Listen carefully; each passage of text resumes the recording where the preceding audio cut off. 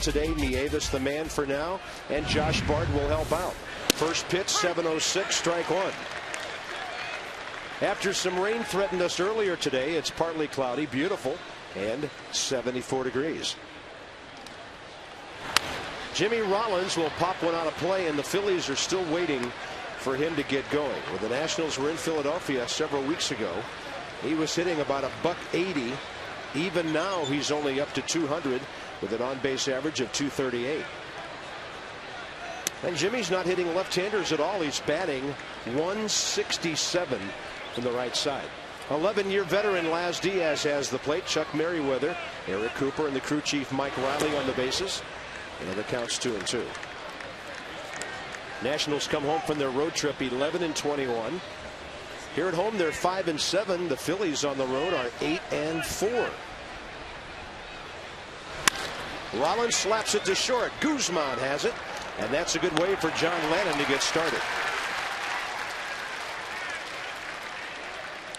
Well, John Lennon's won his last couple of starts. He's pitching very well. Had a few more walks than you would like to see him have against Arizona, 6 in 6 innings. But you know what? If you're going to scatter some walks or scatter some hits and win a ball game, that's what John Lennon does best.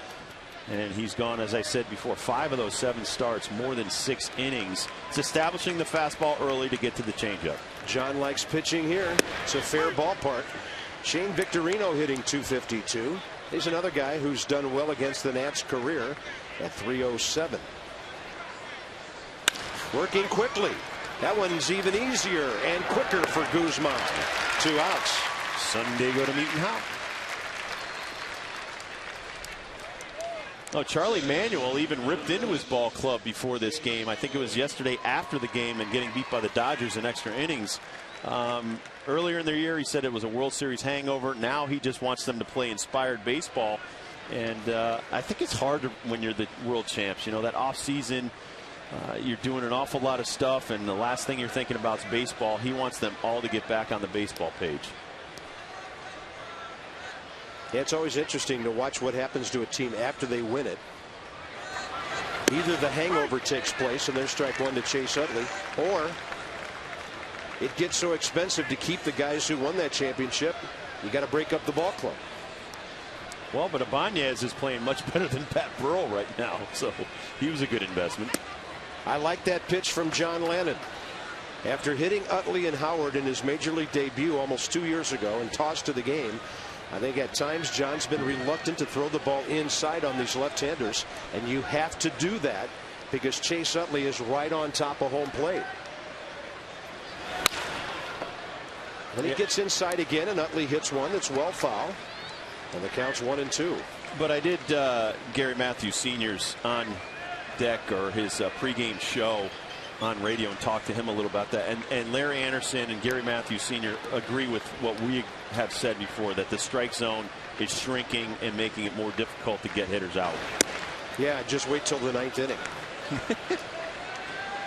I wouldn't want to be a closer these days, trying to throw a ball in a shoebox.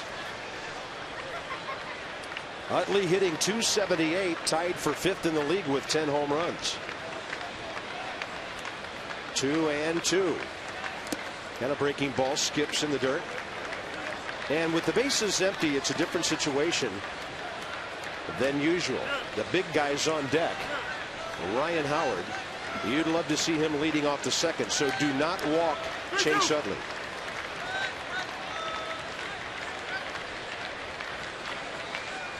Lennon throws a strike and gets a fly ball to right center. Austin Kearns cruising over, and Dukes will call him off. And we like seeing that. Yes, we do as well. A couple of grounders and a can of corn. A good first for John Lennon.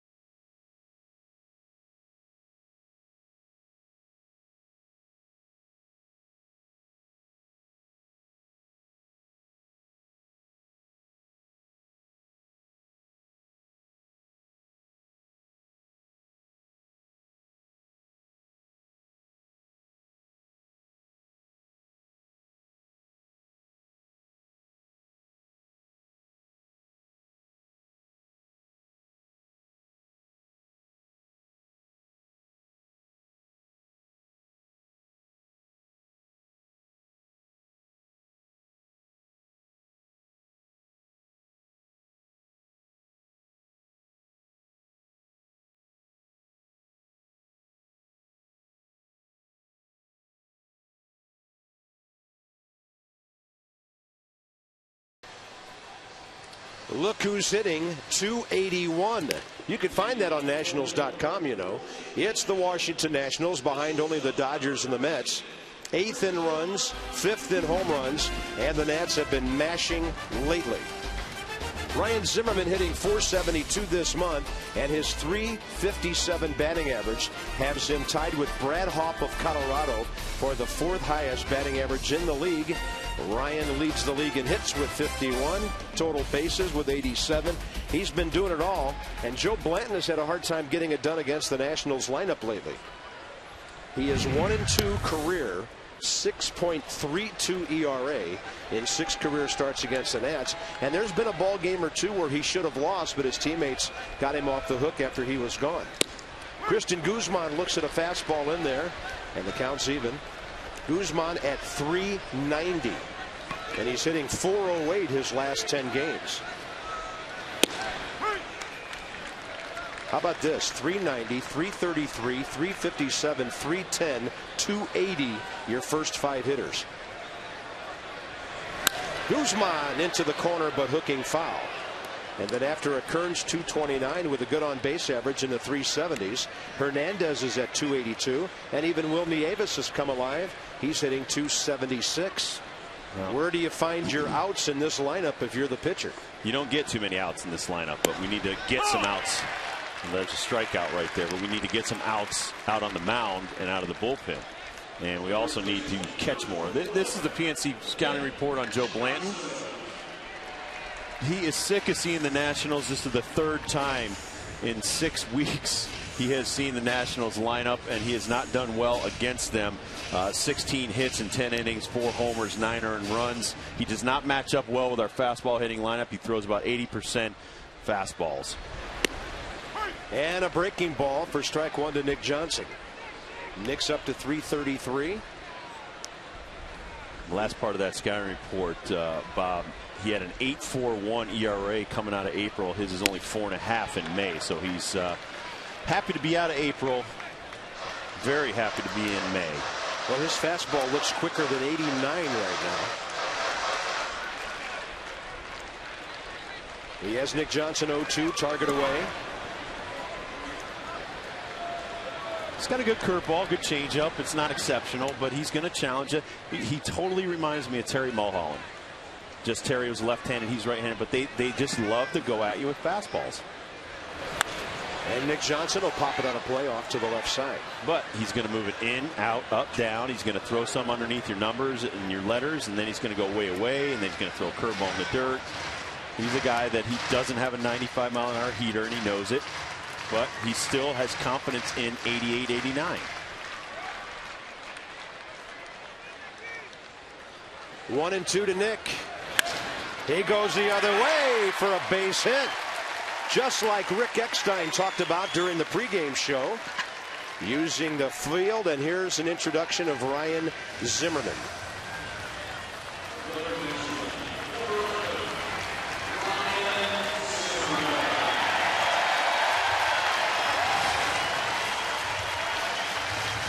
I would imagine if his streak was still alive, there would probably be 5,000 to 8,000 more people in the seats right now, and everybody would be standing.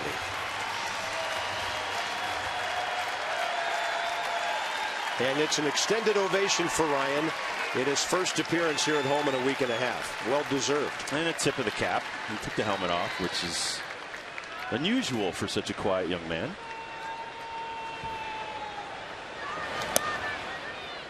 "14 times in his streak he had a hit his first at bat. Second at bat 9 times. Third at bat 3 times. Fourth or fifth at bats 2 times each.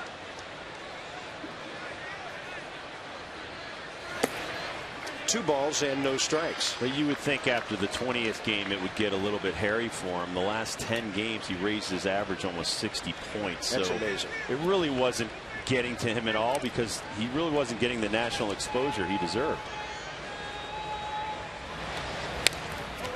Good breaking ball by Joe Blanton right off the end of the bat. 5 times Zimmerman extended his hitting streak with a home run. 7 times with a double, and the other 16 with a little single. Little single. 2-1. A lot of hitting room on the right side. That's a fastball by Blanton in there. Touching 90 on that one.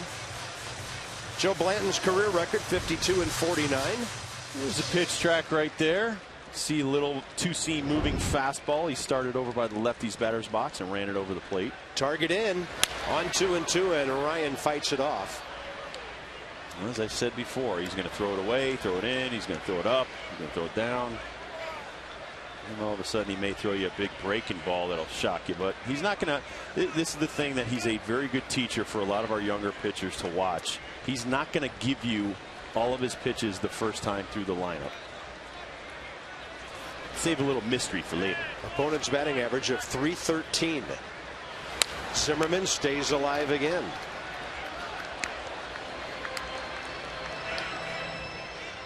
Nice crowd gathering. A lot of folks still coming down Half Street from the Navy Yard station.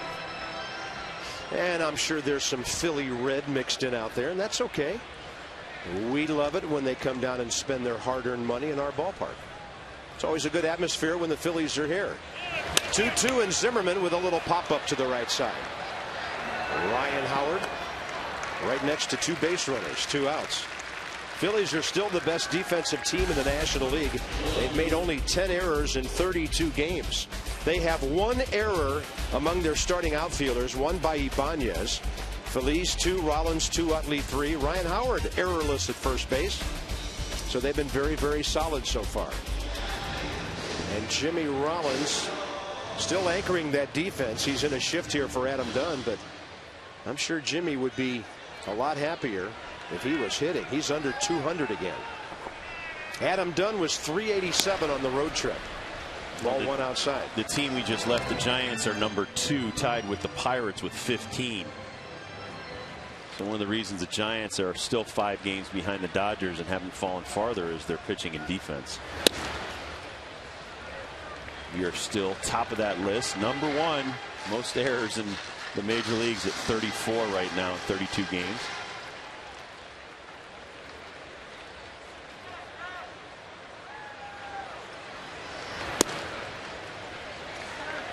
3-0 to the most walked batter along with Prince Fielder in the National League, 28 times. Well, and here's the thing too. Joe Blanton knows I got 2 outs. I don't have a base open, but you know what? If there is a base open, second and third, I still might walk Adam Dunn.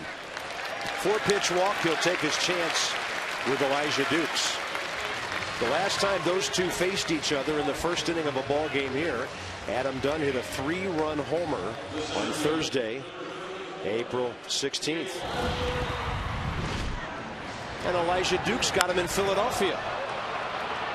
Tried to sneak a fastball on the inner half on a kid that's got some quick hands. That was 2 at-bats after Zimmerman had hit a 2-run homer.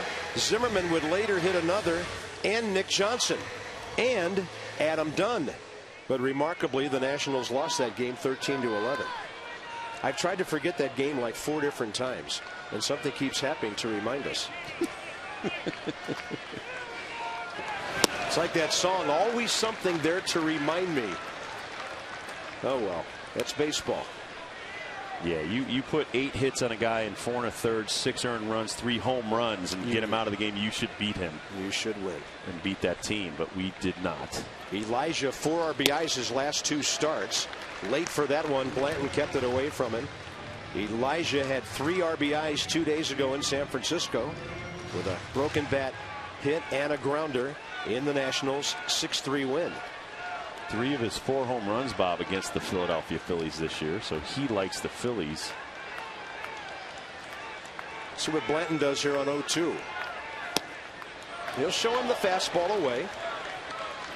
I think that's better than showing him a big breaking ball away or something else away in the first inning, because as Rob said, he's still establishing the fastball, and he doesn't want everything to be seen first time around. He's on that first base side of the rubber. Jams Dukes, and Elijah fights it off. Well, and the concept too is that he may or may not throw it, but you know he has it. So you're still thinking, I got to look for the curveball. I got to look for the changeup. It doesn't mean he has to actually throw it. You're still thinking about it. 1-2 with 2 runners aboard here. And Dukes on a breaking ball away strikes out. Blanton gets 2 Ks around a walk and a hit, and the Nats strand 2 in a scoreless first.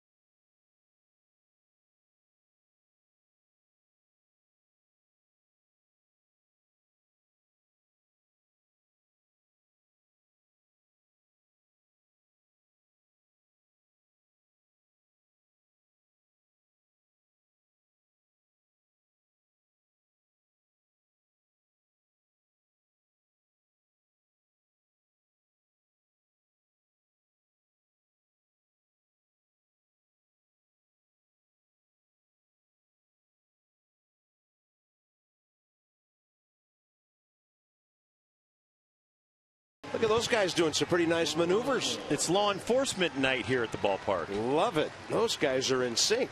And hopefully Will Nieves in sync with another pitcher tonight, Debbie, as the Nats have put Jesus Flores on the DL.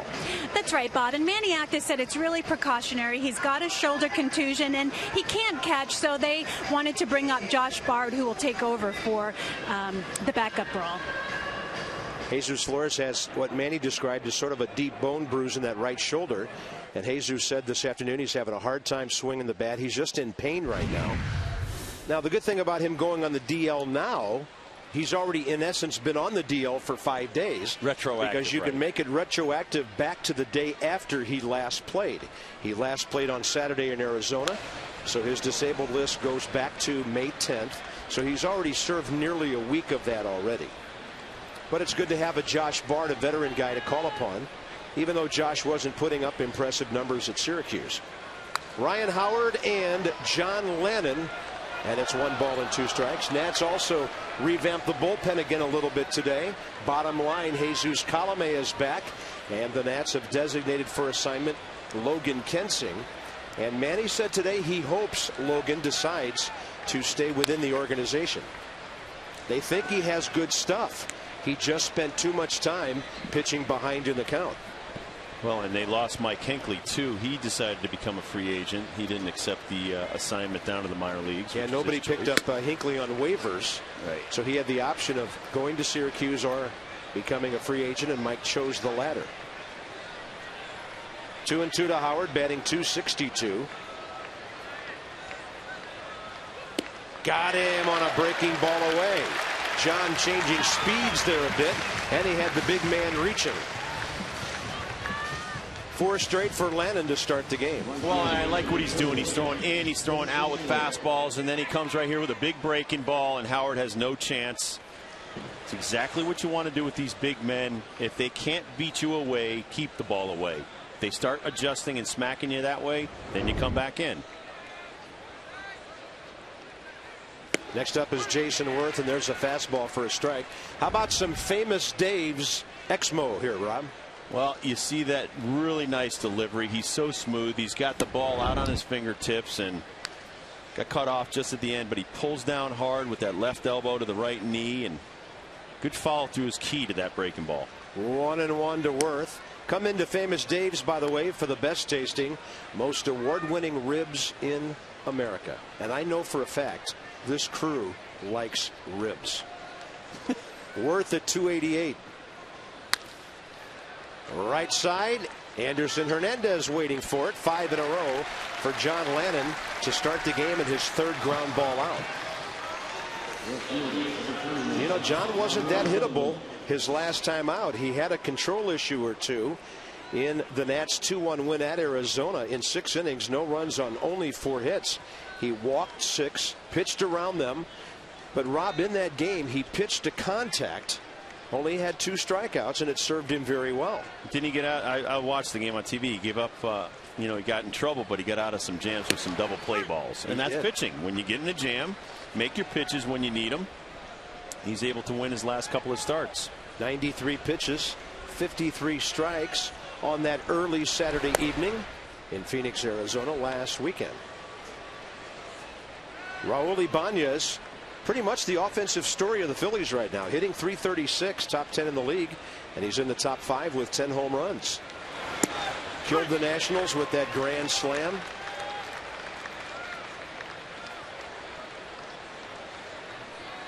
Pedro Feliz with a left-hander throwing in the lineup tonight at third base.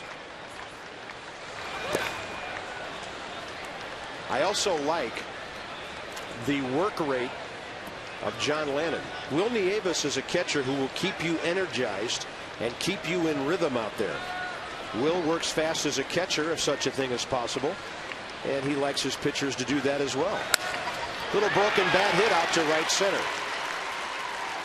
Raul Ibanez is having himself a nice debut in Philadelphia. First hit of the game for the Phillies, and Pedro Feliz coming up. Sunday's Family Fun Day here at the ballpark.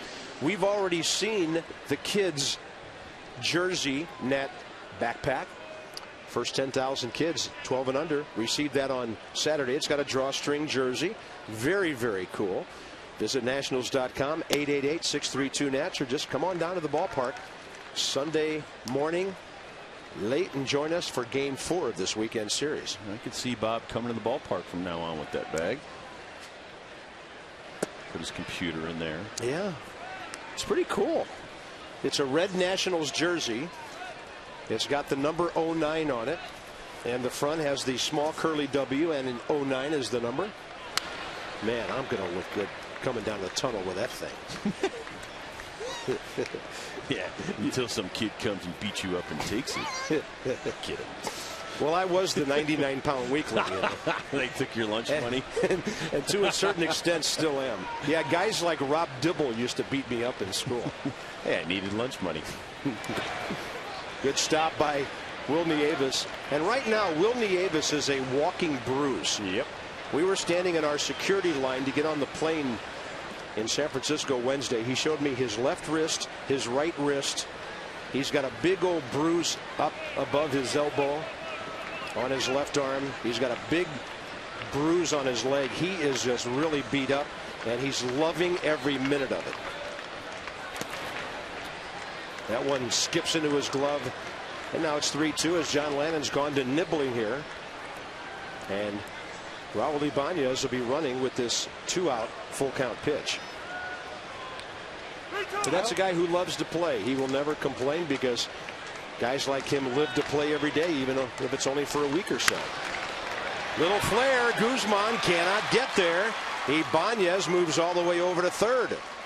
So John Lannon hasn't given up a hard hit ball yet. And it'll be up to Carlos Ruiz in the Phillies' number 8 spot. Well, he's making really good pitches. He jammed Ibanez, and now he's going to jam Feliz right here.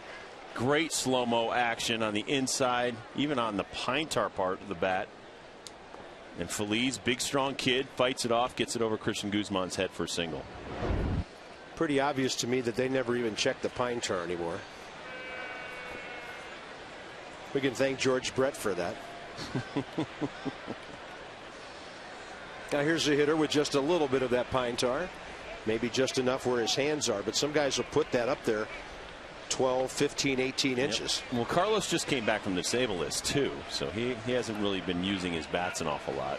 He's been getting on base though. Yep. 8 consecutive plate appearances with 4 hits and 4 walks. Now there is a pitcher on deck. You do not want to groove one for an RBI hit to the number 8 guy. So John just throws the ball outside a couple of times, and this could be a pretty intentional walk in a moment. Will Nieves looking over to the dugout to get that sign, which so far has not come. They're just going to stay out there, though, and see if Ruiz can get himself out. Well, they're happy to have him back, too. They're one of the worst pitching staffs so far in the National League. Last year they finished 4th on their way to winning the division with a .388 earned run average with him behind the plate. So you think that had something to do with it? Absolutely. He calls a great game. I watched the entire playoffs of the Phillies, covering them for one of my other jobs, and he was masterful against the Tampa Bay Rays in the World Series. Looked like a high changeup. Gets the count to 3-2. Ruiz, 30 years of age, from Panama, a career .242 hitter, and he only hit .219 last year, but the Phillies don't need him to hit.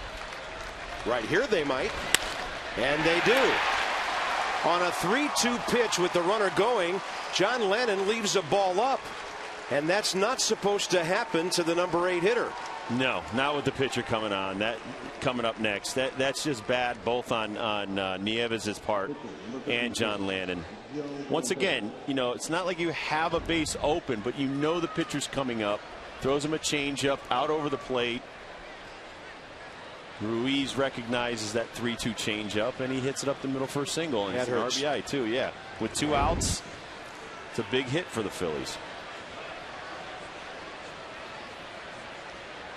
Joe Blanton 1 for 8 this year. 3 for 34 career, long time in the American League. 5 years with Oakland before coming over to the Phillies last year.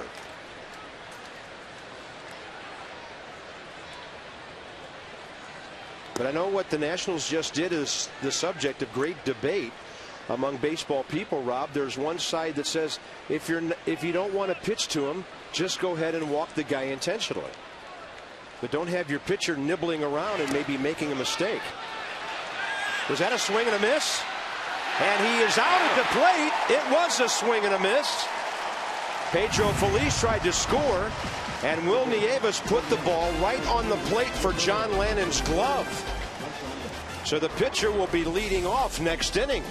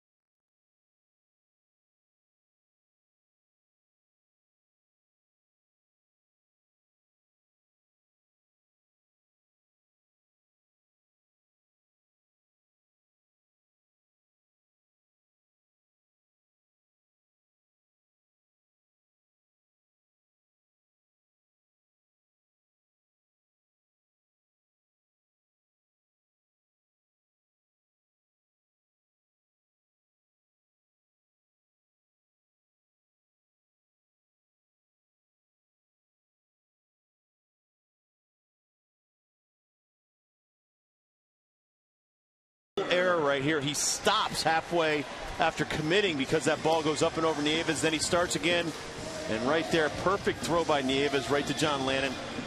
Like you said, Bob, right on the plate. Watch this throw. Perfect. If that throws high, that run scores. And John Lennon did a great job. He just put his glove down in front of the plate, and Feliz slid right into it. If he tags him up on the leg, probably safe. Watch the glove of John Lennon. Now, it's a little risky with those spikes coming in there. No, I actually broke my left wrist on a similar play to that. Kevin Young of the Pirates ran around me, and I tried to tag him, and he snapped the ulna bone. I know you can't see this on TV, but I'm showing Bob. Oh, I have wow. a steel plate in my wrist where it snapped the ulna bone clean. So yeah, you don't really want the pitcher covering home plate, but that was very effective the way John Lannon did that.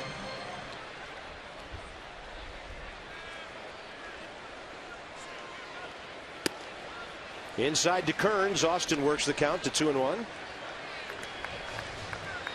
John Lannon's thrown a lot of pitches already tonight. That was a 30-pitch inning. Look out, folks. Kearns rips one into the seats. Let's take one more look at this tag. Now, I broke my arm because I straddled home plate. Now, watch John Lannon. He gets his knee down. Now, he could have taken a shot to the knee, but he gets behind the plate, and he gets coverage with his glove right in front of Feliz. Very well done by John Lannon. Saved a run. Yep. So it's 1-0 Phillies, and Kearns, Hernandez, Nieves, the bottom of the second, due-ups for the Nats. 3-2 on Austin. Better than that, Blanton's leading off next inning. Yep. 83, so that was a hard-breaking ball for him, and he has now struck out 3 of the 4 Nats he's retired. Next up, Anderson Hernandez. That's an excellent breaking ball there. 3-2 pitch. Most hitters are looking for something hard like a fastball. Joe Blanton confident enough with that hard slider. He throws it straight over the top, outside part of the plate. So even if Austin would have hit it, it'd probably just be a single to right field. Anderson hitting .281 overall. Pardon me, left-handed, .282 overall. And over his last 12 ball games, hitting the ball well, .364. That ball caught on a fly by the umpire after it tipped off the catcher's glove. Nice play, Laz Diaz. Got to be quick as a cat behind that plate. See, he chokes up on the bat. Makes a little contact. Blanton has it. Howard, 2 outs. Let's talk some offense. It's been fun this year to watch these guys. Look at that, 38 points higher than last year. Runs, no comparison. Homers, no comparison. On base average, 40 points. Slugging percentage, the better part of 90 points. Aren't we first in home runs right now in the National League? Actually, we're close to it. No, we're the, like day, third. the day off dropped the Nats behind a little bit. I think the Brew Crew went up there. There's some of the hammers right there in the middle of the lineup. Milwaukee 47, Colorado 45, the Phillies 44, the Nats 42. There's that slow off-speed slider for a strike. And Will Nieves is 7 for 17 in his last 4 ball games. Well, and the fact that he's getting repetition and he's getting consistent work, he'll be able to get that eye back that got him to the big leagues. And he usually shoots the ball to right field, but you don't have that luxury when it's 0-2. Unless he throws you a little slide piece on the corner that you can get to. That's where they set up.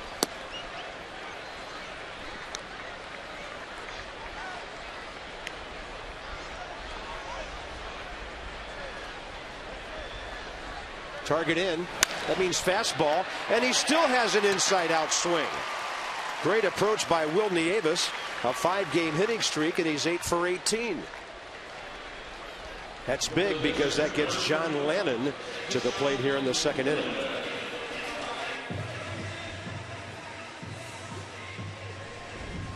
Well, here's Blanton's delivery. As he throws it, he's pounding the outside, but right there he angles it on the inner half.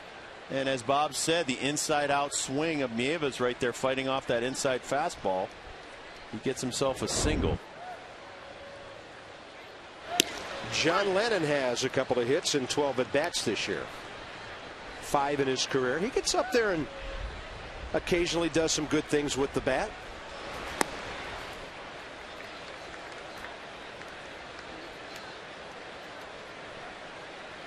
Counts even 1-1. Slaps one out to short for Jimmy Rollins. And that'll do it for the Nationals in the second. They've stranded 3. Phillies lead by 1. Pitcher coming right up against John.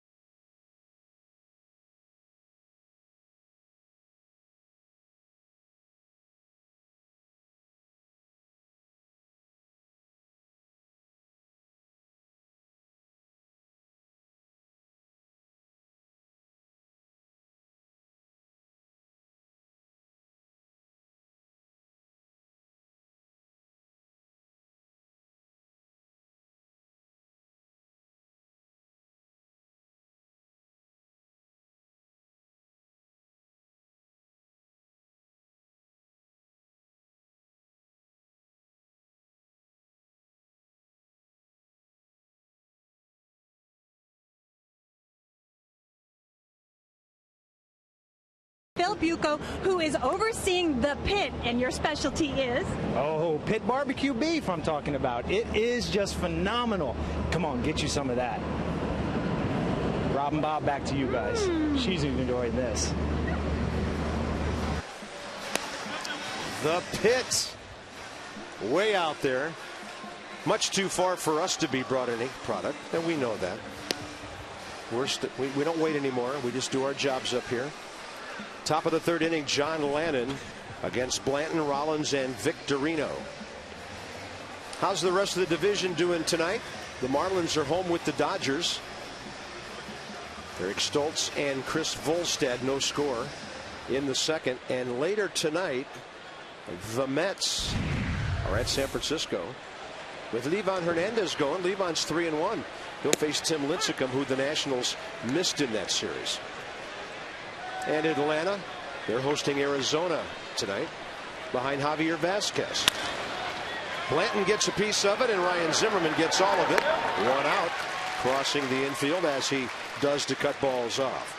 Come on out for T-Shirt Tuesday against the battling Buccos of Pittsburgh next Tuesday night.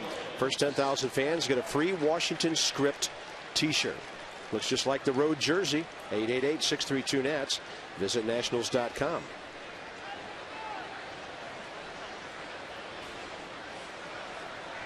Four for the Phillies, 4 with the Pirates. 1 week from tonight, we will be seeing our first interleague game with Baltimore visiting.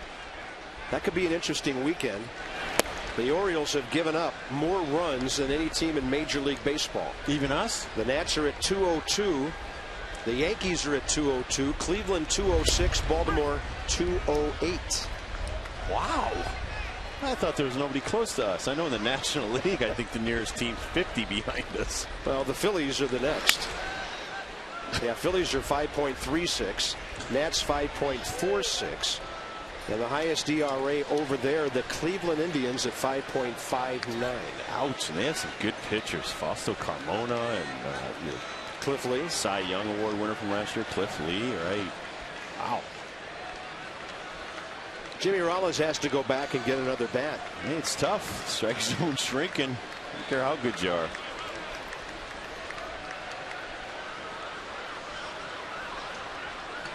One and two from Lannon to Rollins. Off speed, ball is hanging up and a base hit.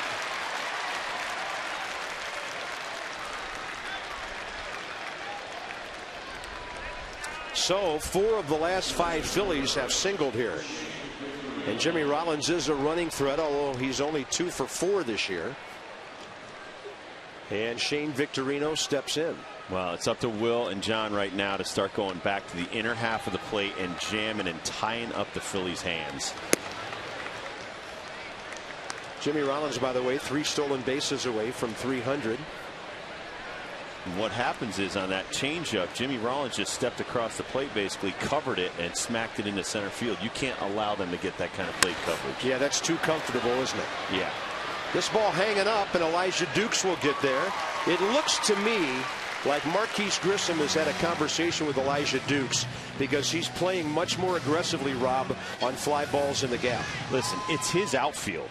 And Marquise Grissom, who, by the way, hit 500 off of me, which I'm not happy about. Did he remind you of that? No, I actually reminded him. He had told me a while back he didn't think he hit me that well. But as far as his outfield play, you are the captain of the outfield and the field out there in center field. You call anybody off you want. It's your ball anywhere you want to get it. You're kind of like Kelly Leak in the Bad News Bears. So that's what Elijah Dukes has to become. Kelly Leak, go get every ball you want. Target into Utley here. Time given. But Elijah was really kind of giving away the gaps to Austin Kearns. He was being too respectful. So they're older. They're bigger. Tough crap. Get out of my way. I'm catching the ball. It's his job to do that, by the way. Looks to me like somebody got through to him. Well, you also have Devon White, who's a roving instructor here in this organization, and Cesar Cedeno, 3 excellent center fielders. There's Marquise, who is an outstanding outfielder. And I would offer you the name of one more, Jose Cardinal. Jose Cardinal. He used to be with Cincinnati, another excellent outfielder. I think Devon White had like 7 Gold Gloves. but you have to take charge out there in the outfield, just like a shortstop takes charge in the infield or the catcher. Utley fly to Dukes, first time up, ending the top of the first. And John Lannon changes speeds well with the breaking ball. Off speed, plus it's going down and away. Well, I remember one of the home runs he gave up to Utley in his last start against the Phillies. They were trying to pound him in, but he stands so on top of the plate that if you don't make it all the way in and you miss, he's going to launch it. So they're staying away from him today. Arizona just picked up 2 at Atlanta. First thing I was taught about pitching in professional baseball, Bob, is make them beat you away first and then adjust. And if they don't beat you away, just stay there until they do. And I know part of that, Rob, that you've made so perfectly clear, if they beat you away, the ball is still in the ballpark. Right. Right. Because what happens is that in order to try to get plate coverage, they either have to do something that's not normal for them in their stride or how they cover the outside part of the plate. They're off balance and they don't get enough into the swing. There's a fastball up and in. Jimmy Rollins showing no movement towards second base yet. Victorino flied out early in the count. Now it's 2-2 to Utley. I'd much rather have Ryan Howard leaning over the plate and just using his arms to try to hit a home run than getting leverage with his lower half and spinning those hips. 2-2. Now Rollins runs, and Utley grounds in behind him to Anderson Hernandez. And the Phillies are gone in the top of the third. Christian Guzman came into this ball game hitting .390, right-handed, left-handed, both-handed, no-handed. How do you get this guy out?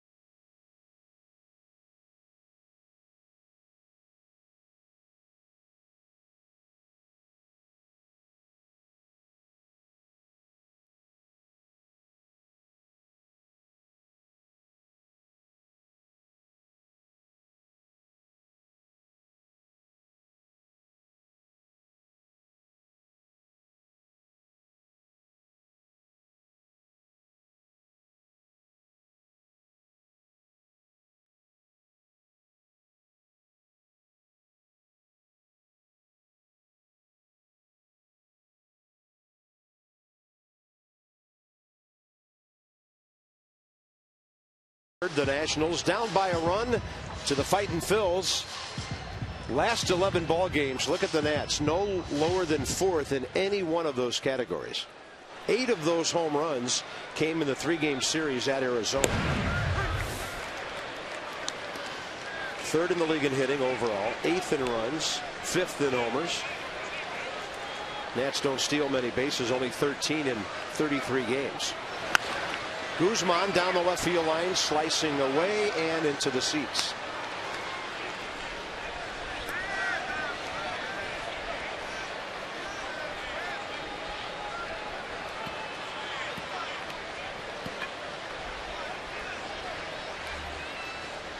Blanton has him 0-2. He's had good command so far. Hitting corners, getting ahead. Man, look at that. Phillies tossing underhand to him or what? 5-14 since last August. Little chopper by the mound, chasing that ball in. Utley. 1 out.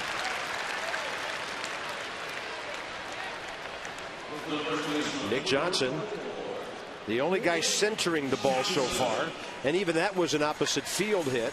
So was the base hit by Will Nieves. So this is by far the best Joe Blanton has looked against the Nats this year. Well, it's the 4th time he's seen this lineup, and he's making some adjustments. So now it's up to the Nats to go out there and adjust to the adjustments. He had Nick 0-2 last time before that hit. He seems to be mixing in more of a cutter than I had seen him in the first 3 previous meetings. I know that cutter's a pitch you like. Yeah, I think that was the cutter right there. He takes something off of it now, too. Look, he didn't get that strike. That looked like a good pitch.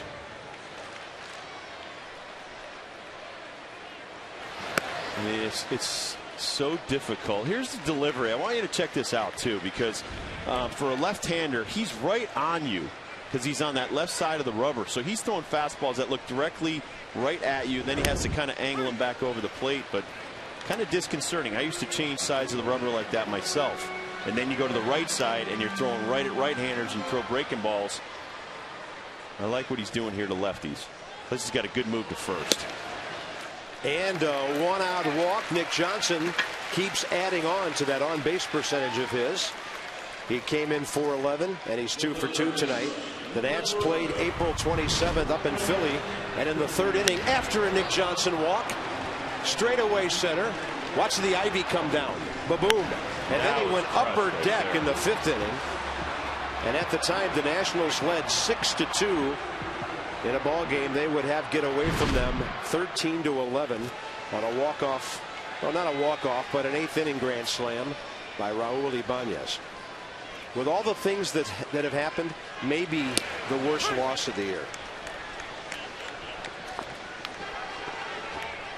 Probably right up there with the one in San Francisco. Tuesday night's game in San Fran. Hard to swallow.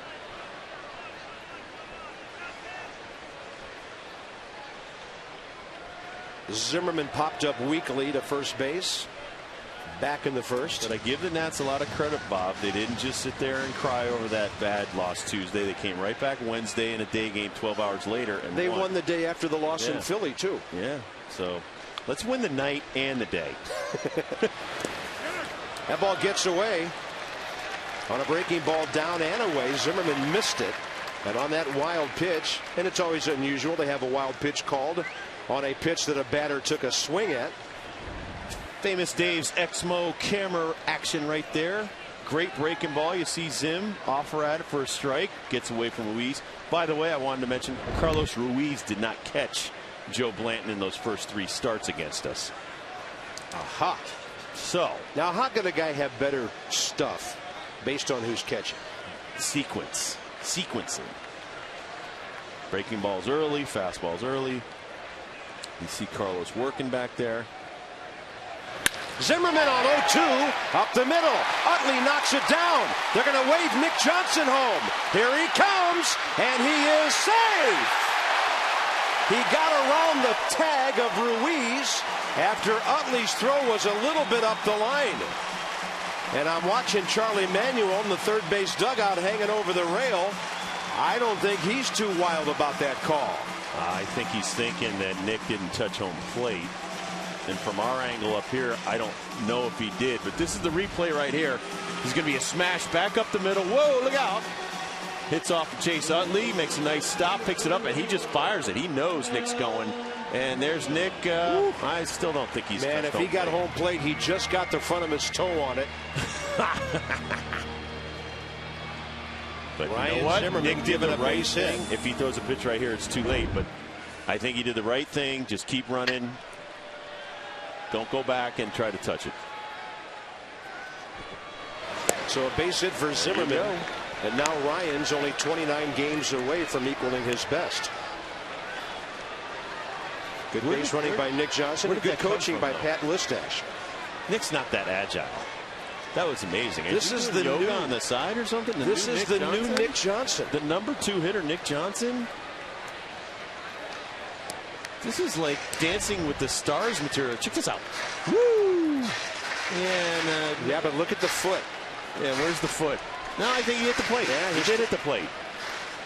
When his toe came down, it appeared to get just a piece of it. Nice coverage, Doug. Nice job. That's like a pitch on the corner of the plate. So was his foot. Low and away to Adam Dunn. We'll take one more look. Let's take one more look at this right here. Nick Johnson just making contact at the end there. Yes. I can see. That is beautiful. I can see air between the glove and his armpit there. We'll take it. Tie score. We'll take it. Nick Johnson doing it all. Nick Johnson manufactured that run. He walked, went to second on a wild pitch, and scored on what would usually be ruled an infield hit.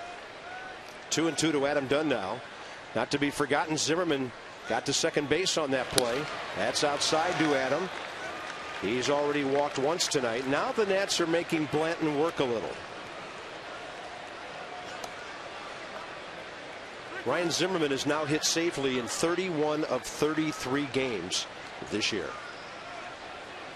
I was just going to say he's got a one-game hitting streak going. Well, I told you he's only 29 away from his career best. Adam Dunn, no swing. And he broke his own record, too. Because didn't he hold, he was the former holder of the record at like 20? Yeah. I think he's had like 3 of the 5 longest Nat streaks. He's Mr. Nat. But I loved Ryan's news conference today. They brought him into the interview room about 15 minutes before Manny Acta comes in at 4 o'clock. And the first thing Ryan did was to give Nick Johnson a lot of credit. Because I asked him if he could perceive a difference in the pitches he's seeing this year with Dunn and those guys behind him. And he said a little bit, but he said, I'm seeing a lot of off-speed stuff, change-ups and all that. And he said, I give a lot of credit to Nick Johnson being on base when I'm batting. Case in point, this inning. Elijah Dukes deep to right center, and that ball is caught up against the scoreboard by Jason Worth.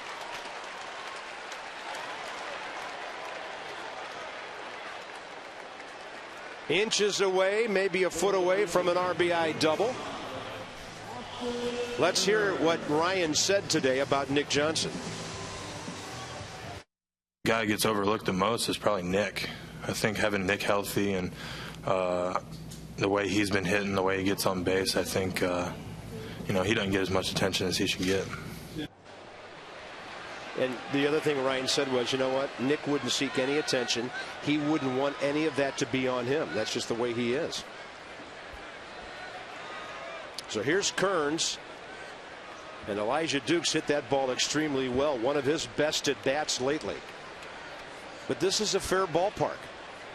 A lot of places that goes out.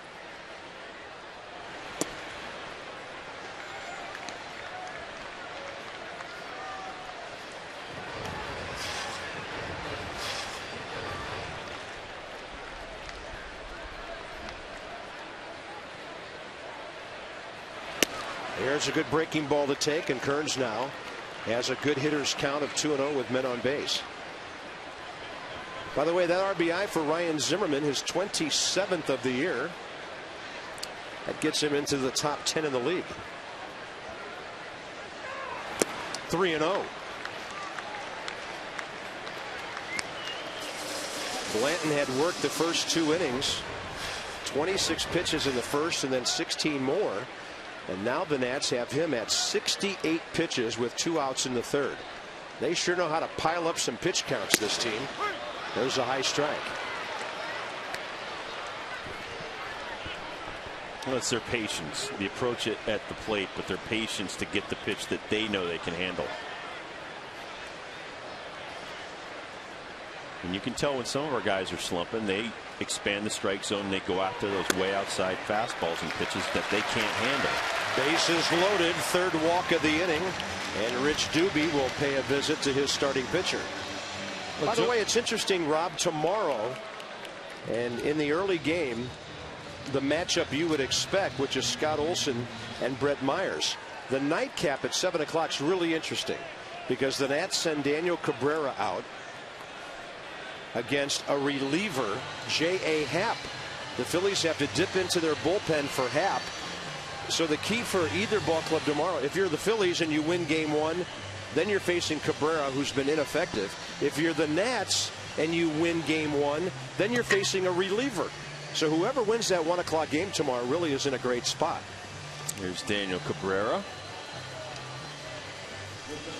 So folks, pack a lunch or bring plenty of cash and come and join us for a couple of ball games tomorrow. If you can't, we'll have it all here for you right on Masson.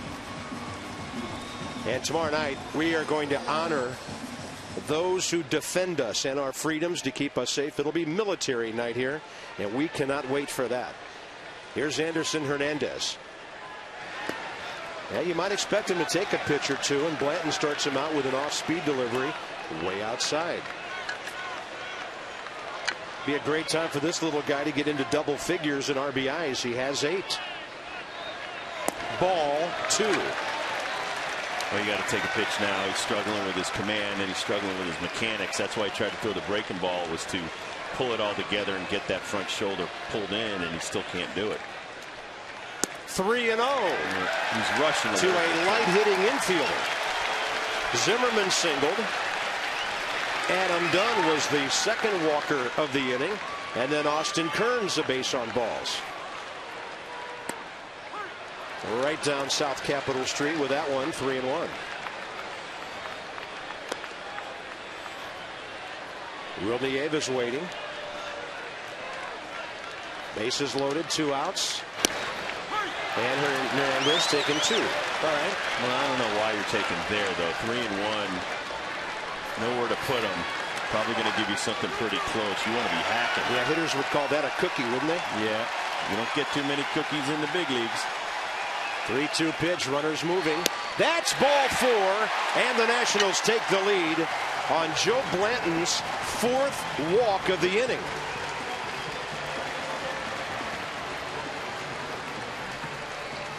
Here's our pitch track. Tracking this pitch. It's going to be low and in. Ball 4. Don't even have to waste swinging. RBI number 9 for Anderson Hernandez. And here's Will Nieves, who's a very aggressive hitter. But Will has to be smart here. You got to take a strike here. You got the pitcher coming up behind you. You don't want him leading off next inning. So very important at bat for Nieves. All right, now you're all set. Let it fly.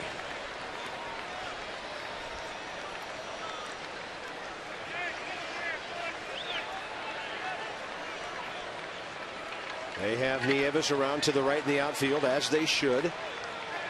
Chase Utley's feet are on the outfield grass, and Will takes that breaking ball up and away. 1 ball, 1 strike. There's Utley. I'm surprised how much Chase Utley is playing up the middle, the way Will Nieves hits the ball. He loves that space about 30 feet to the left of Utley. And this is going to drive in 2. Will Nieves is 2 for 2, and the Nationals lead 4-1. This offense just keeps on cooking. And for Will Nieves, his first 2 RBIs of the year. Well, right here, Blanton struggling with command, throws a bad breaking ball that hangs right in the middle of the zone. Will Nieves says, "Thank you very much, Joe," and smacks it by the diving Jimmy Rollins. John Lannon is the 9th Nat to bat in this inning.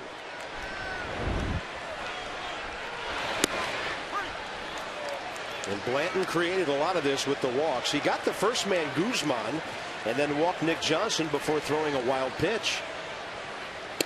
There's a good breaking ball to Lannon. So this has been a control issue inning for the Philadelphia starter. Working quickly now, 0-2. John swings, and that's it. Great inning, though, for the Nationals. They get only 2 hits, but score 4 runs to lead by 3.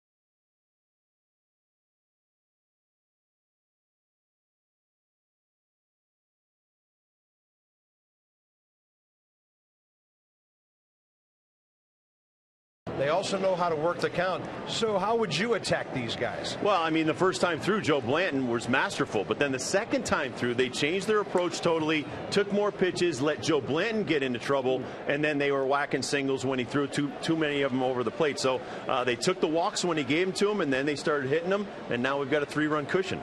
So the Nats play a little small ball tonight to score some runs. Haven't had a home run yet, and lately probably at least half of their runs have come via the long ball. Oh, yeah. I mean, this is the type of team that they're going to put a hurting on you, and right now John Lannon needs to come right out here in the top of the fourth, put a big goose egg up there, keep the momentum on our side of the field, and to answer your question, I would go after our team with a lot of off-speed stuff because they love the fastball. Shift is on. First batter, top of the fourth, the number 4 man, Ryan Howard. John Lannon struck him out on a soft curveball away first time up, and now it's 2-0.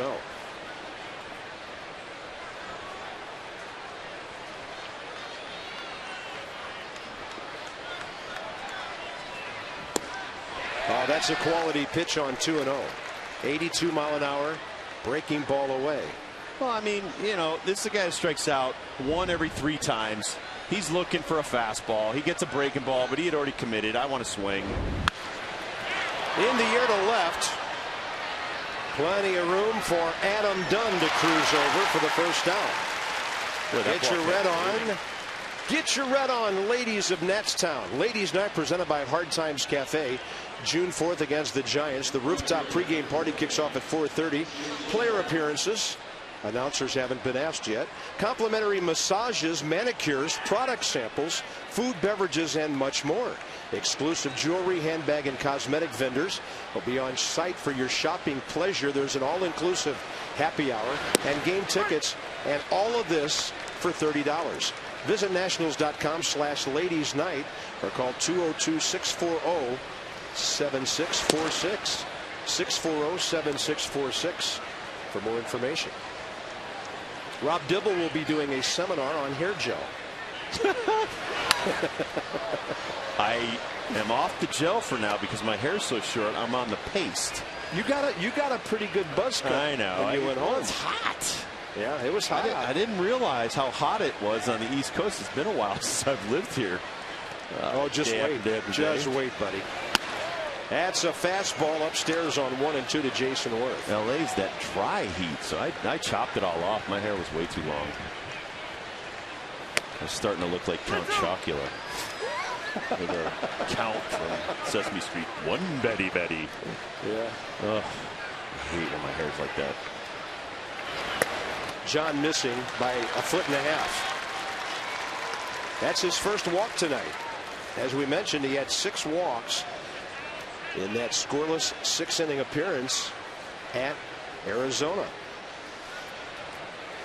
Here's Raul Ibanez. You sure don't want to walk anybody with a 3-run lead in front of this guy the way he's going. Pitch count is up there, but you know what? It's a easy 65 pitches to this point, or 66.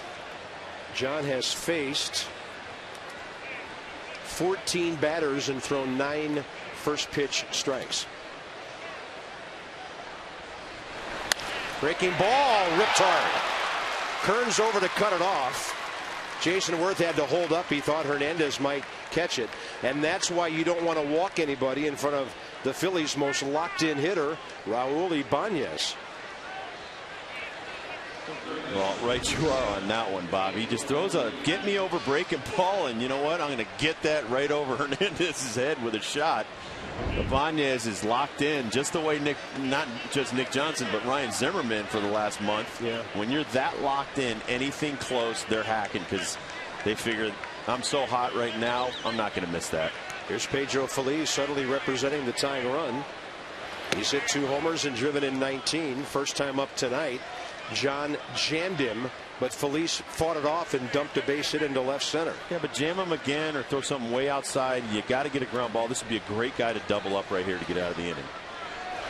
Yep, change up away or fastball away, but make sure it's a pitch that's down that he chases out of the zone, tries to pull something outside to the shortstop. Comes Randy St. Clair.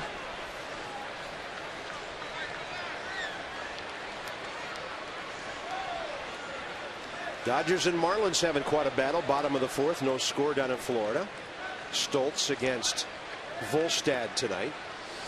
Arizona 2 in the first at Atlanta. They're now in the second inning. And Pedro Feliz, the fifth best hitter in the league with runners at second, third. Yeah, 444 with runners in scoring position. Check out Brad Hawk, who's hitting great for average, but runners in scoring position almost 500. Yeah, top 5. He's fourth best. And here's a 2-0, dangerous count, and John gets a borderline strike.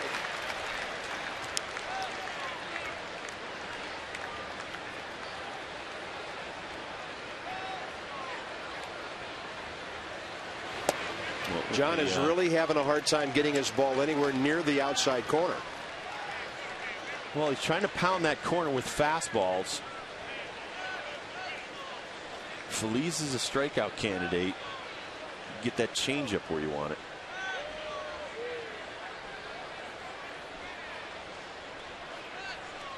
This started with a 1-out walk to that man, Jason Worth. Stopped at second on the Ibanez single. Nick Johnson plays behind him. Line drive, Nats get lucky and safe at second as Worth stayed home close enough to beat the flip from Hernandez to Guzman. Bottom line, a very important second out. Bob calls this luck. I call this a good pitch. He throws a fastball outside, so Feliz can't pull it. He drives it right at one of our guys. We almost get a double play. But Lannon did not give in with a changeup or a curveball in, which I have no problem with. Guess who's batting with 2 men on? The number 8 hitter. That's good. That's good. This time they pop him up. The ball's up there in the twilight. Guzman calls up Hernandez. There you see. And the pitcher will have to lead off the 5th inning. Good boy. John Lennon battles back well with a 3-run lead.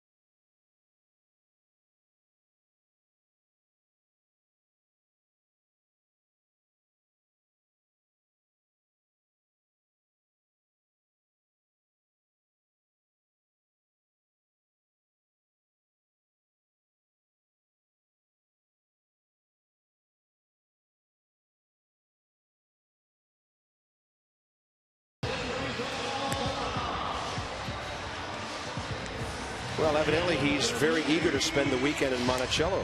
It's beautiful down there this time of the year.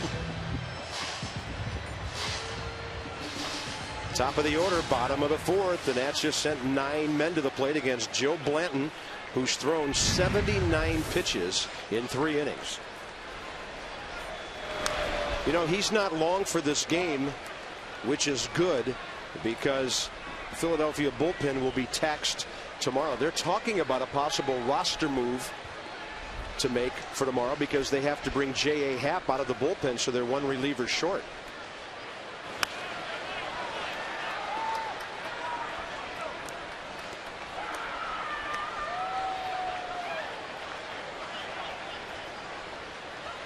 Nick Johnson on base twice tonight. Next, I got to read you something that Nick Swisher had to say about Joe Blanton. They asked Nick Swisher, who's more of a redneck, you or Joe Blanton? Nick Swisher said, as soon as you see the sign for his hometown, your cell phone goes out. The closest house is a mile away. He has like 20 cows. I keep going, but that should be enough right there.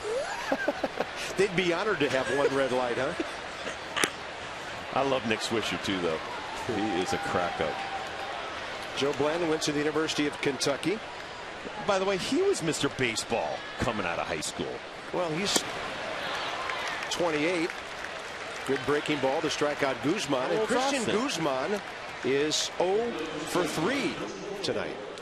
Let's have a look at a leaderboard presented by Firestone, a tradition of innovation. How the Nats ranked in the month of May and still do. Over 6.3 runs per game, hitting over 300. So that's what? 3 homers every 2 games?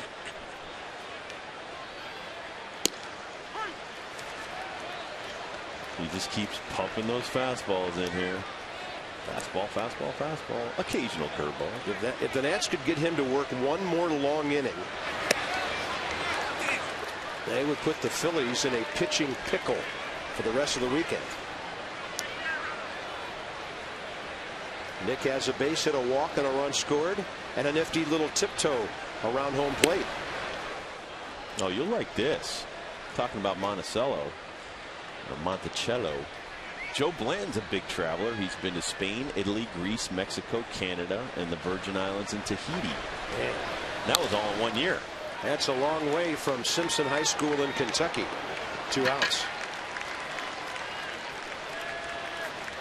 Well, hey, I have to say, Rob, there are a lot of well-traveled pitchers these days.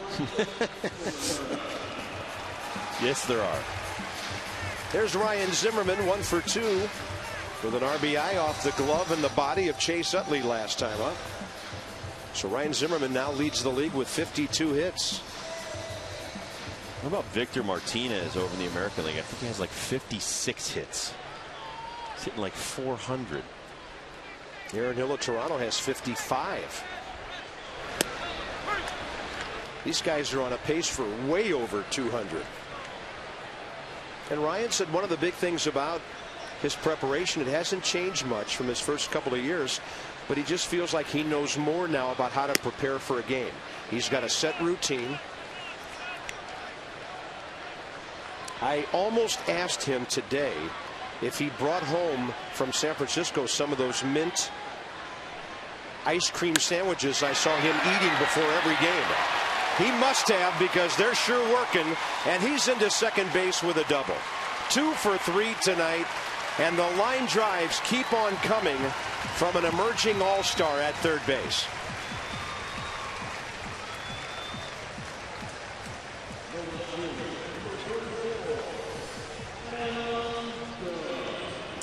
Famous Dave's Exmo right here. Drop that front leg, keep the head down, drive towards the ball, and hit it to right center field. He doesn't try to do too much. Tries to stay nice and smooth and quiet through the ball.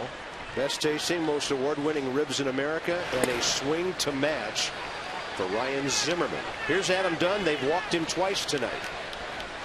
First base open, Dukes on deck. 2 outs here in the 4th, so they need to be careful here. Adam Dunn could give the Nats a real big lead if they make a mistake. Over but low, 2-0.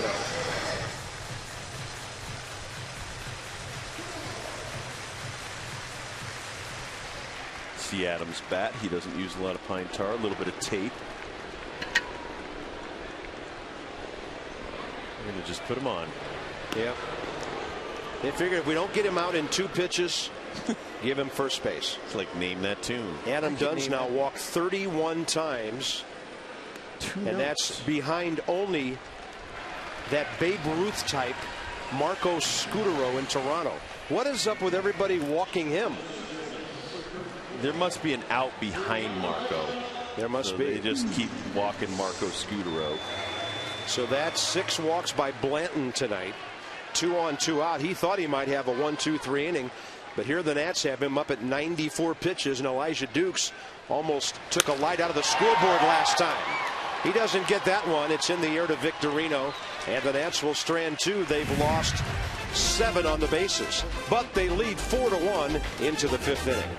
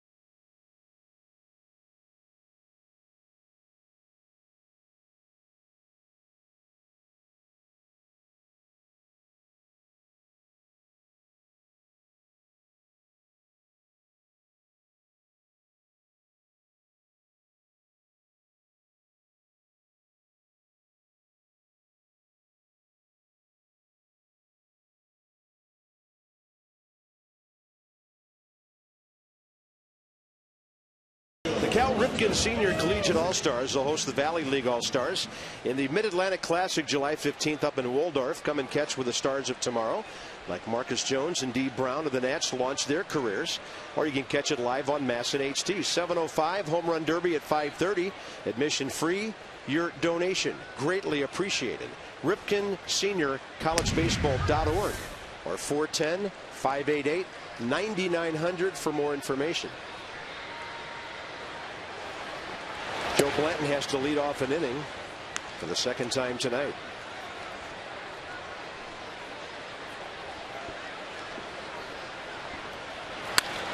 Rips that ball to right. Austin Kearns is right there. Evidently, the baseball gods ruling over this contest tonight did not look kindly upon the Phillies losing a runner at home plate back in the 2nd inning, because the Nats got that out, avoided going down by 2, and then immediately picked up 4 runs. That was a turning point in this game, possibly one of those defining moments we're always looking for. And the top of the order now with Jimmy Rollins and Shane Victorino. You love it when Rollins comes up and there's already 1 out. John Lannon, if he can get a quick 5th inning here, will really be in great shape compared to his opponent on the pitch count. Blanton is averaging 24 pitches per inning. Little pop fly. Anderson Hernandez, 2 outs. The first 4 hitters in the Philly lineup, 1 for 8. Knock on wood. Because I do sit next to a very superstitious man. I am very superstitious, but I've accepted the fact that you doing your job means that you sometimes have to jinx our team, but that's okay. My wife told me to deal with it, so I'm going to deal with it. In the play-by-play field, we call it setting up the situations. I learned that in play-by-play 101. You can't not do that. You have to do that. I try to hold my breath sometimes when we're in a situation of failure. I don't want to jinx them. I've seen some of those glances cast my way. I'm just glad I'm not holding a bat and you're 60 feet away. You'd be safe if that were the case. No chance of throwing it anywhere near you. I would be bailing.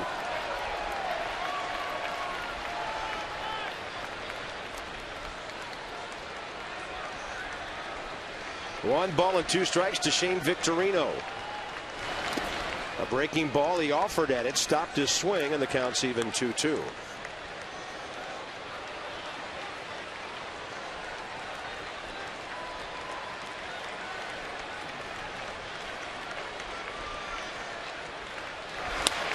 Well, the one thing I hope some of our pitchers learned from Chiron Martis on Wednesday was changing eye level. He did a great job, 2 hits through 7 innings and shutting down the Giants. Up, down, in, out, all over the place all day, off speed, changing speeds.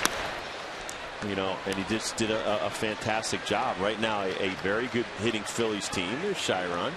And don't walk Victorino with Utley coming up. No. 3-2, 2 outs. Lay it in there. John did, and he gets a fly ball to left. Now that's pitching. Yep. 1, 2, 3, fifth. Just what Lennon and the Nats needed. Austin Kearns coming up.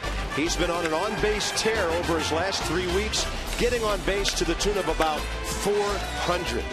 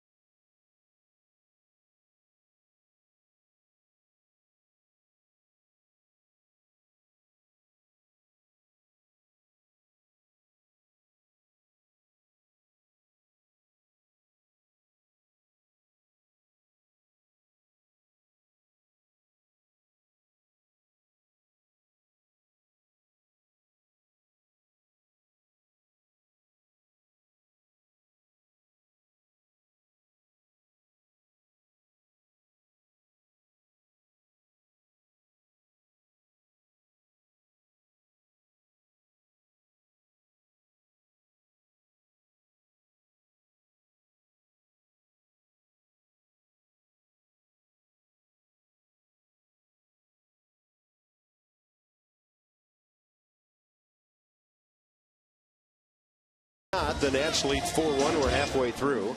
Bottom of the 5th. An old friend is coming back.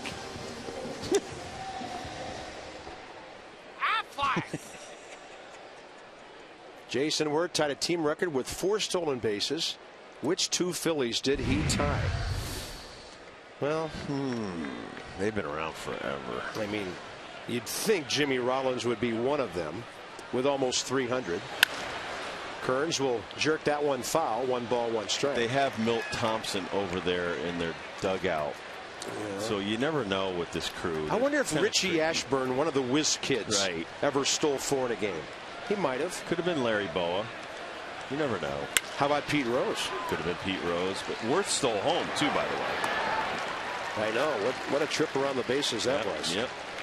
Kearns thrown out by Pedro Feliz. I'll go with Richie Ashburn and Jimmy Rollins. Probably be Tony Taylor.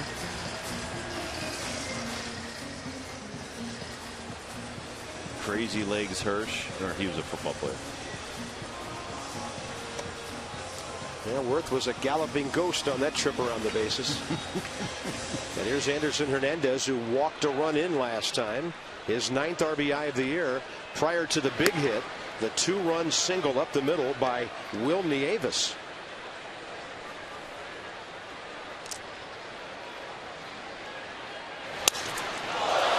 That bat shattered.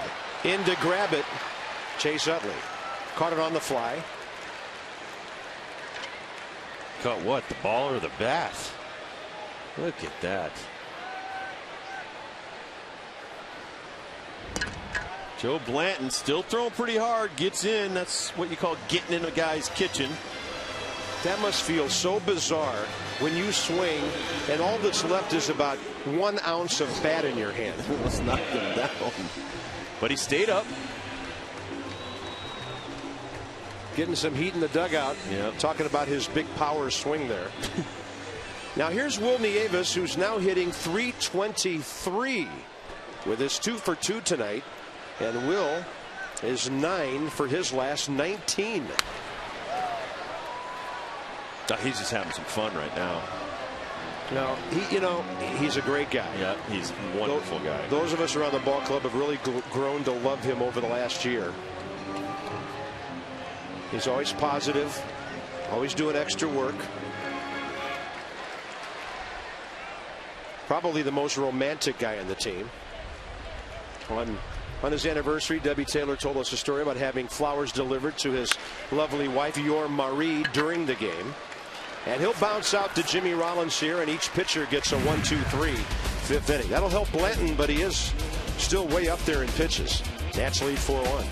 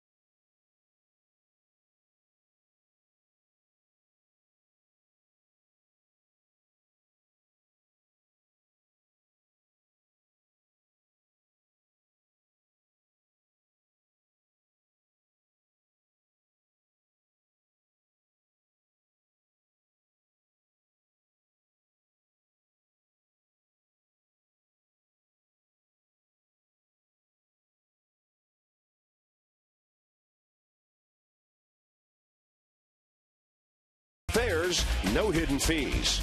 By Aflac, we've got you under our wing.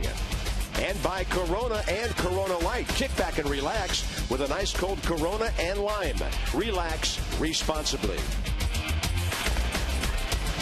5 innings in the scorebook here. We've seen barbecue. We're seeing ice cream. I know that down on level 5 below us, there's a great sweet shop down there with all kind of candy. A place that Shauna Dibble discovered for us during a rain delay one night. So we've been able to get around the ballpark a little bit. And here's the top of the 6th with Chase Utley. These two guys, Utley and Howard, would be a huge step for John Lennon into the rest of this evening.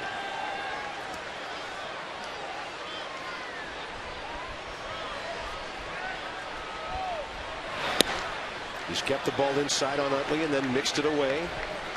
Very well done to Utley and Howard so far, combined 0 for 4.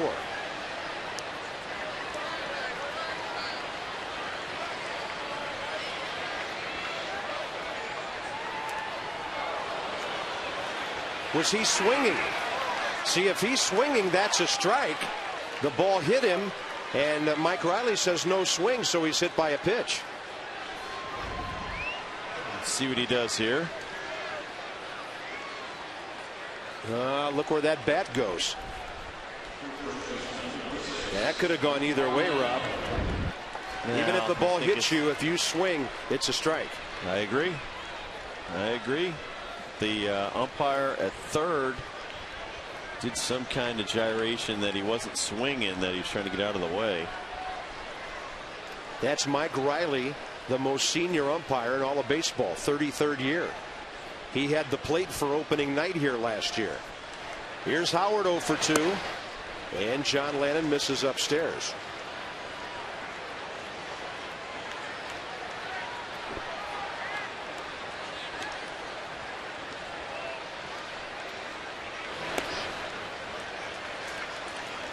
Chase Utley hit by a pitch for the 7th time this year. He averages usually in the mid-20s during a season getting hit by pitches. But if you're going to stand on top of the plate like he does, you're going to get hit. And I don't think he gets too upset about it. And Ryan Howard almost gets hit. And you know what memories this is evoking.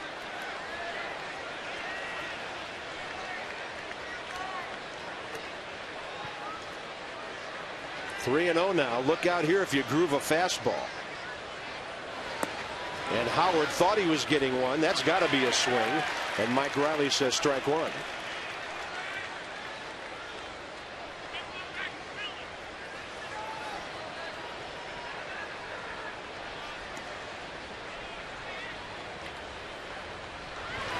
Swing and a miss on another breaking ball. Well, that inside pitch really set that one up nicely. See his butt go towards our dugout. Everybody was nervous. 3-2 here.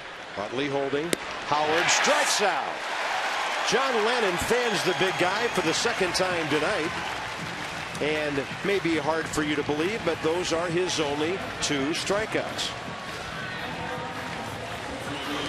He has dominated Ryan Howard tonight. 2 Ks and 3 trips to the plate. Look at that great breaking ball. 3-2. Once you have that kind of confidence, you can get anybody out at this level. Other than a couple of pitches he's shown him inside, it's been soft away on Ryan Howard. Well, he's a dead pull guy. I mean, he's trying to pull the ball and hit it 500 feet to right field, right center. And this isn't Philadelphia. No. If he hits a ball to left field that maybe is a homer there, Adam Dunn probably catches it in front of the track here. And if he does, you tip your hat to him. Right. But until he does, keep pounding the outside. But he set that up with a nice pitch under the armpits. Rocked them back on his heels. There's a fly ball to left. Here comes Dunn. Adam will get there. I think you make a great point, Rob, that too many pitchers give hitters respect before they do something against them. I mean, give the guy credit. He's a great home run hitter. Led the major leagues in home runs and RBIs last year. But what did he do against you? Yeah. Can he hit your fastball on the outer half of the plate? If not, keep pounding it out there. And then when he does take you deep out there, okay, now I'm coming back in. But a guy who hits 40 home runs even only does that about once every 15 to 18 at bats. And he struck out 200 times last year. I'll take those odds. Once every 3 times he comes to the plate, guy's going to strike out. I want him up there against me. Going once, going twice, I am sold. Now get this guy, though. This guy's on fire. Yeah, he is. No, that's not bad. I have no problem with that. Danny Banez is hit 2 on 2 out. Well, let's go back and watch John's debut at Citizens Bank Park. July 26th of 07. Chase Utley broke his hand on that pitch. Ryan Howard next, and Hunter Wendelstedt throws him out of the game. That's so wrong. John in his major league debut tossed. That's just so wrong, and Hunter Wendelstedt should be embarrassed by that right there. He's trying to pitch inside. 2 power guys. Pedro Feliz fouls are on a play. I thought Don Sutton put it very well that day. He said Hunter Wendelstedt was a good umpire who made a very bad decision. I agree. I agree. You can't think the guy is intentionally trying to hit those 2 guys when he's just trying to get inside. Yeah. But evidently, he was doing some mind reading that day, which umpires are often asked to do. There you go. The 2 hit batters, and Pedro Feliz makes it hurt. It's now a 4-2 game as Pedro Feliz drives in his 20th run of the year. Well, unfortunately, and let's check, that's going to do it for Mr. Lannon. Let's check the Exmo, the famous Dave's Exmo right here. Just too much of the plate, trying to go way away with this fastball, and it comes back over the plate. And then it goes back over the middle for an RBI 2-out single, and Chase Utley comes home. Nats into their bullpen here with 2 outs in the 6th inning, and Garrett Mock is on the way.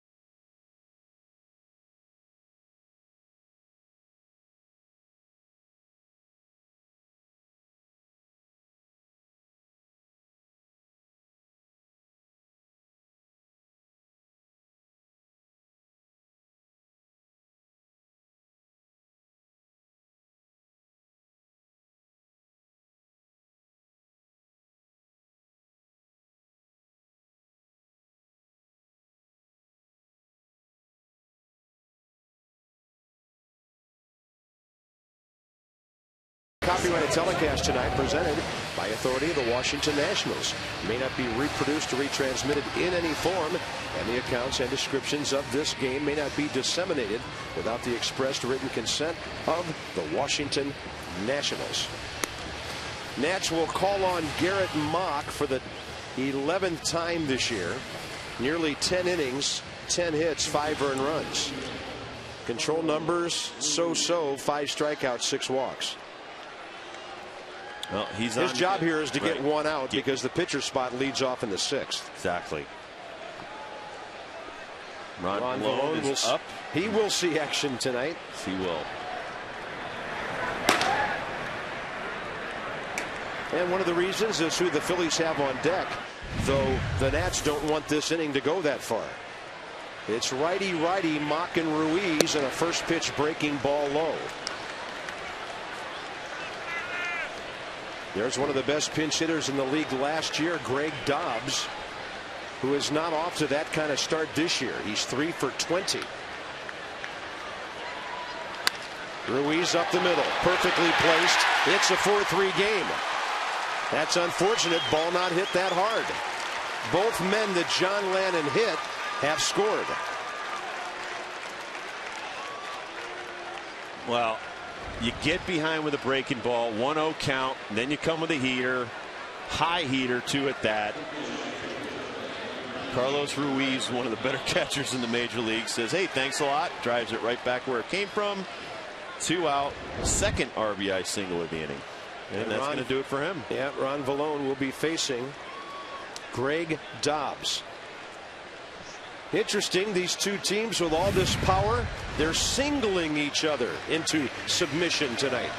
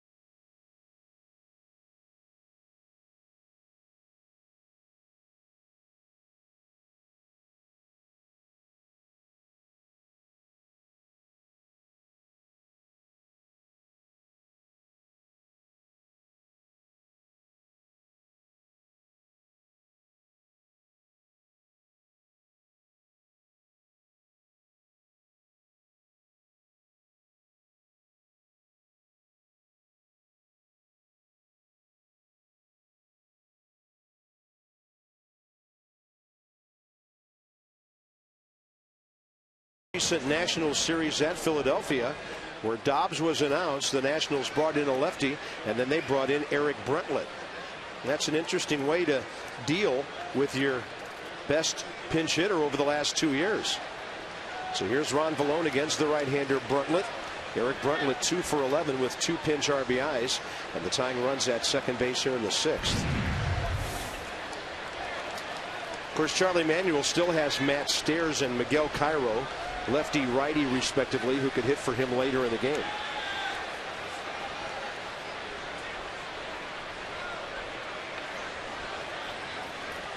Ron Vallone's 5th appearance already. 3 2/3, no runs, 2 hits, 1 strikeout, has not walked a batter. And if you all read Debbie Taylor's blog on MASNsports.com like I did today, you'll know that he's been a very good influence on this ball club. Very positive, very confident.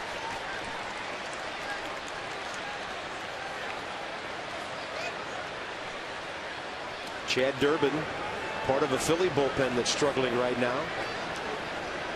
Even their closers struggle. Brad Lidge. Wow, what do you do? Blow a save? No, his ERA is up 8.5. 5 home runs given up. 2-0. He has not been pitching well. He says his knee's fine. Yeah, because everybody's scuffling in that bullpen. Yeah, remember when we were up there, his knee had him on the shelf for 3 or 4 days. Eric Bruntlett came over here with Brad Lidge from Houston.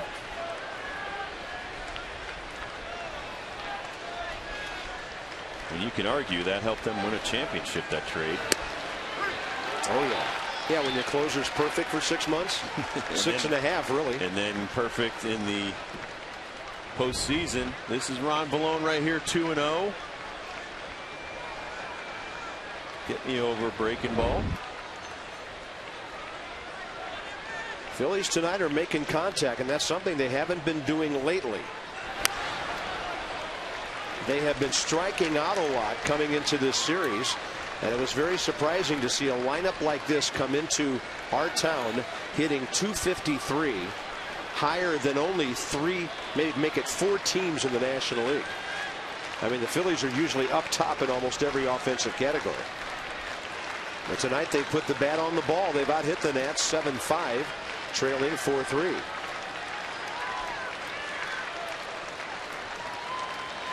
Two from Vallone. There's a great changeup. Well, you saw what Ron Vallone did, though, where Garrett Mock 1-0 threw a fastball, 2-0 in the count. Ron Vallone threw a breaking ball. Then he came back with an 88-mile-an-hour fastball that Bruntlett fouled off. Then he came in with his out pitch, the changeup. A little bit different when you're a veteran guy. You're not going to give in a hitter's count. Runners will be going here. Tying runs at second. And Ron Vallone gets a badly needed fly ball to center. Elijah Dukes is there. And the Phillies are gone after scoring 2 runs. John Lennon still could be the winner. She certainly hopes so.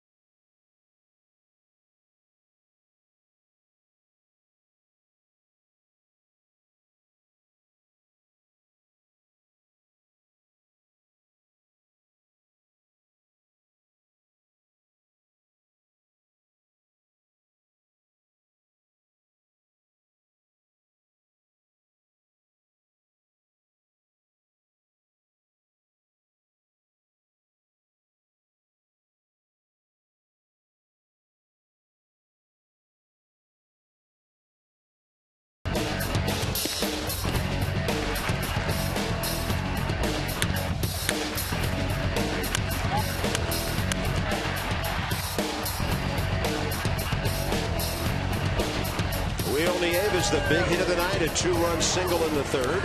Nationals lead the Phillies 4-3. Number 9 spot coming in. The Nats will hit for Vallone.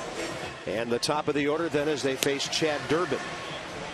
So Durbin makes his 19th appearance. That is the most on the Philadelphia staff. 13 hits, 9 runs in 19 innings. But opponents only hitting 188 against him. His problem has been control with 12 walks.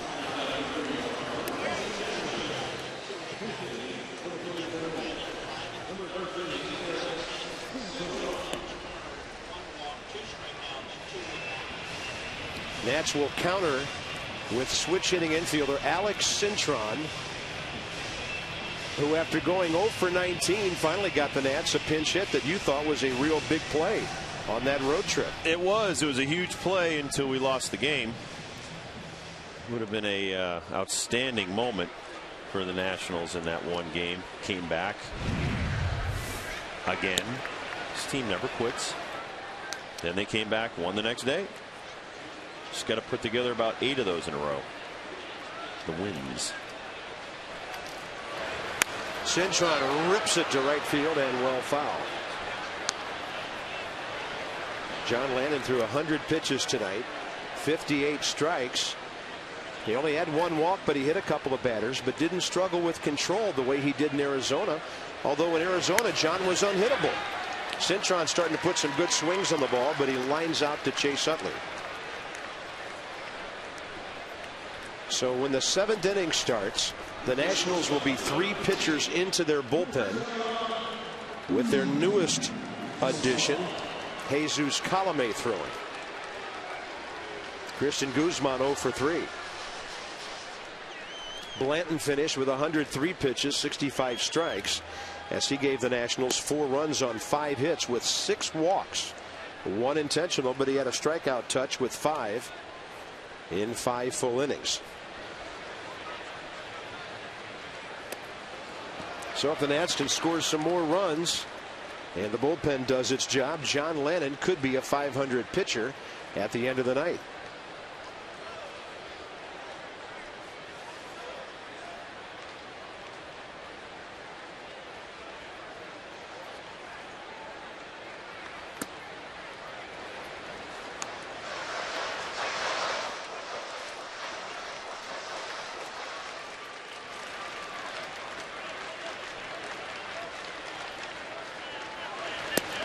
Well inside, and the count's even 2-2. Things have gotten interesting in Florida. The Dodgers and the Marlins are now tied 3-3 in the 6th inning. Slow roller out to Jimmy Rollins. Has to hurry, gets Guzman by a step. Christian Guzman a rare 0 for 4. People Magazine and Major League Baseball looking for those who've made a difference in their community.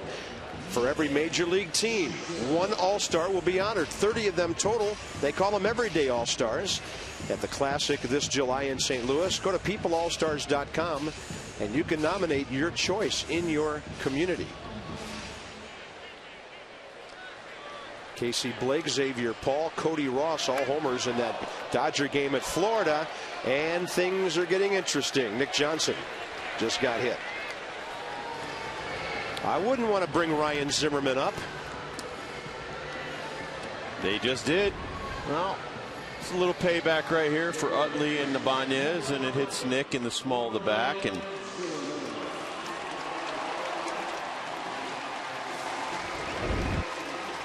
I think everybody on the infield understands what just happened. And if the guys calling the game don't get in the way, the players will settle it down there. Well, they'll police themselves and we just move on. Don't want to mess with Laz Diaz, though. Former Marine. And remember that guy in Chicago that attacked him? That was that guy's worst moment. Laz put him down quickly. Wrong choice. Yeah, wrong choice to try to attack him. Zimmerman 2 for 3 with a base hit, a double tonight.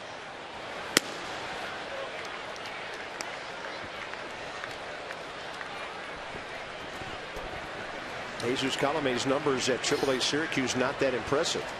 Manny Acta says he had the club made out of spring training, but a contract issue got in the way. That's why he didn't come north with the team. Zimmerman on a slider fouls it away, 1-2.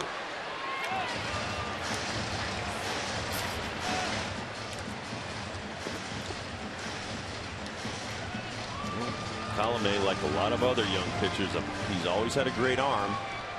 It's just putting the ball over the plate consistently that's been his issue.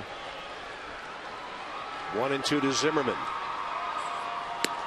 Up and in with a fastball, and Ryan strikes out. Nationals have stranded 8 base runners now into the 7th inning. Little speed pitch going on. 4-3 Nats.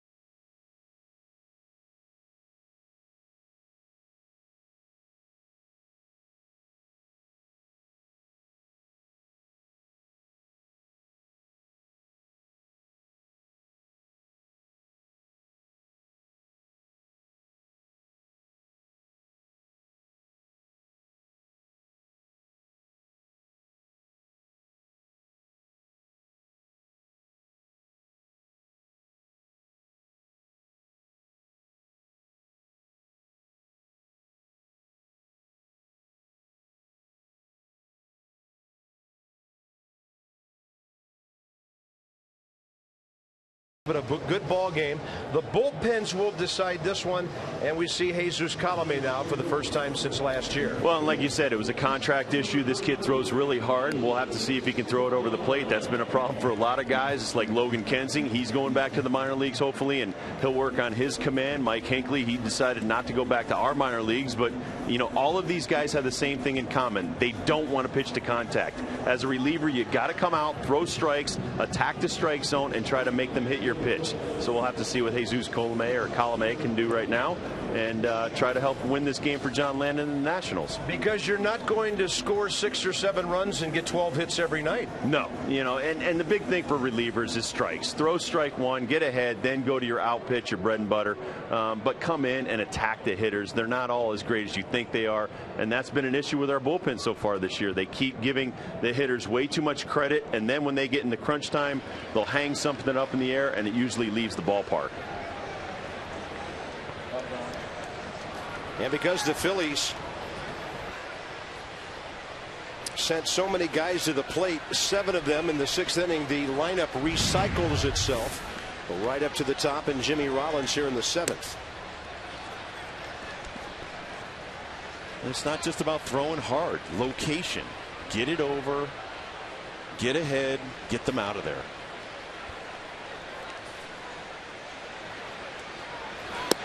Two 2-0. Jesus has always had a great arm in his days at Tampa Bay and here in Washington. At times, control has been an issue, along with what is a very slow work rate once anybody gets on base. That looked like a strike. And Rob, I think we see this every night. Every night when the 7th inning shows up, it's hard to get a strike.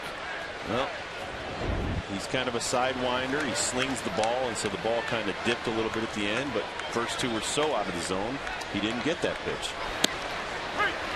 Lads Diaz gave him that one.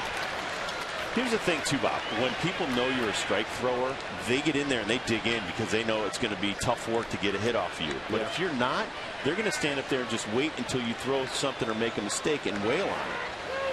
That's a good pitch, 3-2. Well, he let that one go. The first 3 he seemed to hold back on. The 4th one let it go a little bit, had great movement on it. And then that one was 94 miles an hour. Hey, this is opening day for a 31-year-old pitcher on the 15th of May.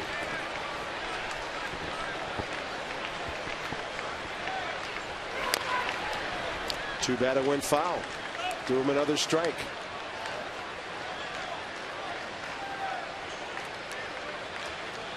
Jesus listed at 6'2", 241 from San Pedro de Macorís, a wonderful baseball town in the Dominican. 61 games for the Nats last year. ERA of 4.31. Ball 4. Only the second walk issued by Washington pitching tonight.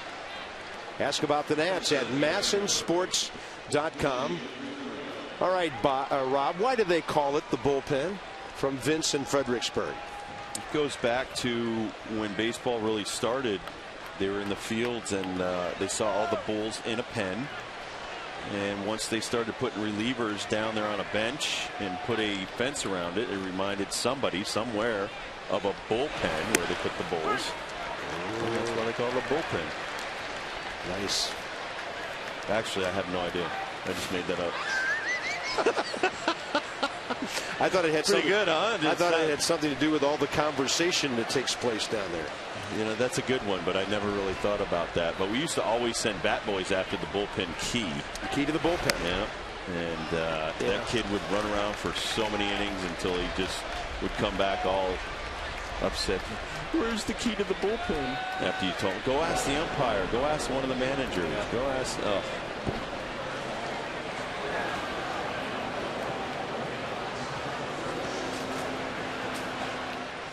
Yeah, I heard that story about sending a kid around to look for the keys to the batter's box.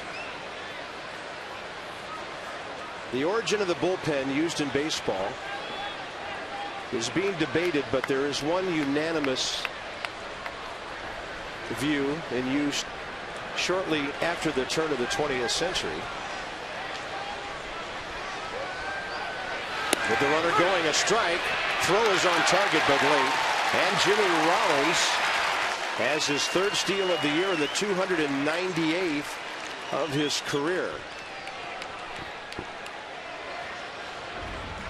Well, Colomé doesn't really pay a lot of attention, and Will Nieves can't get the ball out of his glove. It's an easy stolen base for Jimmy Rollins. You see him go on first movement right there. Never even looks towards home.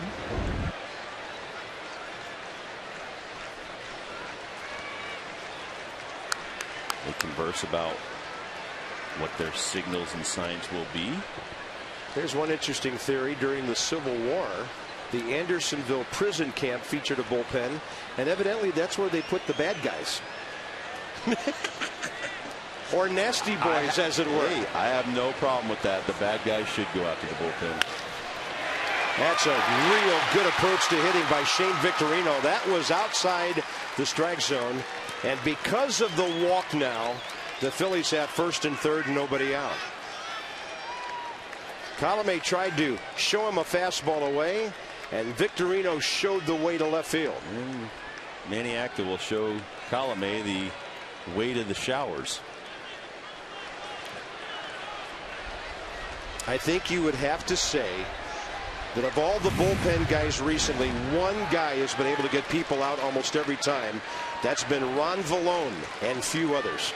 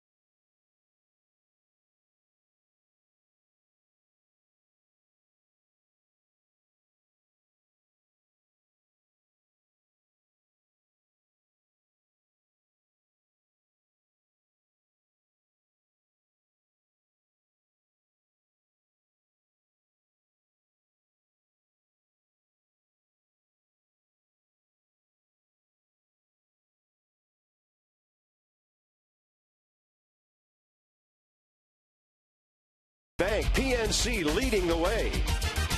By Land Rover, designed for the extraordinary. And by GE, imagination at work. All the old traditional block W's, the curly W's, a lot of ball caps available in the team store here at the ballpark. Nationals lead 4-3. It's in big time jeopardy with Chase Utley coming in. More crooked numbers put up by the Nats offense. Ray will talk about it on Nats Extra. John Lannon's night. Ray will have a look at it and a preview of the day-night doubleheader. It's presented to you by Verizon Fios. Chase Utley 0 for 2, hit by a pitch, facing left-hander Joe Beimel out of the bullpen. A place where latecomers to ball games in the late 19th century were cordoned off into a standing room area in foul ground. Because they were herded in there like cattle, it became known as the bullpen. And the relievers later on would warm up in areas like that, similar location on the field, and that became the bullpen. And there's a funny theory from Casey Stengel, which I'll pass along in a moment. 1 ball and no strikes to Chase Utley. Tying runs at third base with nobody out.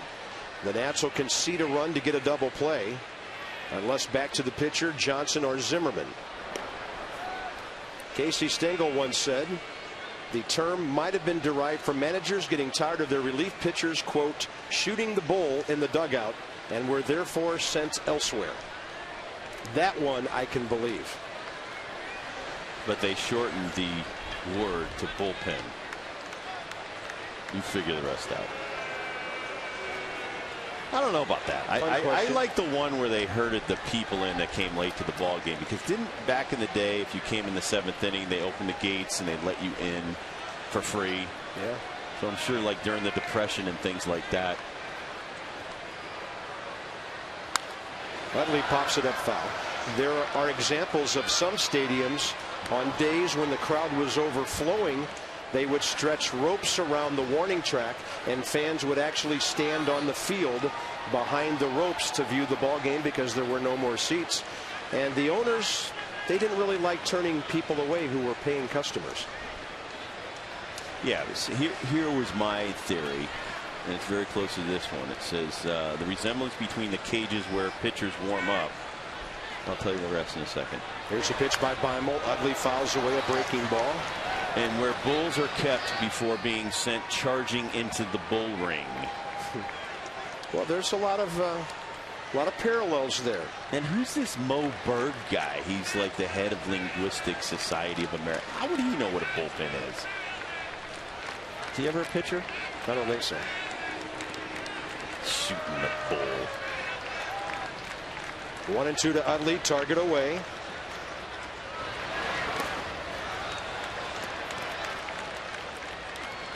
I would say it's a place where relievers have a heck of a lot of fun when they're supposed to be concentrating on the game.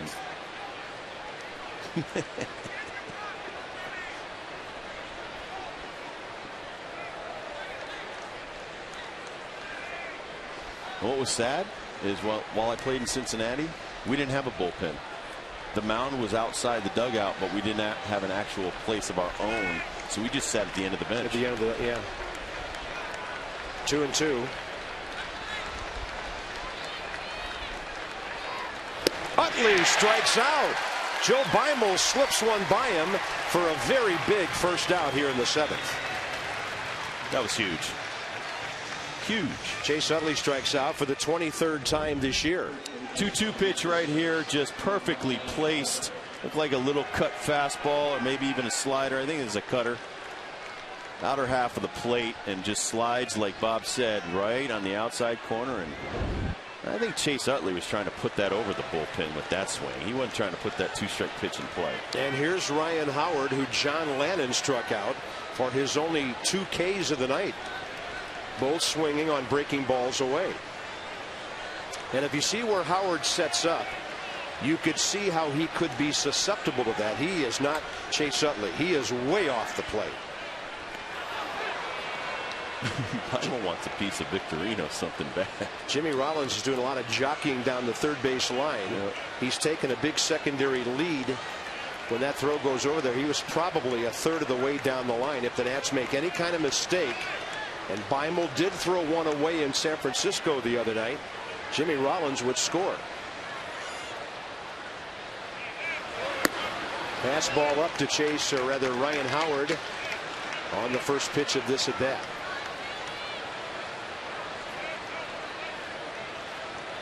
4-3 Nationals, top of the 7th. Guzman hangs near the bag at second for a possible double play ball. But this is a fly ball hitter. Right down the middle. Counts even.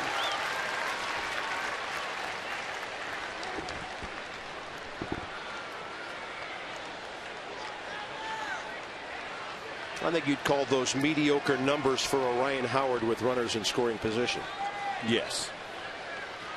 Season's still early. He's a late bloomer. Not biting on the breaking ball that time. 2-1.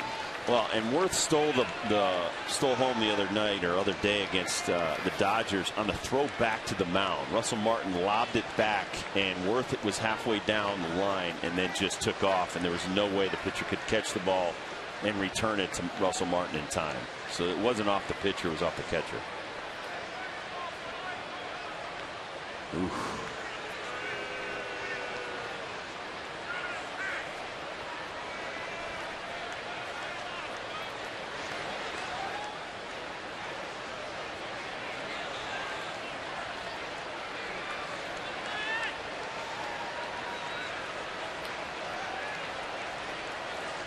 Runners at the corners with one out. Howard gets under it. How far is it going? It's going right out of here. Joe Beimel seemed awfully preoccupied with the runner at first, and the hitter just put the Phillies up with a 3-run homer. Two of those runs charged to Jesus Colome.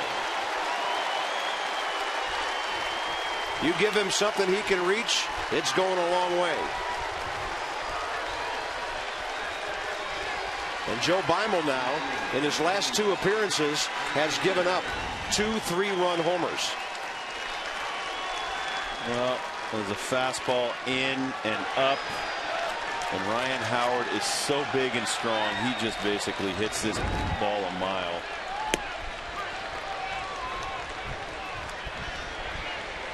John Lannon was striking him out with curveballs way to the outside part of the plate. And when he threw one in, he really came in and made Ryan Howard jump back out of the batter's box.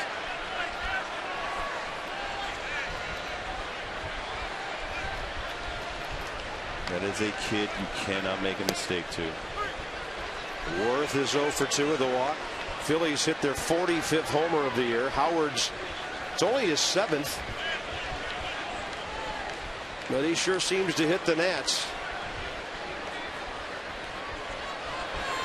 And a breaking ball had Worth reaching. They got good wood on it, but Adam Dunn is out there cruising to the gap for the second out.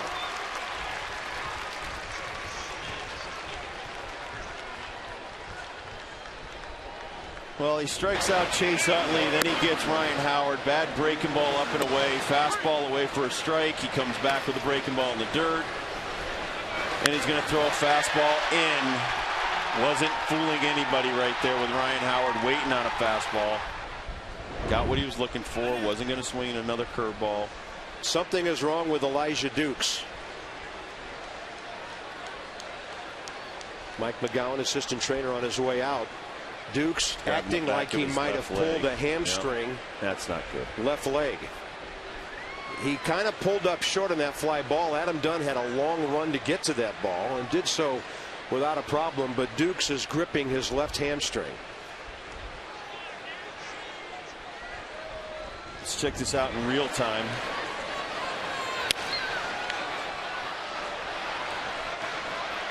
Right there, you see him kind of pull up. Right there. And you see the grimace, and you see him grab his leg.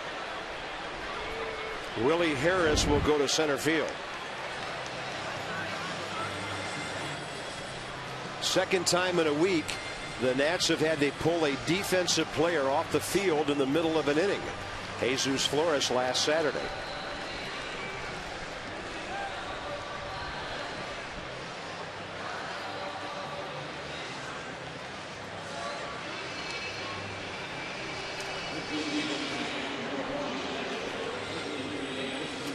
Usually Elijah Dukes has a hard time with his knees. This appears to be a hamstring. We'll wait for a report.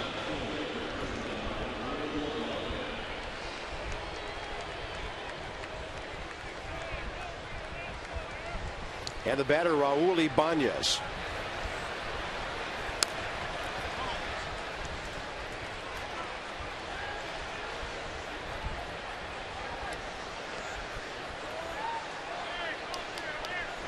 Possible win taken away from John Lannon. Joe Blanton is off the hook.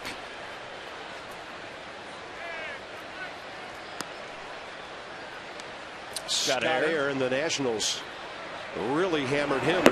You thought there was something wrong with him when we saw him in Philadelphia. Yeah, I'm going to get a chance to talk to him tomorrow. I want to find out if he had a stiff neck or something, because he was grabbing his neck after the outing he had last time against us. We just pounded him and he couldn't throw a breaking ball.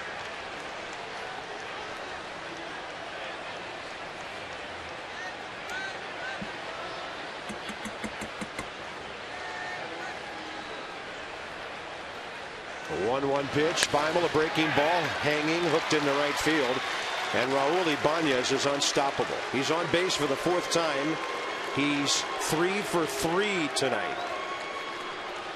Well, and since Joe Bimel's come off the disabled list with the hip flexor problem, he has not had that great curveball that he had when he went on. Good point.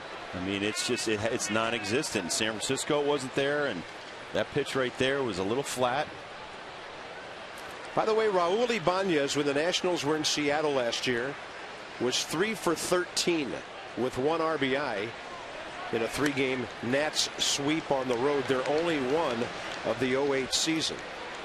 He has totally transformed into a very dangerous hitter against our ball club.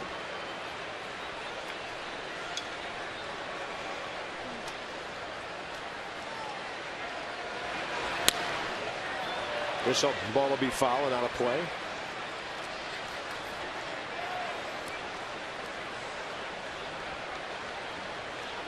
So 3 more runs given up by the bullpen tonight in this inning.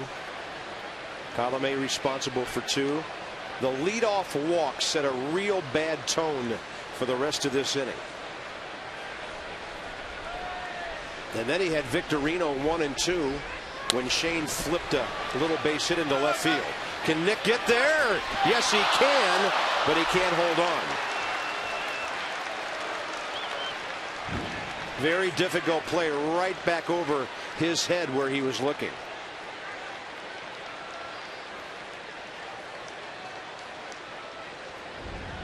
Here's Nick.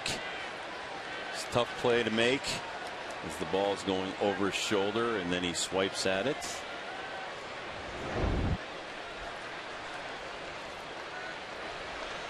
One ball and 2 strikes. Pedro Feliz drove in a run last time. Bimel's got the runner picked off, but there's nobody at second base. And that, I saw the first base umpire, Chuck Merriweather. Call a balk. He might have called a balk. He was pointing at the pitcher. Wonder Bimel was headed home, and then when he saw the runner, he made the move. I think Nick heard a balk call, and that's why he didn't even throw the ball. Base hit right field. Here comes Kearns. Ibanez holding. Wow. Look at that throw. Kearns with a bullet home. It got there so fast the runner couldn't even think about second base, even though Austin overshot Nick Johnson, the cutoff man. Now the Phillies have runners at first and third with 2 outs. Here's famous Dave's swing of Feliz taking another ball the other way. And then here's the throw by Austin Kearns. Obviously that they scouted the throw from Arizona, and nobody was coming for Will Nieves. He's looking for somebody, but nobody came. Will caught that ball and was praying there was a base runner coming toward him. There comes Manny again. The Nats about to employ their 5th pitcher since John Lannon left 3 outs ago. This time it's Tavares.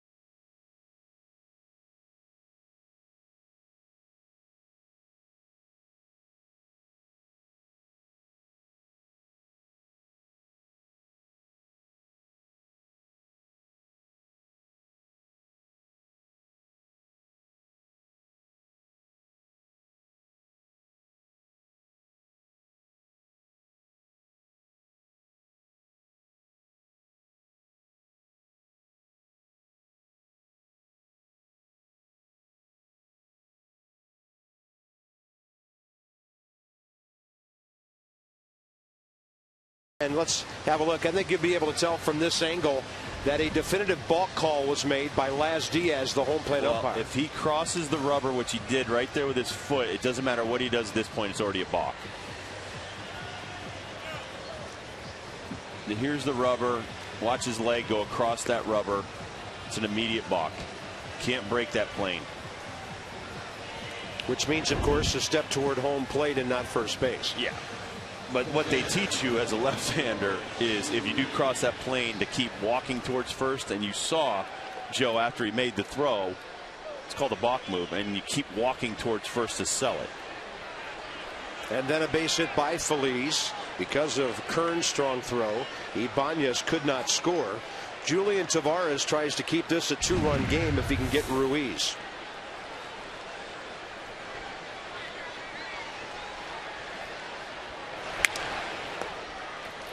But other than the Ryan Howard home run, the other 10 Phillies hits, all singles tonight. This may be the kind of game they needed to get out of their slump because they've been swinging from the heels and striking out. Not tonight. Nieves wants that ball down. That's where Tavares gives it to him, and the count's even. We got a bunch of Giants out of their slump when we were in San Francisco. Well, Arizona was a poor hitting club, and they busted their way out on Sunday. Hey, going back to Joe Beimel, since he came off the DL, first outing was good, but then we'll get into it in a second. All right, then the second outing, 3 hits and a run. Then the next outing, 2 hits in an inning. Then 2 hits and 3 runs the first time in San Francisco, and then a third of an inning, 2 hits and a run. So blown save and a couple of holds in between there, and a loss in LA or San Francisco, excuse me, on that. Home run to Pedro Pablo Sandoval. I was thinking about this the other day when we were talking about Beimel in the bullpen. Joe is fulfilling a much larger role here than he did the last 3 years for the Dodgers because he was mainly a situational lefty. Right. The Nationals are calling on him to pitch against all kind of different hitters. Right. Because they don't have the luxury right now of having guys match up 1 or 2 at bats. Manny is just looking for somebody who can get some outs, and it's just not happening. Now the bases are loaded on a walk. And the Phillies will call on left-handed hitting power guy Matt Stairs. Nationals Park, a crowd of 23,430. Pretty edgy right now with the exception of a couple hundred Philly fans. Bob Carpenter, Rob Dibble, Debbie Taylor, and it's great to be back home with our home cooking Masson production crew here at our ballpark. Bob, that's unacceptable to walk the righty though. Carlos Ruiz. And that brings up the power hitting Matt Stairs. You just have to attack that right-hander like your job depends upon it. That's the game. If anything happens here, base hit, home run, something like that, I mean, you had the right-hander right where you wanted him, and you let go of him and walked him. Matt Stairs 5 for 14 with 2 pinch homers this year, 6 RBIs. He's in there to hack and nothing else. He's an American League player on the bench of a National League team. You can't give him a fastball, so Julian Tavares gives him a great 83-mile-an-hour slider that he swings at.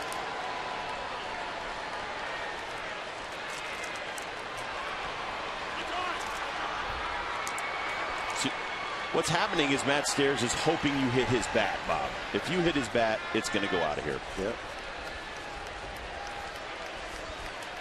Swing hard in case you hit it.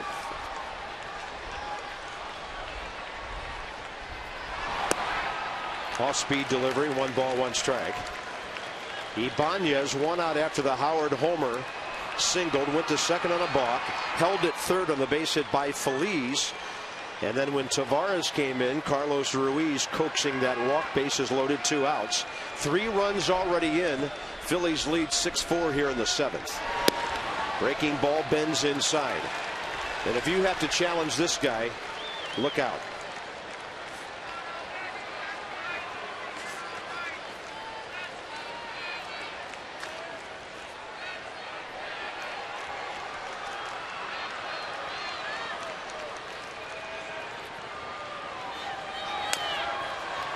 Just a little foul.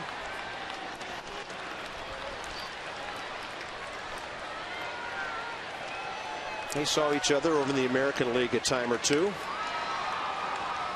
Yeah, Matt started way back. I pitched against him in '92, '93 when he's with the Montreal Expos.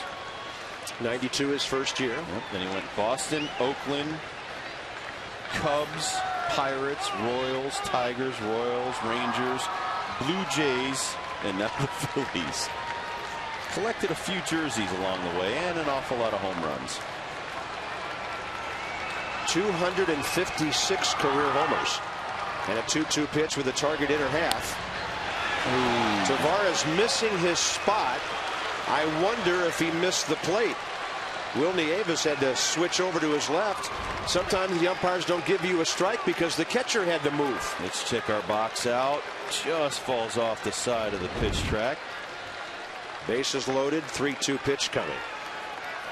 Stares the ninth Philly to bat in this inning. And a breaking ball hit foul.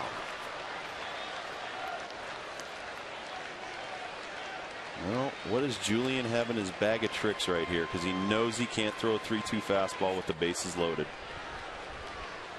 Unusual defense employed by the Nats. Right side of the infield. Anderson Hernandez is only about 30 feet from Nick Johnson.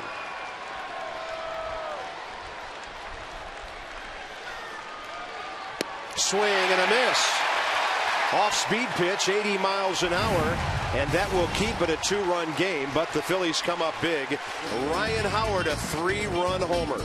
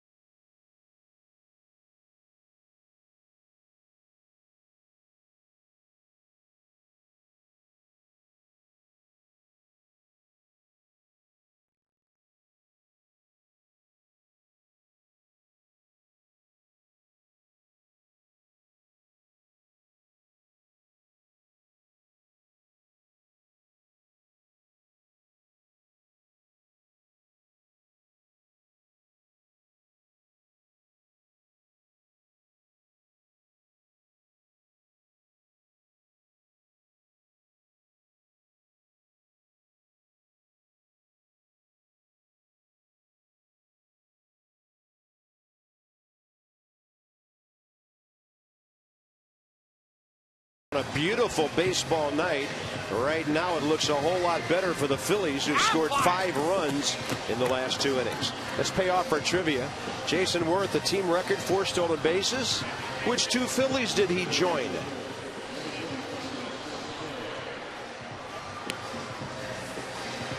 How did we miss Sherry McGee? Oh, God, I was such a fan of Sherry McGee. I think he was Bobby McGee's grandfather.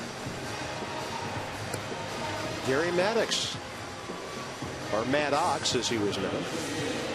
I was thinking maybe Bake McBride. The Baker, yeah. Oh, well. I knew we had little shot at that one. I know. You know what? Somebody was reading the Phillies media guide today, and well, you know, we've been so effective. Yeah, they have to resort to trickery. Coming up with obscurity to stump the booth. This is like Johnny Carson and Stump the Band. Those guys were sizzling. Bottom of the 7th. Dunn, Harris, and Kearns. Nats are down by 2. This game very much within reach. Adam Dunn takes a good Scott Air fastball out of half for a strike. Yeah, I'm surprised they didn't ask us what color the Philly Fanatics' eyes are.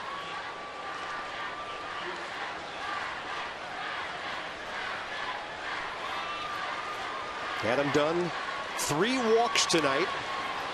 That was a breaking ball that was hanging a little bit, and he fouled it straight back.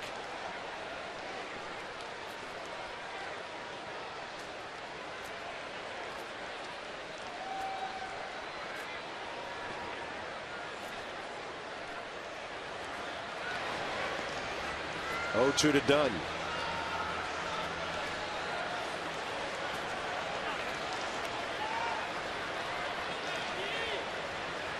Adams' number sitting at 310, 444 on base average at the start of the night. That'll be up around 460 now. 0-2 from Air. Whew. Good pitch. And that night he'd like to remember against us was back April 27th. They won 13-11. Here's that last pitch, just missing, not by much, just a little bit outside. He didn't get an out. 2 hits, 4 runs, 2 home runs, 3 walks. Yeah. Jams Adam Dunn. Catcher has to chase it over there, and Carlos Ruiz puts it away. Willie Harris into the game because of an injury. What's the story on Elijah Dukes, Debbie Taylor? Well, Bob, the Nationals just announced that he has a left hamstring strain, so it appears he'll be day to day. Well, that means more playing time for Willie Harris, possibly Josh Willingham. Not like the Nats don't have any outfielders, but you hate to see Elijah go down. He's such an imposing presence in that number 5 spot behind Dunn. Front door breaking ball up and into Willie Harris, who shows up for this at bat, hitting .226. 31 at bats all year, 7 hits, a homer, and 3 RBIs. By the way, Scott has not given up a run since he gave up 4 runs to us that night. He had to lower his ERA back down from 10.8. And for a reliever, that's a month-long proposition. He's gotten it down to 5.1. 2 weeks from tomorrow will be his 37th birthday. Broke in with the White Sox in '97.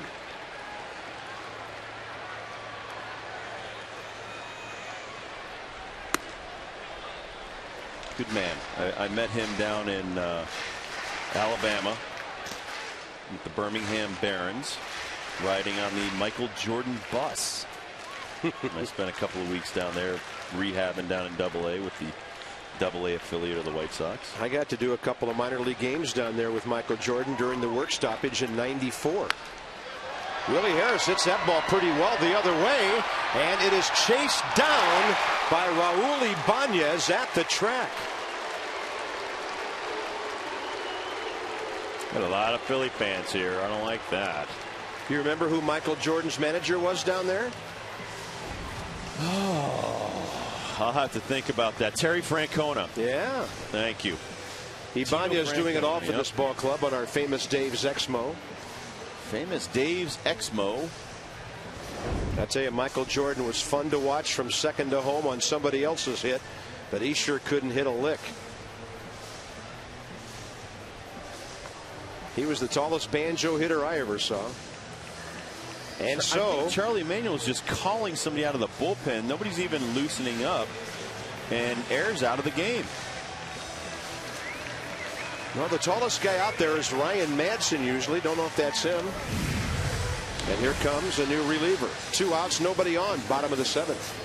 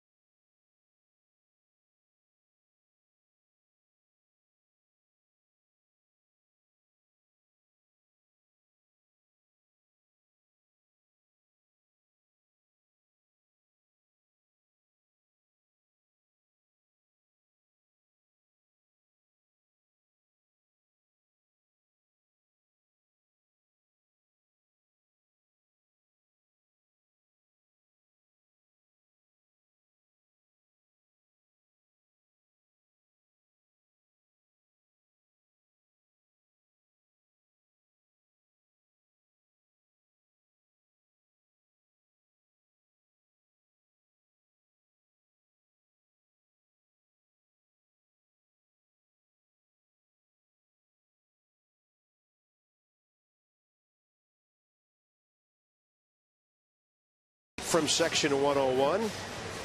And Ryan Madsen will take over for the Phillies. Madsen, one of their busiest relievers, 16th appearance here. In 15 innings, only 4 earned runs, so that adds up to a 2.35. And he's one guy who does have a good strikeout to walk ratio, nearly 3-1. Yeah, he's tough. He's the one who got the save in that 13-11 game that we lost in Philadelphia, the one that we pounded air in. Pitched an inning in that game. Had a strikeout, gave up a hit, but he is very tall, has a very good fastball, good breaking ball, throws a lot of strikes, like you said. Austin Kearns 0 for 2 with a walk. Kearns now on the year, 22 strikeouts, 18 walks. So he's done a good job of closing that gap in his game. It's the breaking ball.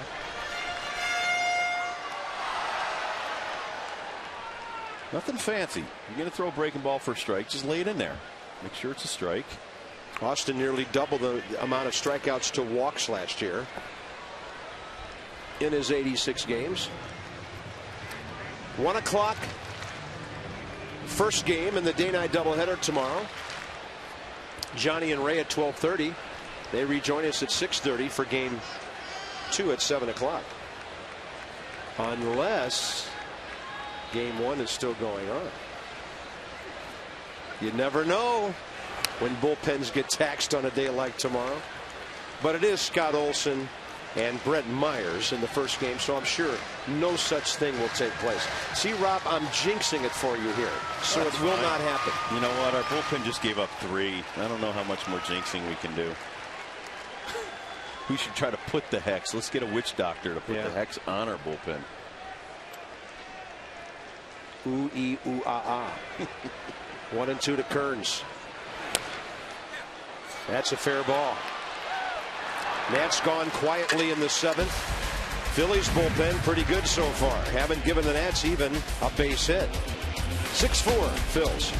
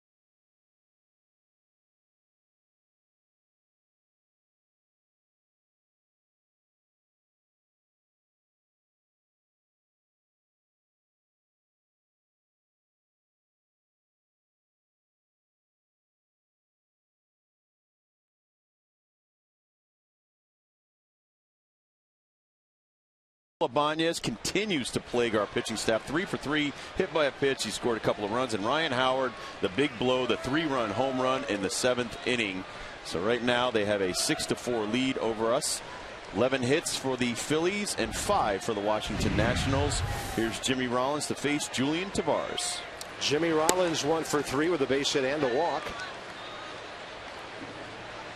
But in the trend setting department, his leadoff walk last inning led to disaster. It was just kind of surprising to see Jesus Colome back here. First appearance in a 1-run ball game. go out there and walk the leadoff guy. Well, you mentioned his numbers at Syracuse. Not exactly overwhelming. They weren't eye-popping. And a breaking ball by Tavares, low and inside to Jimmy Rollins. He had 3 saves, but he had a 6 earned run average at Syracuse.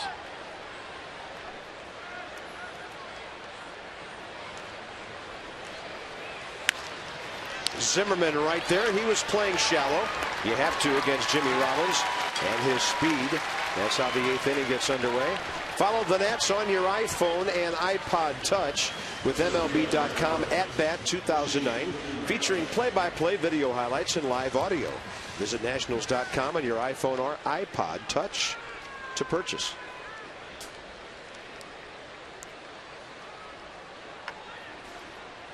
All this technology, it's just amazing to me how sports have integrated into all this.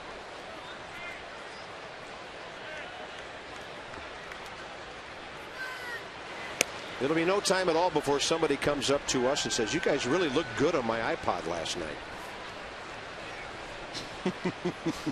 It's like we were an 1/8 of an inch tall. How bad could we look? If it's an 1/8 of an inch in HD. Oh, did you see that pimple on Dibble's nose? It was a 1/2 inch big. 1 ball, 1 strike to Victorino. Shane is 1 for 4. Kicking about left field again. I watch families now when we go through the airport. Mom and dad chatting with each other, and the kids all have their eyes on the phone.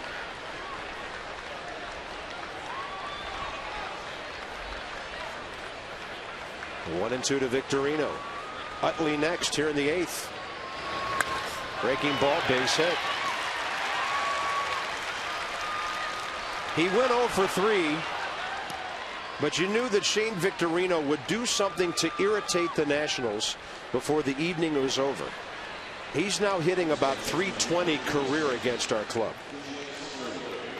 I don't think he's ever had a hitless game that I can remember when these two teams have played. And here's Chase Utley, who's 0 for 3, hit by a pitch back in the 6th. A reminder, tomorrow's military night. We will celebrate that here on Masson and at the ballpark. For the nightcap at 7 o'clock. Interesting pitching matchup. Daniel Cabrera for the Nats. Reliever J.A. Happ for the Phils. After Olson and Myers duel at 1 o'clock. I mean, even strikes look inside to Chase Utley.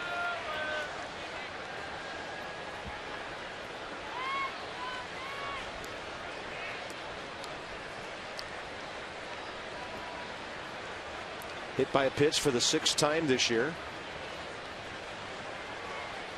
27 last year, 25 the year before that, leading the league both times.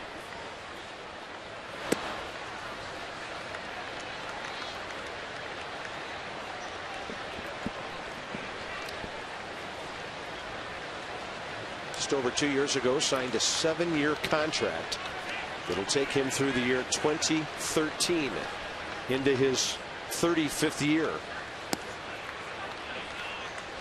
Look how close to the plate Chase Utley gets. And that's from our infield camera on the screen. Maybe 40 feet right behind him. Watch that. He gets right up on it. Get plate coverage. You see him tap the outside of the plate. Look where his hands are. Yep. Almost directly over the plate.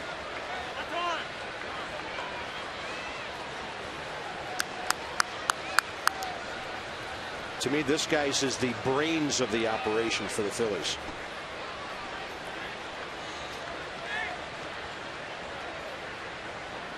Best pure hitter they have. Tavares works inside with a breaking pitch, 3-1. Hit .292 last year despite not being well most of the second half. 33 homers and 104 RBIs, and he had 41 doubles. Plays hard. Another walk by the bullpen. You're not supposed to walk people in front of this big horse. Well, and as you said, Bob, Joe Beimel was worrying an awful lot about Shane Victorino at first base. Didn't hit his spot. The ball left up in the strike zone, and Ryan Howard, that's a cookie. Yeah, we were wondering why there were throws to first in that situation. Not like you're trying to keep the double play in order against a guy who hits ground balls. But once again, it's the approach. You know that Ryan Howard's looking to do one thing and one thing only right there. Two guys on, down a run. He's swinging as hard as he can. And if you hit his bat, it's going to go.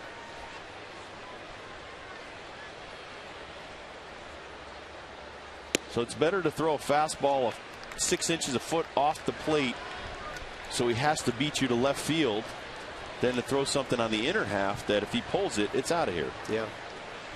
Well, the last time we saw a pitch up there, it was a grand slam in Philadelphia, leading to the miracle comeback.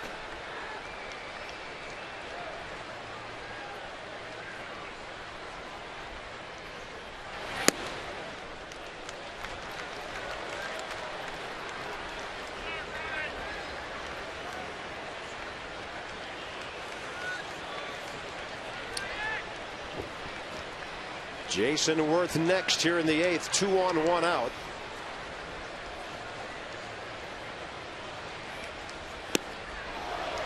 And Tavares gets a strike on a pitch moving down and into the left-hander.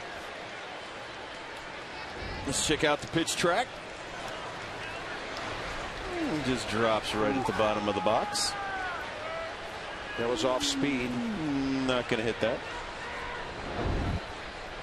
He's still just trying to launch, though. Sinker, 3-1.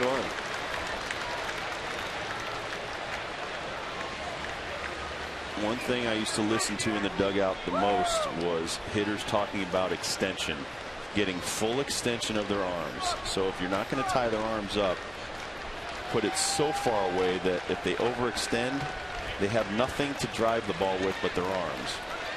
Not too many guys are strong enough to just take their arms and hit the ball out the other way. This one out to right center. He didn't get it. Willie Harris there to make the catch. 2 outs.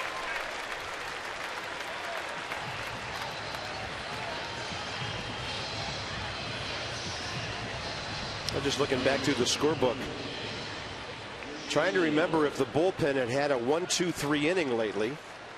Both of them were by Ron Vallone, Sunday in Arizona and Monday in San Francisco. It just seems like this bullpen. And then Friday night in Arizona, Kip Wells had one for his save. There's Joel Hanrahan. But it just seems like there's never an inning without stress from the 6th inning on. Worth is 0 for 3 with a walk. Nats are still trying to keep this a 2-run game. Bottom of the order due up in the bottom of the 8th. But Guzman, Johnson, Zimmerman will bat again in this game. And if anybody gets on, it'll be as far as Adam Dunn at the moment. So keeping it 6-4, huge right here.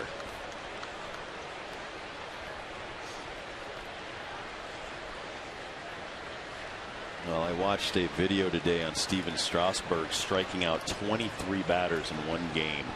And the one thing that I learned is he's not going to be the closer on this team. He's going to be one of the 5 starters. He's got at least 3 pitches he can throw for strikes and a wicked slider curveball combination that he just, most of the 23 strikeouts were not the 102-mile-an-hour fastball. It was the great breaking pitch. Sets it up with the hard fastball, but he's got a great out pitch. Does he ever walk anybody? I've never heard anything like that. It took me 3.5 minutes to watch the 23 strikeouts. So, I mean, I think he walked 2 in the no-hitter.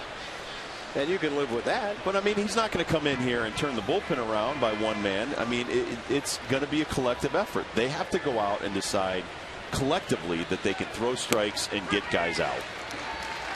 2-2. I mean, early in the year we complained, okay, they're young guys. They're inexperienced. They can't get guys out. Now we got a bunch of old guys, and the only guy getting anybody out is Ron Valone. And he just got here. 2-2 to Worth.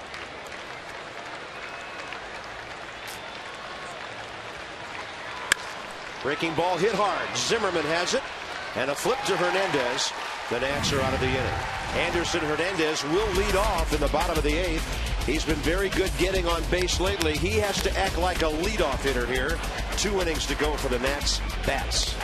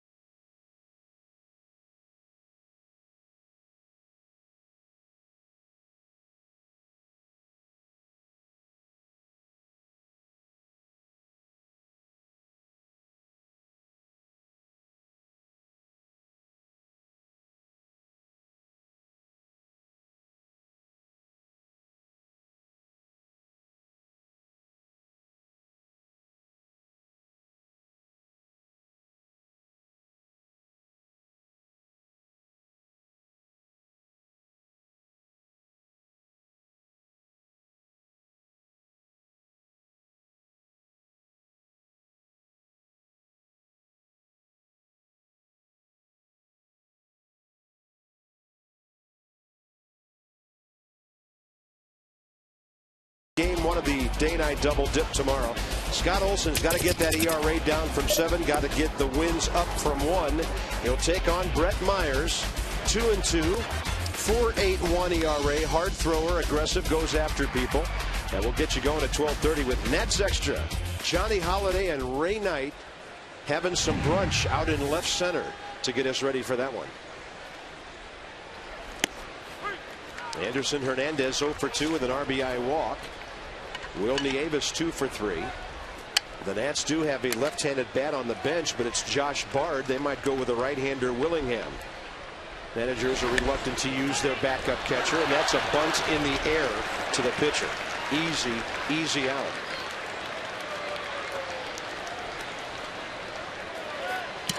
I don't know what he was trying to do right there, because even if you're bunting for a hit, you're not standing in the batter's box doing it. You're running down the first baseline trying to either slap it to third base or pull it with you.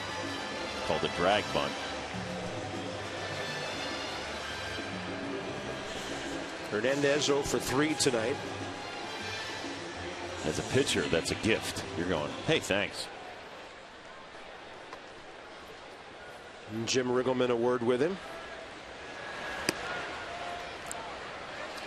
Now, is that what a bench coach does other than be at the side of the manager to discuss situations, anticipate things, double switches? I mean, is it his job to go down and talk to a guy after maybe something doesn't go right, or it does go right? Not just his job. Every coach in that dugout has a purpose, and they're also supposed to be teachers.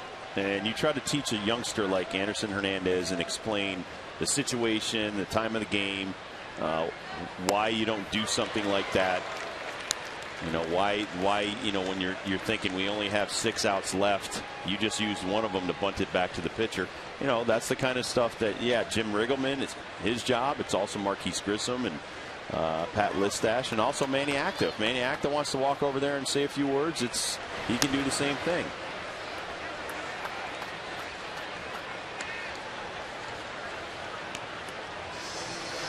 Well, you hope Will Nieves can get on base, because Josh Willingham has been hitting the ball for big-time power lately. The hammer. His power bat has really come alive. Well, that's probably what Jim Riggleman said. Listen, we got a bunch of guys that can swing the bat on this team. We need you on base. That's a nasty sinker right there. Probably a straight change at 81. And Will Nieves has gone 2 outs here in the 8th, Debbie. Well, the Potomac Nationals invite you to join the party this summer. Come see where it all started for John Lannon and the rest of the future stars of your Washington Nationals at Pfitzner Stadium, only 30 minutes away all season long. You can take advantage of some great packages. Uncle Slim stimulus package with nightly ticket and food specials, exciting promos, and great giveaways. As always, tickets start at just $8. For more information, visit PotomacNationals.com or call 703-590-2311. Real baseball. Real close. Here's Willingham.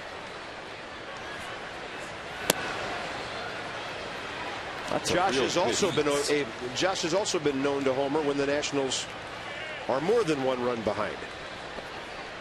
Remember the 6-0 game in LA? He homered, got the Nats on their way back to a come from behind win. He got a pitch up, got under it. Didn't miss by much. Ibanez there, and this game is into the 9th inning.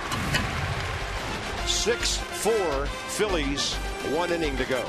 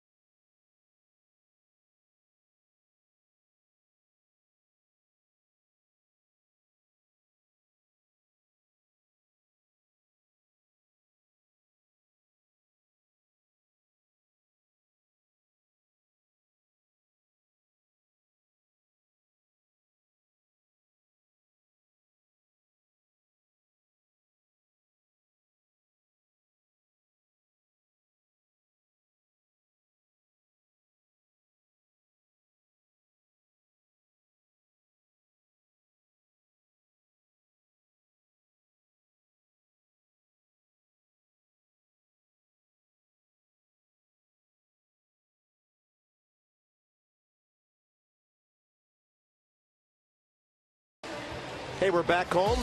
Make a little visit by the team store. Pick up one of our National scorebooks. It's specially designed for you Nationals fans. It's only available here at the ballpark. And that would be the team store out in center field or the one behind home plate. Locations around the ballpark. Retails for $29.99, and you can score 100 games. And you're allowed to keep it until next year, too. If you're interested in the broadcast versions of the scorebook, which we use up here, Charlie and Dave use it, that would be bcscorebook.com. Here's Joel Hanrahan, the Nationals' 7th pitcher of the night.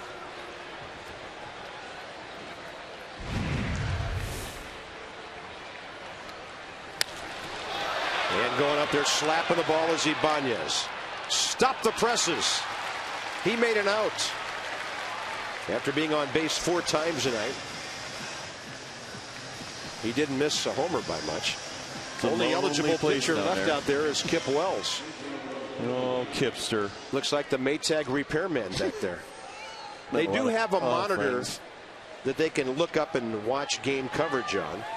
But Joel Hanrahan told me there is no audio, so they can't hear what we're saying about them until they get into the clubhouse. They don't want to hear what we're saying about them. Pedro Feliz 3 for 4. Thing is, I like all of them, but that's not the point. Your job is to get some outs. That's what you get paid to do. Throw some strikes, get some outs. Like the Phillies are doing tonight. Now that is a perfect breaking ball. but it's not in the shoebox known as the 8th and 9th inning strike zone. That was a really good pitch by Joel. 3-1. And the thing you have to learn as a pitcher too, don't get frustrated when you don't get a call. Don't get frustrated when the umpire may miss something, or you think, oh, that was a great pitch, how could he not call it? Come right back, throw another one. He might call that one a strike. He might think to himself, I missed that first one. Dodgers lead at Florida, bottom of the 8th, 5-4. Braves are leading at home, bottom of the 8th, 3-2 over Arizona.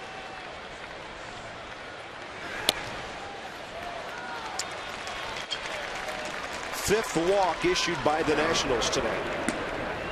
Brad Lidge warming for the 9th. He has 5 saves. He's only blown 1, but hasn't been the Brad Lidge that everybody marveled at last year. And meanwhile, the Phillies bullpen, 3 full innings of no hit, no walk, 2 strikeout relief. Durbin, Ayer, and Madsen. And we were told when they came into town that their bullpen was struggling.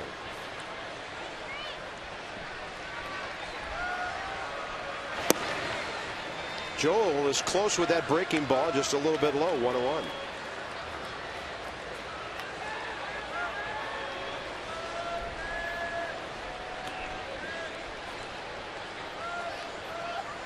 Carlos Ruiz has had 3 damaging at bats tonight. 2 RBI singles in the number 8 spot. Both of them coming with 2 outs and a pitcher on deck. And then a walk in the 7th. Ended up stranded as the bases were left loaded. There's Miguel Cairo. He's been a very useful player on a lot of different teams over the years.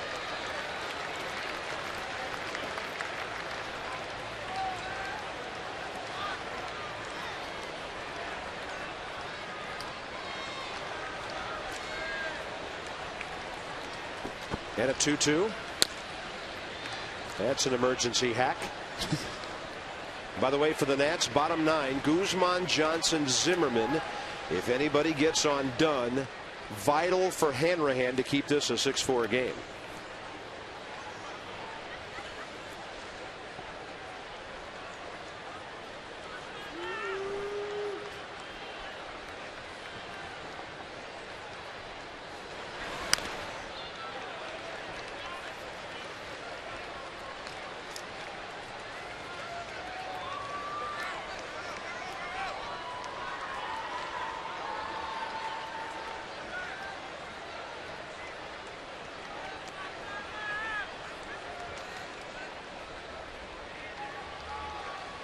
Breaking ball sitting up there, but he was way out ahead.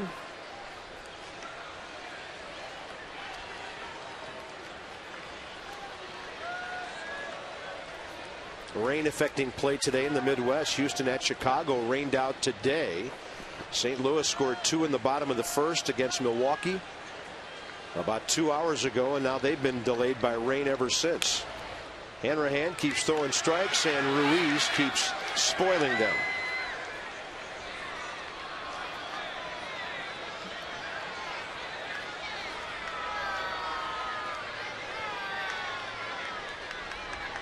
Long at bat against the number 8 guy. And it'll go double figures.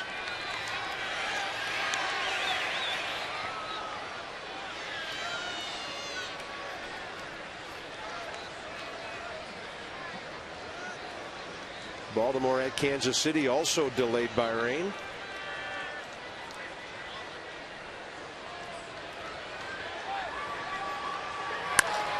That's a great at bat. Carlos Ruiz, the Phillies' number 8 batter, is 3 for 4, and he's been on base 4 times. He'll clear the way here for Miguel Cairo to hit for Ryan Madsen. Here's the Exmo swing of Carlos Ruiz. And you see that, just very nice, head down, right over the ball. trying to make some contact. He knew it was a defensive position that he was in. He's hitting around 280 now. He came into tonight, though. He had a really good on-base percentage. 409 since coming back off the disabled list in 13 games. So 9 walks and only 2 strikeouts. So I guess he's seeing the ball quite well. What did he have? Laser surgery on his eyes? I didn't know that was his injury. Austin Kearns will set up for this one, and Pedro Feliz won't be going anywhere from second. 2 outs. Top of the order, Jimmy Rollins.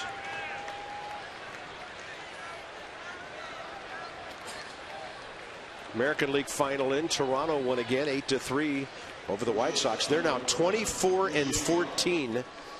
Same number of wins as the Dodgers.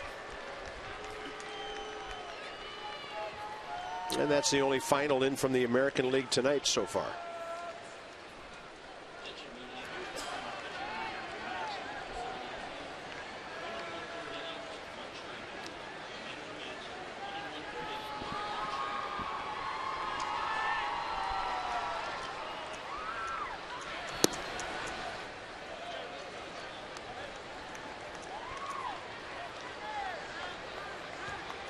There they are. Johnny and Ray. Say hi, Johnny. Poring over his notes for the Verizon Fios Nats Extra postgame show. Hanrahan throws one right in there. 1 ball, 1 strike.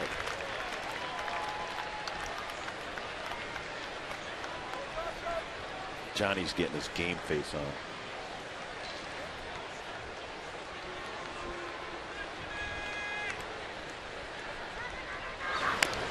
Half swing and a foul. These are the kind of outings right here, too. If Joel Hanrahan wants to get his closer roll back, it's really got to try to impress Randy St. Clair and Manny Acta. And also help the ball club, too, by being effective, trying to gain some momentum as we go into like the bottom of the 9th inning here. Still 2 runs down. Jimmy Rollins strikes out. Excellent. Nats have controlled him for the most part. The bottom of the order has been murder. Bottom of the 9th, Washington needs at least 2.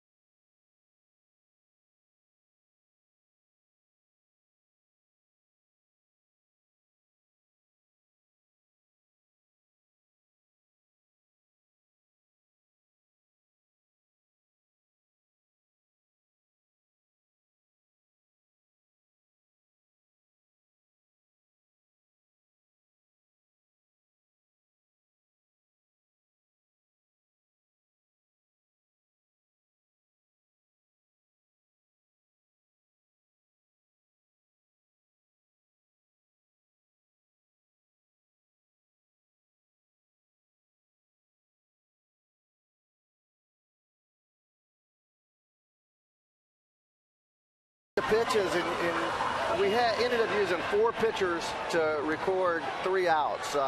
Manny decided tonight he was going to go match up Mock. Brought in Beimel, E. Woodham was sharp. Mark just picked the 1 hitter out of there, and then they just put 4 big runs on the board. Well, let's see if the Nats can come back and rally with a couple of runs to win this baby in the bottom of the 9th. Let's send you back upstairs to Bob Carpenter and Rob Dibble. Thank you, gentlemen. And in the bottom of the 9th, Guzman, Johnson, Zimmerman against Brad Lidge. 5 out of 6 saves this year.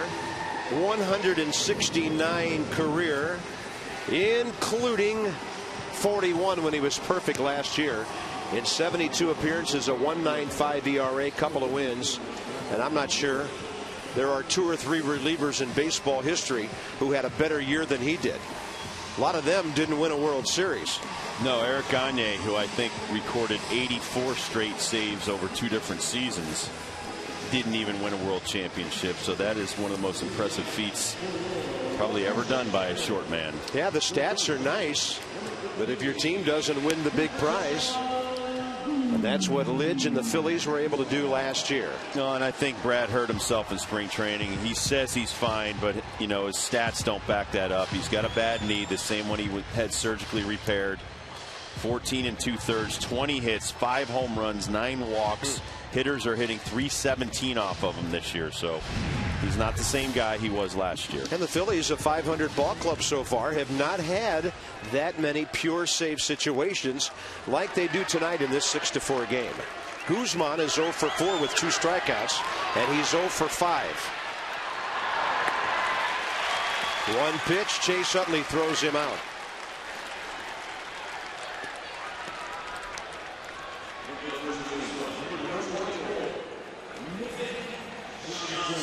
Nick Johnson next.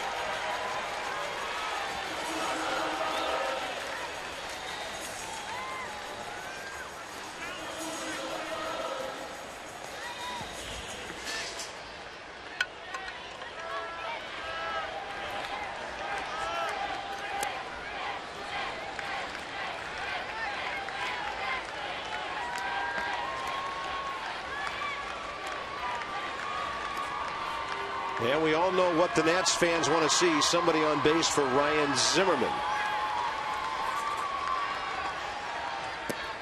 That is nasty. That's the killer slider he's been featuring over the last couple of years. Nick on base 3 more times tonight. 1 for 2 with a walk, and he's been hit by a pitch. He sets it up with the fastball. You know, and last year he was just doing a great job of challenging people when he had to challenge people, and then putting you away with that just ridiculous off the table hook.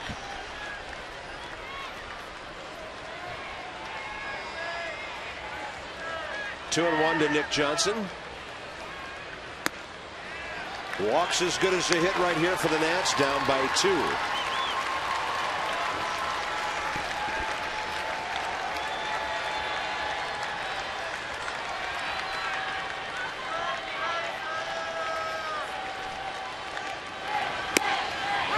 He gets a high strike on a slider. Last 5 appearances, Bob, he has been scored on. He's given up 7 earned runs in the last 5 innings. Way outside, and the tying run walks to the batter's box, Ryan Zimmerman. Nationals got a lot of help in the 3rd inning. Ryan Zimmerman had one of the only 2 hits the entire inning during base running play by Nick Johnson, tiptoeing home. And Wilmy Avis drove in 2 with a base hit up the middle. There were 4 walks in the inning, and the Nationals cashed in 3 of them. Ryan's 2 for 4 tonight with that RBI single. 1 inning later, he would hit a 2-out double, only to be stranded. By the way, that's the first Nats base runner since the 6th. And Lidge threw it away, but Ruiz saved it. Now he just looks to be not 100% balanced out there, which could have something to do with that right knee. And then he's trying to overthrow to compensate and driving those sliders down into the dirt. Don't help him. Make him throw it around the strike zone.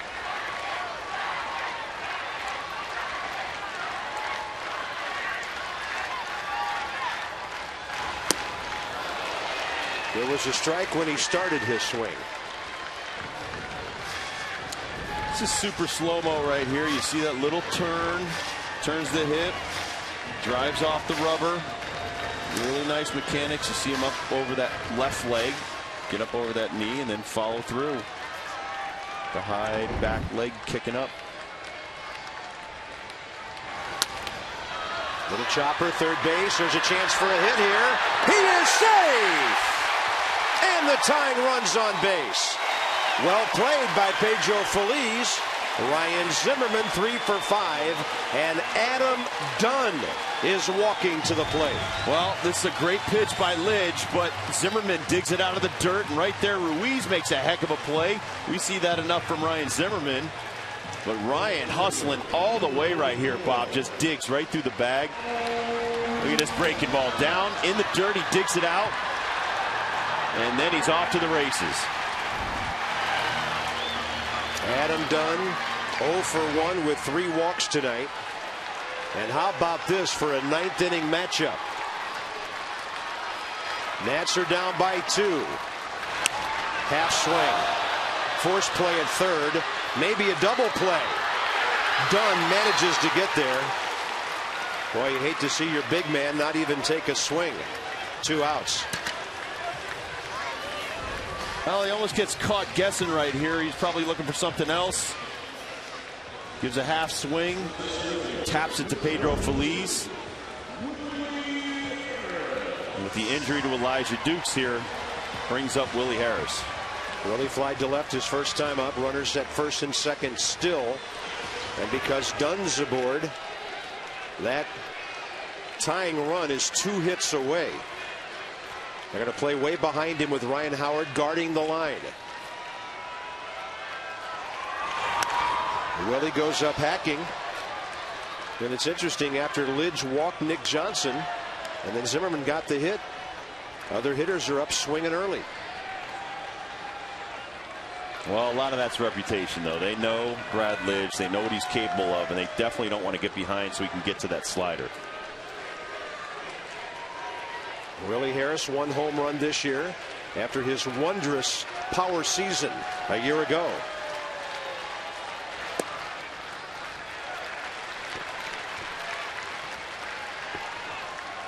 Ruiz doesn't like that. Goes out and talks to him about it. Sometimes they even change the sequence of signs given. We would go second sign, shake it off, first sign. Sometimes we'd reverse that, go first sign, shake it off, second sign, if you thought the guy on second was cheating in giving signals. There we see Carlos Ruiz. We'll go through a sequence of pitches right here.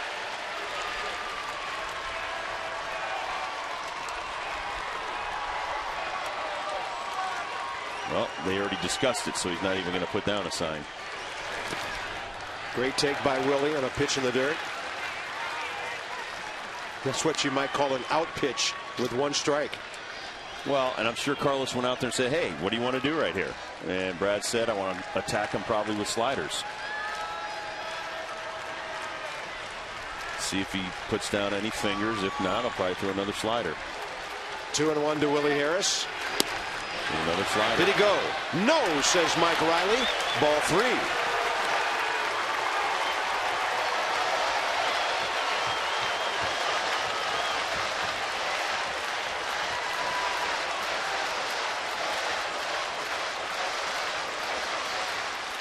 Let's see if there's any sequences here by the catcher. If not, it's probably another slider. No, he's doing it. Probably a fastball now.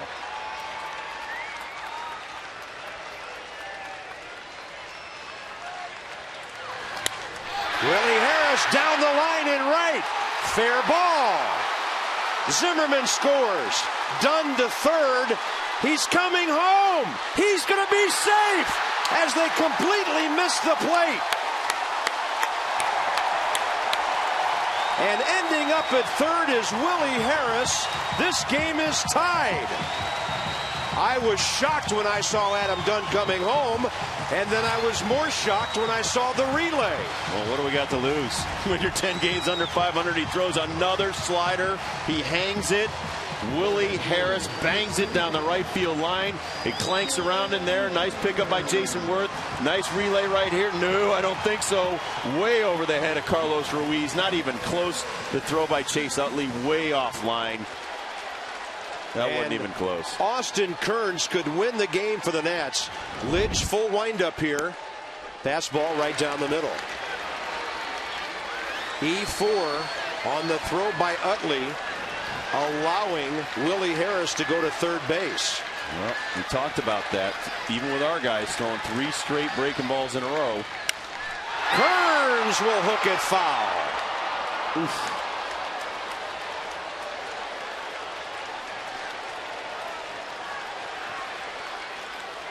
A win taken away from Durbin. Colomé off the hook for the loss. Second blown save of the year for Brad Lidge. And now the Nats try to go ahead and win the game. Well, that's 6 straight outings Brad Lidge has given up a run, Bob. Did you see that pitch on 0-2? Hey, here's the ball. Okay.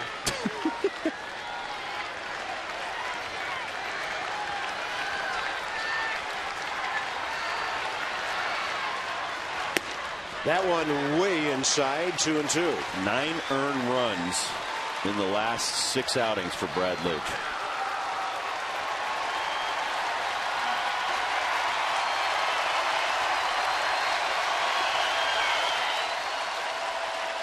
And a 2-2 coming. Kearns late for a fastball. Lidge blows the save. Nats tie the game. We're going extra innings, 6-all.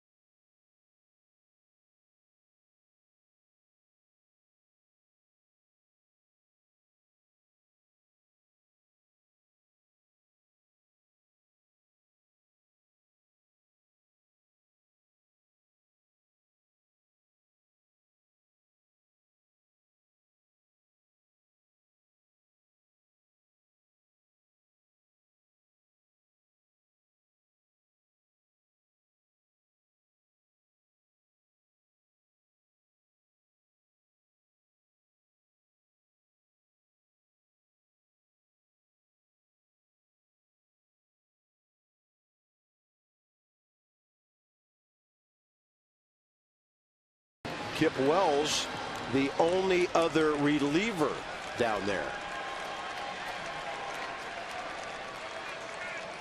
It's amazing how this offense keeps bailing out the bullpen. So they have Tashner and Condry left. And yeah, they don't have J.A. Happ, who's starting tomorrow night. Right, Happ is starting tomorrow. This could be real interesting, real fast. I think that's Condry. You think some hitters are going to be smelling blood? Rob, you and I talk about this all the time. It just seems like when you get to extra innings, nobody strings hits together because everybody's trying to hit the ball out and be the hero. Yeah. Victorino 2 for 5 tonight. Hanrahan's breaking ball on 0-2 in the dirt. So Shane Victorino basically stars as Jimmy Rollins this inning, trying to get aboard for the Phillies ahead of Utley and Howard. Another slider, 2-2.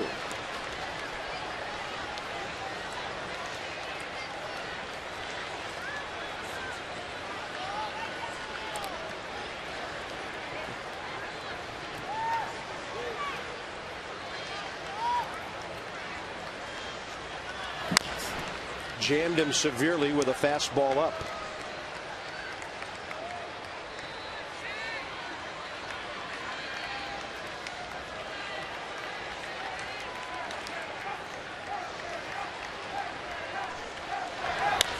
Breaking ball right to Anderson Hernandez for a very important 10th inning out. Nice sequence of pitches right there by Joel Hanrahan.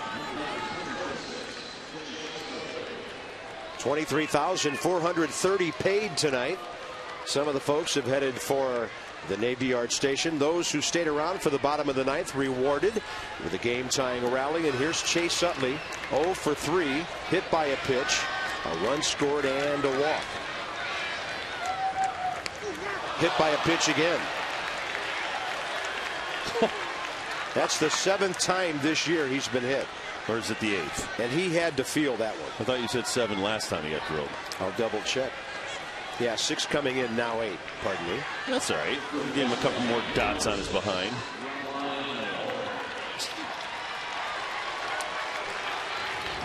I don't know why you hit that guy. This is the guy that hit the 3-run home run back in the 7th. No, Joel just trying to get inside. Saw him go up and in on Victorino.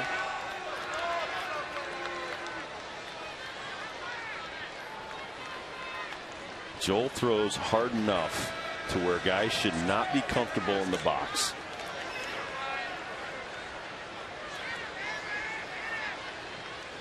Shift is on for Howard. Nice pitch. Side door breaking ball.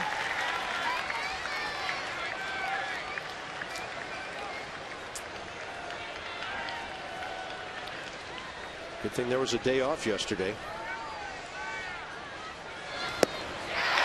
Nasty. Come on, you want that closer's roll back, you got to fight for it. This could be a huge inning for Joel.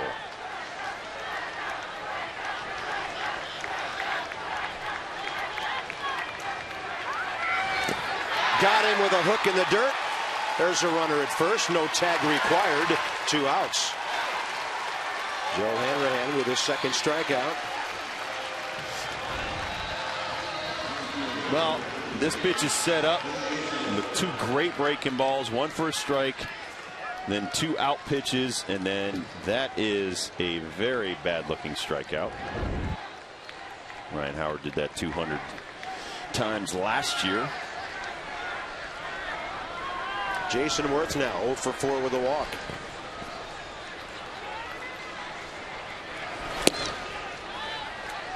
Look ahead.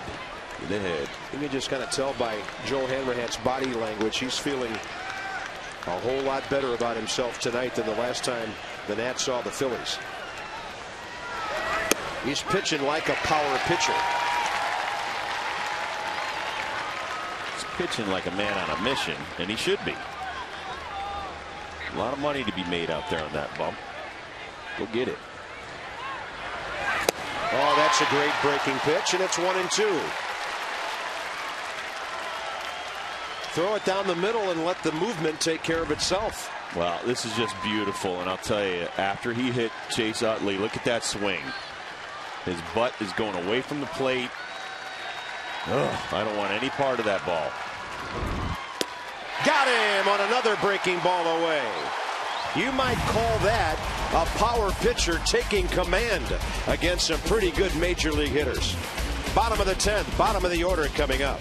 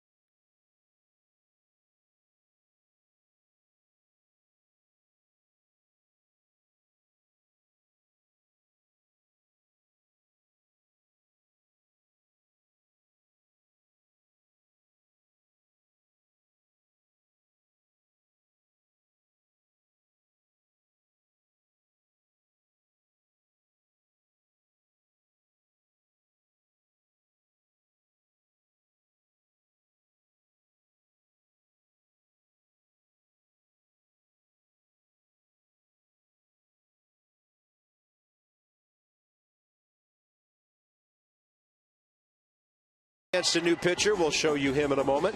Back to the bottom of the ninth. And sometimes, Rob, you need a little bounce here and there. Absolutely. This is a bounce that goes our way right here. One extra bounce. Pedro Feliz cannot get Ryan Zimmerman out. And then Willie Harris would strike the big blow for the Nationals. Zimmerman comes all the way around, and then Adam Dunn is lugging, chugging. He gets around third and he scores. How about the two most impressive trips around the bases tonight belonging to Nick Johnson and Adam Dunn? Two of our fastest runners, Bob. Just blinding speed around the bases. Yeah. And then Nick Johnson tiptoeing around Ruiz, and then Adam Dunn. I don't think I want to get in Adam Dunn's way. Those guys can fly. Anderson Hernandez would like to atone for his bunt right back to the pitcher when things were looking bleak back in the 8th inning. Anderson 0 for 3 tonight with a walk. He'll get jammed and pop it up left field. That'll be easy for Ibanez. Anderson Hernandez has hit the ball in the air 3 times tonight. One of them a bunt.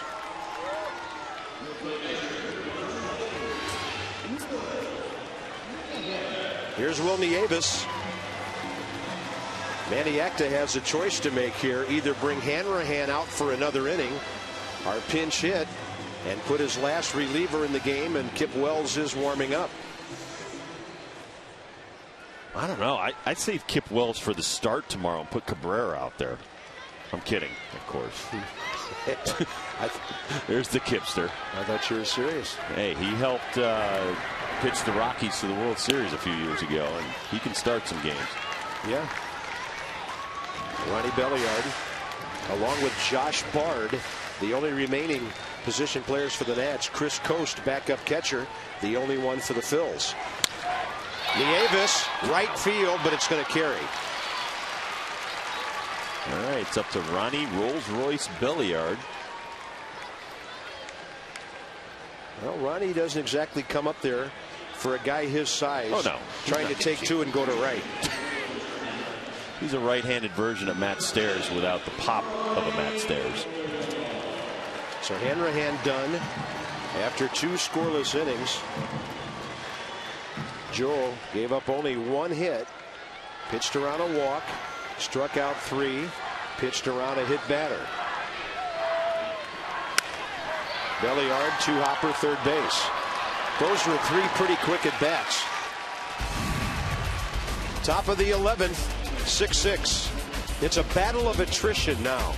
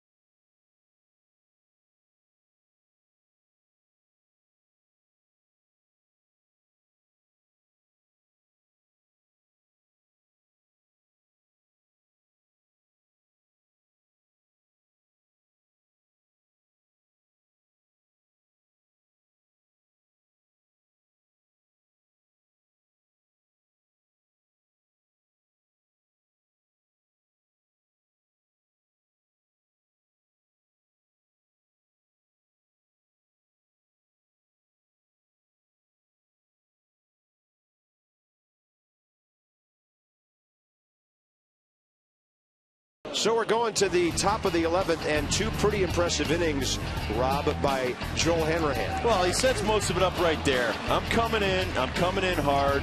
smacks Utley in the behind, throws some great sliders to Ryan Howard, didn't want any part of them, and then he throws some sliders to Jason Worth, didn't want any part of him. All set up by the hard heat off the buttocks of Chase Utley. So what you're saying is what happens to a hitter reverberates down through the next part of the lineup. Absolutely. The two guys standing there watching, that they felt every bit of that 95 in the butt. But even if you don't hit the guy, you have to come in and come in hard when you throw 95 so that guys respect it. And then they come out and they think, well, geez, if he does that to Chase Utley, he might do that to me. Yeah. And you put that thought, you plant the seed in their head. And then those sliders that he threw were just fantastic. They wanted no part of them. Kip Wells, last Nats reliever available, the 8th Washington pitcher of the night. And did I hear you speculating there might be an 8-man bullpen sometime soon? Yeah, we could go to an 8-man bullpen if we don't start getting deeper into ball games with these starters. Ibanez to Nick Johnson. He'll do it himself. Got him out twice in a row. That's a streak. Early in the count, too. Ibanez is in a slump. He's only 3 for 5 on base 4 times tonight. The next hitter will be Pedro Feliz, but we see this time and time again. Extra innings, guys swinging at the first or second pitch. They don't have the same hitting approach they do earlier in the game. And this is where you really need a great approach. Make the pitcher work, throw more innings. Especially if he's the last guy. Yep. You want to tire out relievers because most of them were tired coming into this game, but our bullpen had the day off yesterday. Kip Wells had a 1-2-3 bottom of the 9th in Arizona 1 week ago tonight to get his first major league save.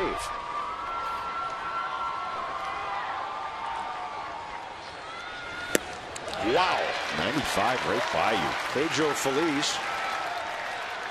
Like even our guy, Anderson Hernandez in the bottom of the 9th, you got to, any way you can, you got to try to get on. And that's a moving fastball right there. 94 right by you. See that back foot all over the place? We used to call that the Linda Ronstadt.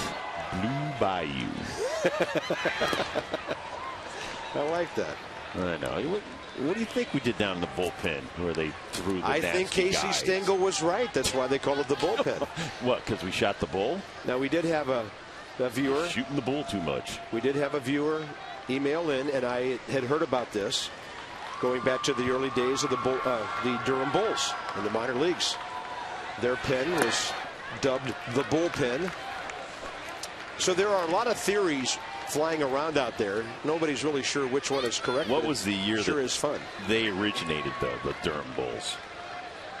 I think the bullpen goes back farther than that. Because wasn't Casey Stengel way before that Durham Bulls? There might have been the Durham Bulls when there was Casey Stengel, but I think the thing about the fans in the early part of the 20th century, so we're talking early 1900s, the ones who showed up late being herded into a certain area of the ballpark to watch the game. I think it's from the stockyards back in the early 1900s. They were herding the stock into the pens. I think it's from trash-talking relief pitchers myself. 3-2 to Feliz. Kip Wells walks in. Oh, ay caramba.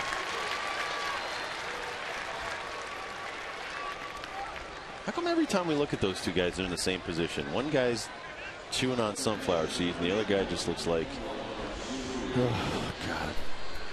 I know the ball boy's the only one pacing. What's he nervous about? I think Manny's thinking of cool drinks and sandy beaches. And by the way, the Phillies have no one to hit in the next spot except the pitcher Clay Condrey, unless they use their backup catcher. Then Kip Wells throws a ball in there to Carlos Ruiz. I know I'm more nervous than Manny right now, and this is his last reliever, and he looks pretty calm and cool.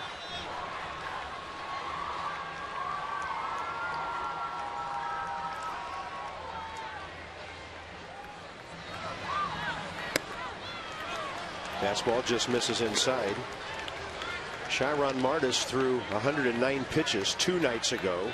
There's no way you're going to mess with that. No, we're not pulling him out for it. Daniel Cabrera pitched 3 nights ago and threw 93 pitches. Actually, that was 4 nights ago. But he's scheduled to start tomorrow. We're not going to touch Jordan Zimmerman. Who else is on that bench? Josh Bard's it.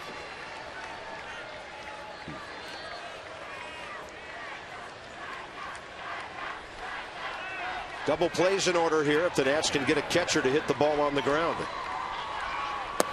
He locks him up for a strikeout instead, and Kip Wells is featuring some nasty breaking stuff tonight. Clay Condrey taking off his jacket, looking back into the dugout. Now he puts his jacket back on. He's done. But the Phillies could pinch hit for him with another pitcher. But it will be Chris Coast, and now J.A. Happ, who's supposed to start the nightcap tomorrow night, is warming up. We were told the Phillies could make a move to bolster their bullpen tomorrow night with Happ starting, but now they could be calling up someone to start that game tomorrow night. Oh, how ticked would you be if you were a reliever in AAA and they just called you up and then they call you back? You got to come back. Hang with him. So here's Chris Coast, their final position player. This is interesting because Condrey has only pitched 1 inning. He had a 1-2-3-10th, which went very quickly. Charlie Manuel's going for the jugular right here. He thinks and not even with a runner in scoring position. Coast on the year, 2 pinch hitting appearances, no hits. And Kip Wells does not want this inning to go further than this. Throw a fastball down the middle before you walk this guy and give Jimmy Rollins a chance to beat you. We'll see Jimmy Rollins either at 105 tomorrow or in the 12th inning.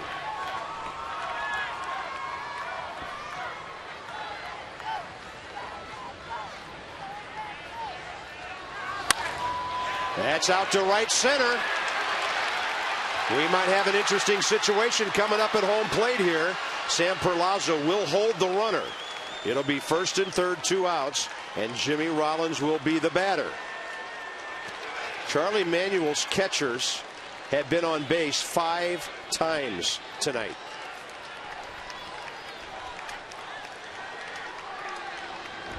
Here's that last pitch by Kip Wells. He gets himself in a jam with a couple of balls, and he has to come 2-0 with a fastball. Coast is all over it. And Feliz doing as he should, running hard until the third base coach tells him to stop.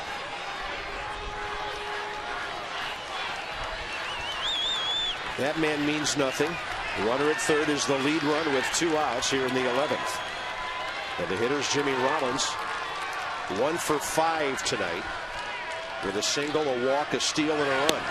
Breaking ball, yes.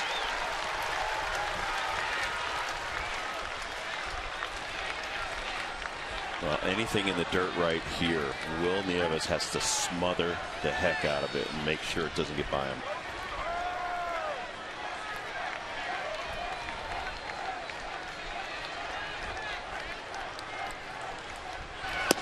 Nice. 95 on the black.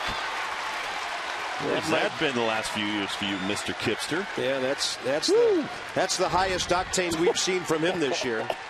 That is just airing it out right there. 95 on the black.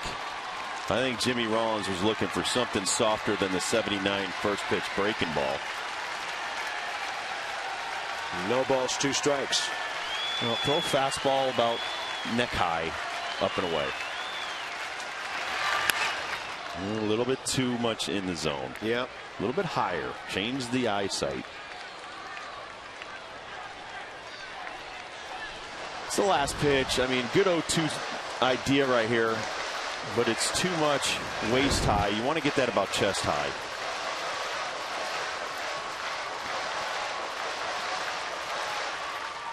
Nope.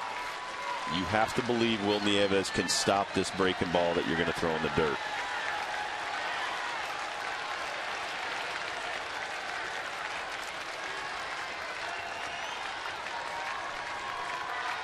He does. That's a strikeout. It'll require a throw, and this game is into the bottom of the 11th. Kip Wells strands 2. The Phillies have left 16 runners. Top of the order for the Nats.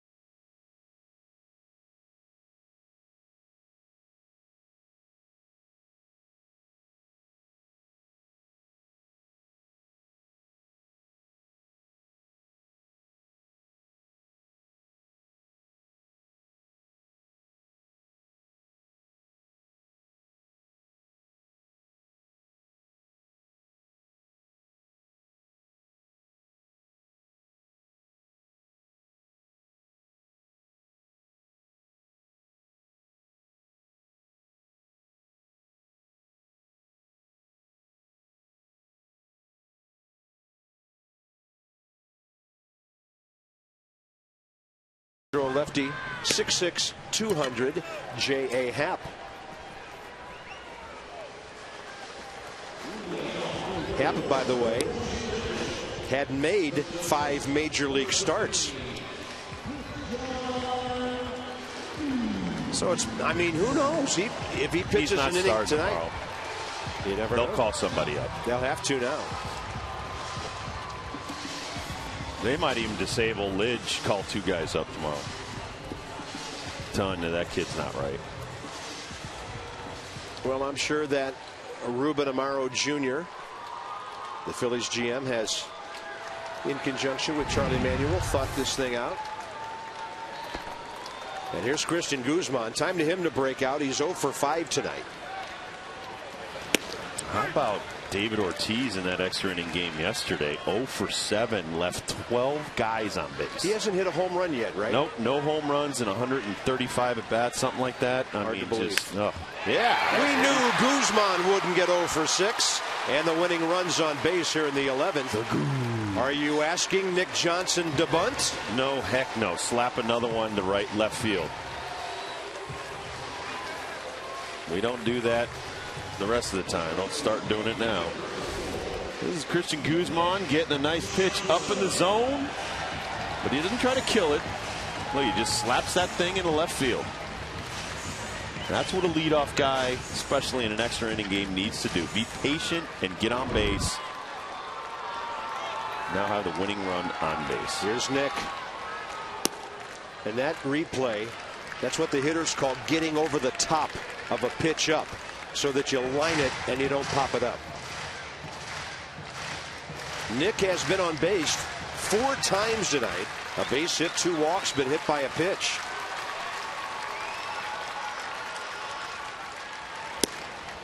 Oh, he was trying to come in and that ball moved back the other way. He got lucky. They come in, Nick, slap it by Ryan Howard down the line. And then watch Guzman run. Yep. Then you got, if he doesn't score, you still got Magnum ZI coming up. Ryan Zimmerman. Nick takes one outside, 2-1. The one thing Nick Johnson will do here, because he understands this situation, he will make J.A. Happ throw him strikes. And that's what I think makes us so tough, because you got a guy with a great eye in the 2-hole. Ryan Zimmerman's a heck of a contact guy lately, but then you've got a real good eye guy in the 4-hole.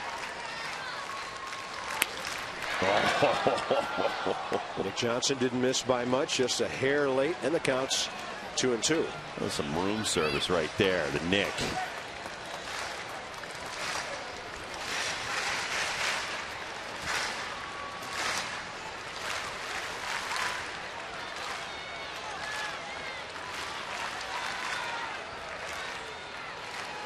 Two and two.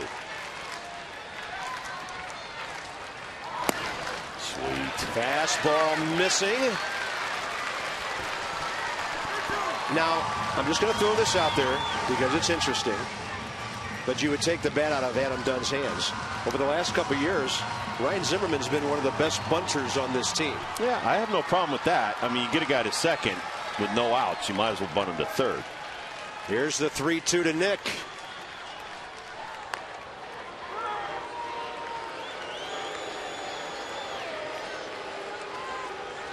Situation like that, you never know when the runner might get a little frisky with nobody out.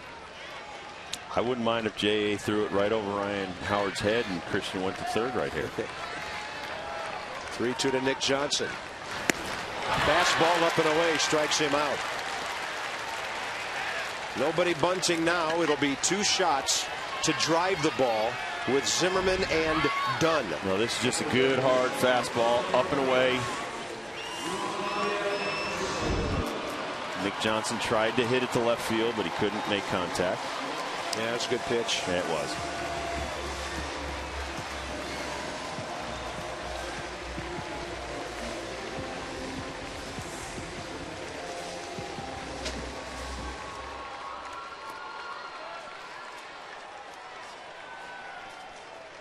Ryan tonight 3 for 5. His infield hit kept the Nats alive in the bottom of the 9th. Prior to Willie Harris game-tying double down the right field line.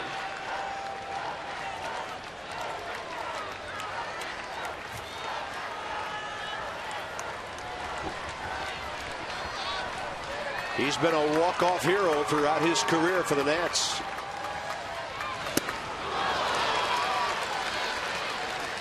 That's the right-handed version of the pitch Nick Johnson saw.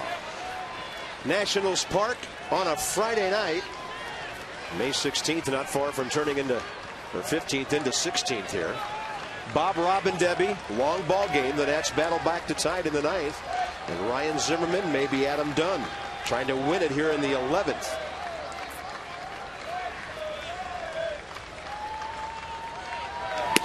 Oh. He's bringing it. Yeah, he's pumped up now. He's like, okay, I have a shot to lose this game. I'm going to throw a little harder.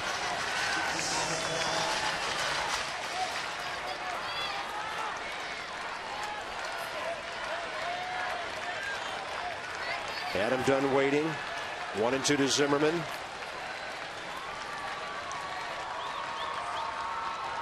Target in.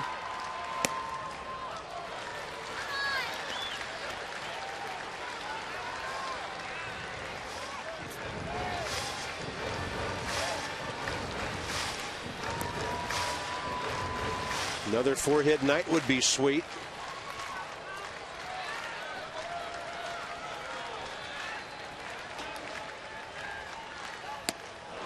And he busted him with a breaking ball. 2 outs.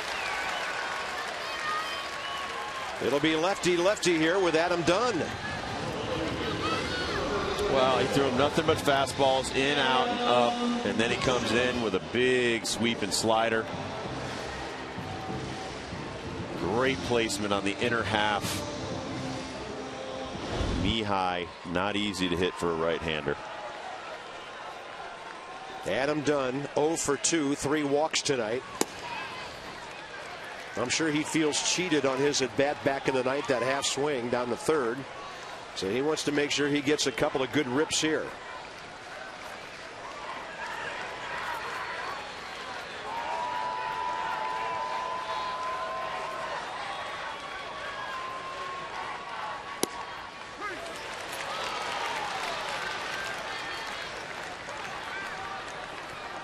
Nats leader in homers with 11. RBIs with 28.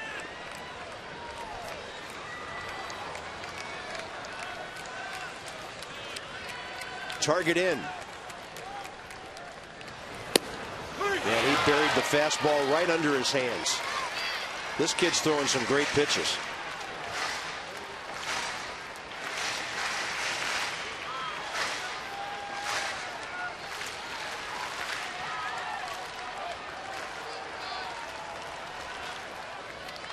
One and two to Adam Dunn. Target away.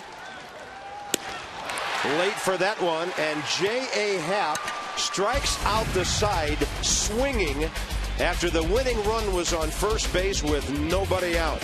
On to the 12th.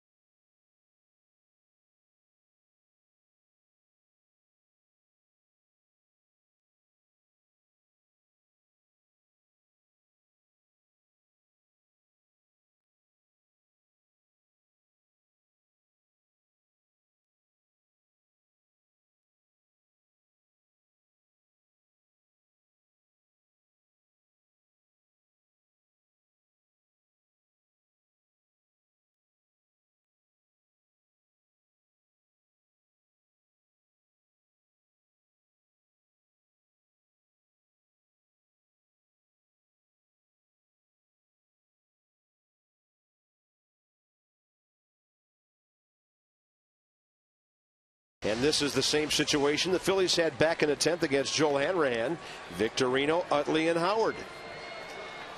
Which team is going to be able to level off a couple of times and string some hits together? Maniacta's Nats, 6 runs, 8 hits. Charlie Manuel's Phils, 6 runs, 14 hits. They've stranded 16, the Nats 10.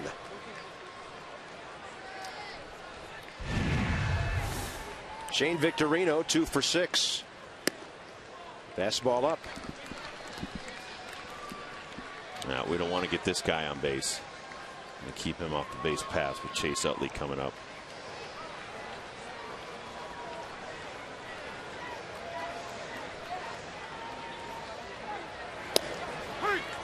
Marlins are batting in the bottom of the 9th, trailing the Dodgers 6-4.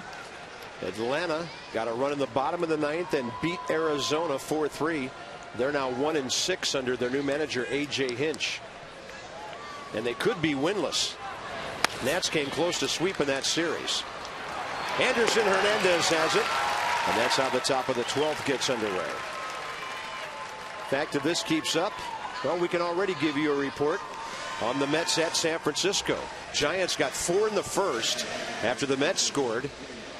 Fred Lewis, his first homer of the year. The Giants scored again in the second and lead the Mets 5-1, bottom 3 at AT&T Park.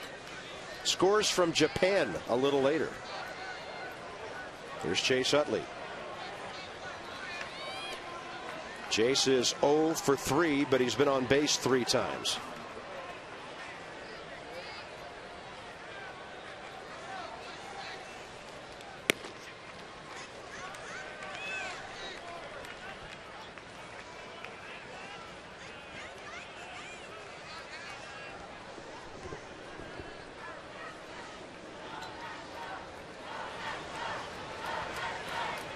Shift on for the left-handed batter with Howard next.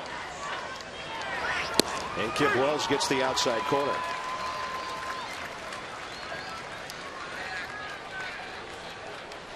Ryan Howard, one of the reasons we're still here.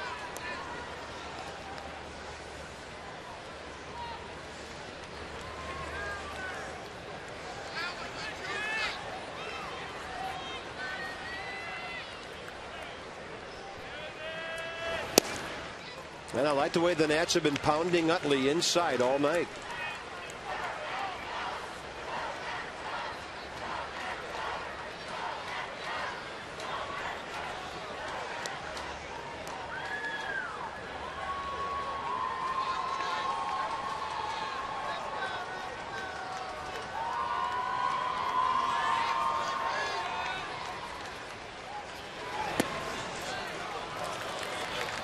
3-1.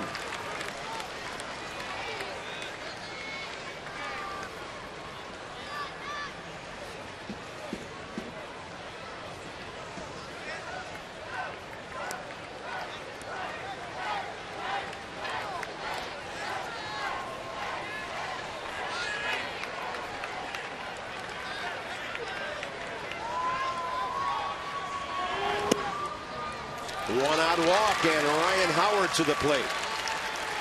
Second walk issued by Kip Wells.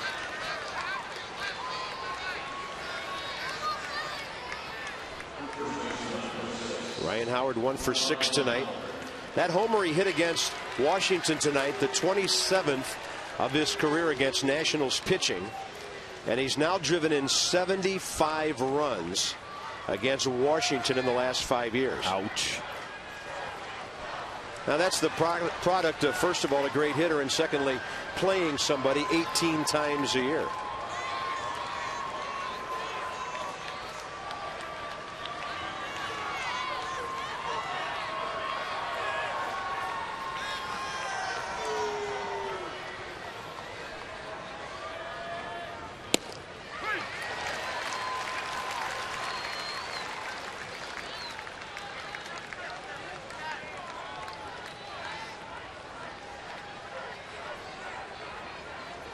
Kip Wells has dominated Ryan Howard. Will Nieves slides and makes his 7th or 8th really good play behind the plate tonight.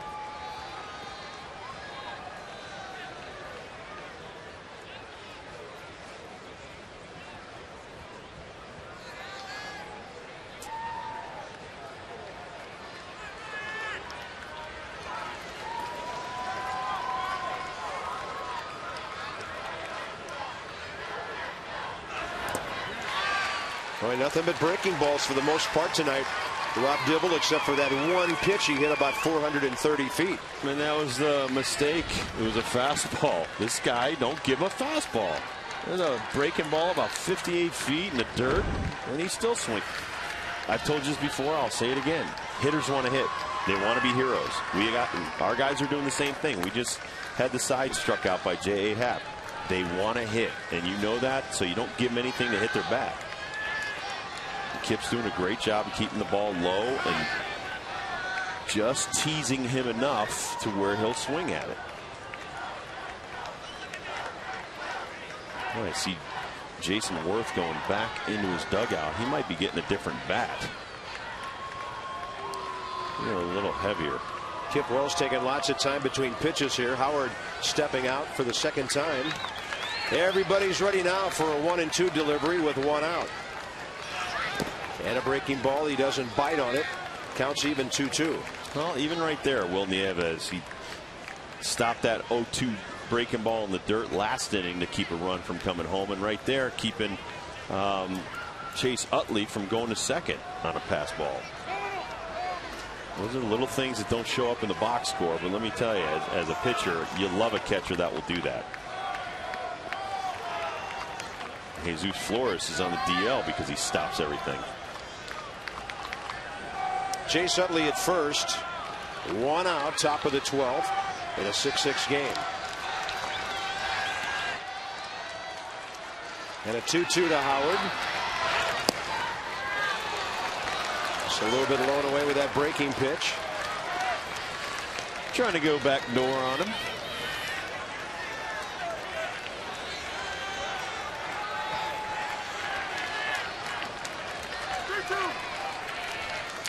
Chase Utley could be running here with 1 out, despite the fact there's a strikeout hitter in the batter's box. Not a large lead. He's going. Ball 4.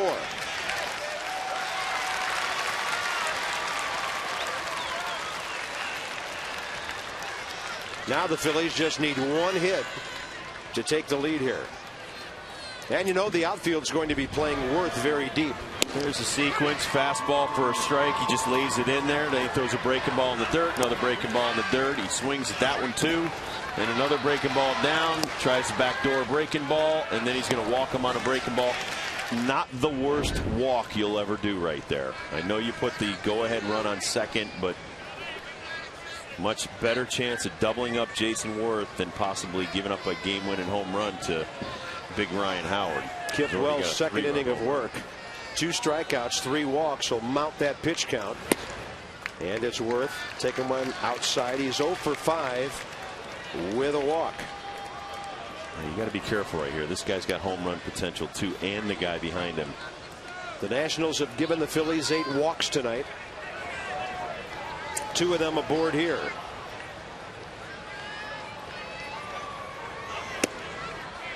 High strike.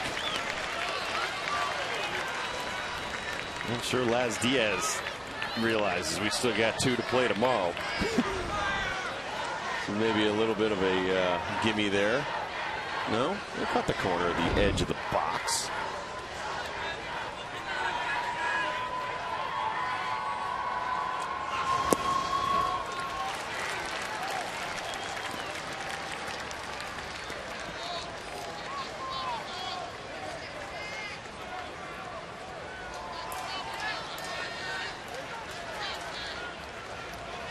Well, if Kip does get through this inning and we don't score a run, I don't know if you bring him back out. He's looking a little winded right here. Starting to labor on those fastballs. They're not quite as fast as they were an inning ago at 95. They're down to 92. It's the last one. Just looks like he's a little tired. He's trying to overthrow it. 3 balls and a strike.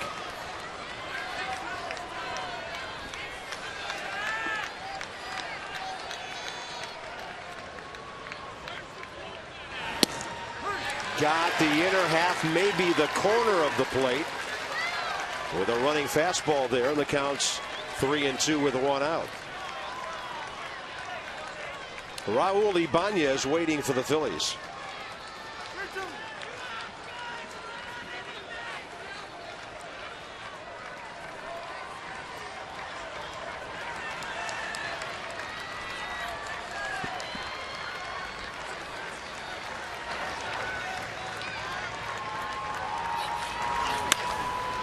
And a flare hanging out near the railing. No room for Nick Johnson.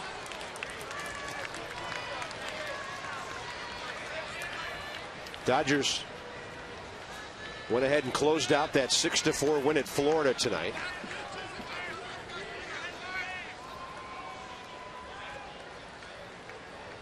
Yankees got 3 in the bottom of the 9th at home to beat Minnesota 5-4. Toronto won, Tampa Bay won tonight. Texas has won.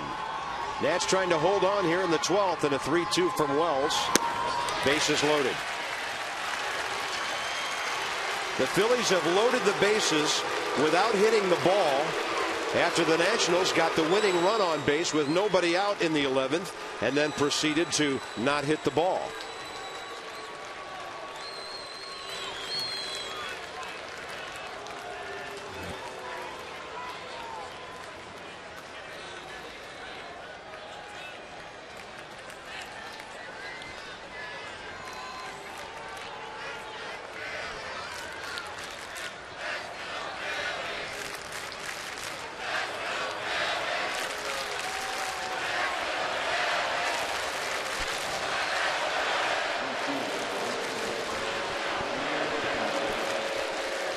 Raul Ibanez hit a grand slam in the 8th inning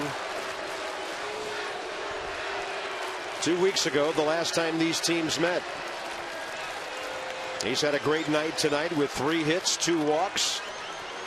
He's 3 for 4 with an RBI. And the Nationals have to play the infield in here. Kip Wells gets ahead with a fastball.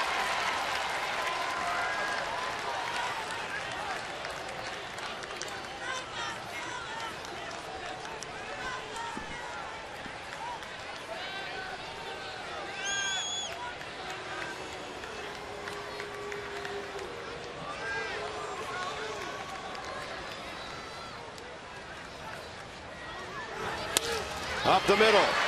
Base hit. Phillies will score 2 and lead 8-6.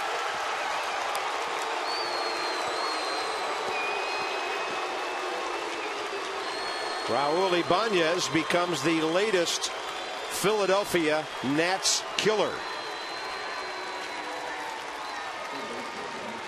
And Rob, in this ball game, 5 Phillies who did not hit their way aboard have scored. Well, the walks will kill you because you move that runner from first to third on walks, and then a guy gets his seeing eye base hit back up the middle. Good pitch off the end of the bat, but not good enough to get a double play out of it. They get 2. We still need 2 outs to get out of the inning. And here's Pedro Feliz. Runner going to third. Throw hits the runner at second, and scoring is Jason Worth. It's 9-6. Will Nieves pumped a time or two before letting that one go. It'll be a stolen base for Ibanez and an error by Will Nieves allowing Worth to score. So they'll get a double steal and a catcher's error to make it 9-6.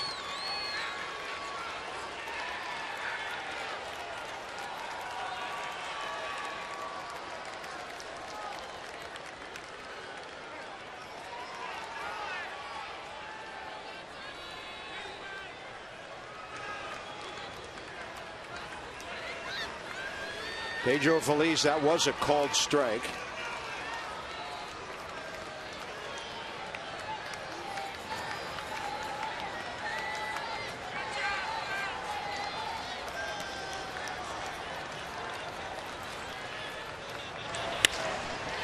And that's a fair ball. Phillies will lead 10-6 as Pedro Feliz checks in with his 4th hit of the night and his 2nd RBI.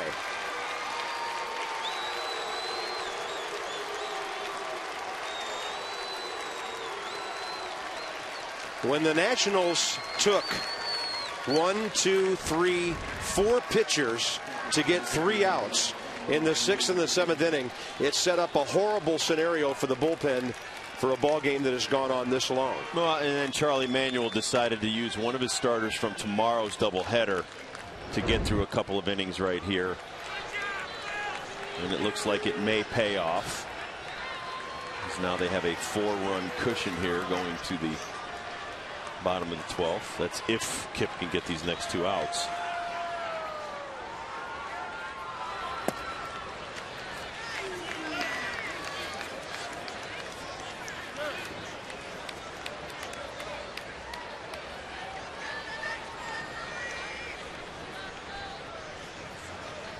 Carlos Ruiz,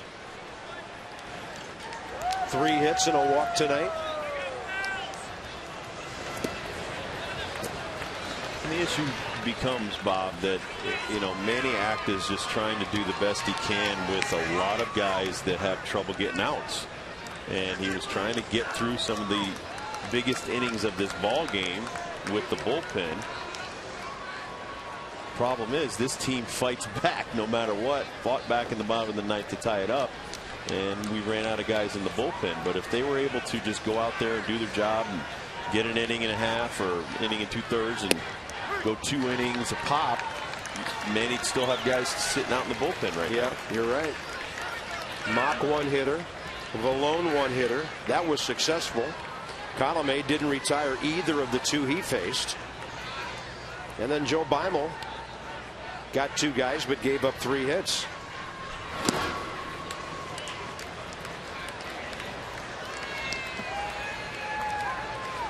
Julian Tavares got the Nats into the 9th.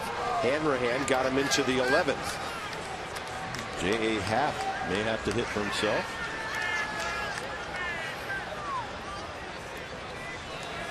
I think it's just coaches and bullpen catchers down in their bullpen. Well, they do have Jack Tashner still. Oh, that's right. Jack Tashner.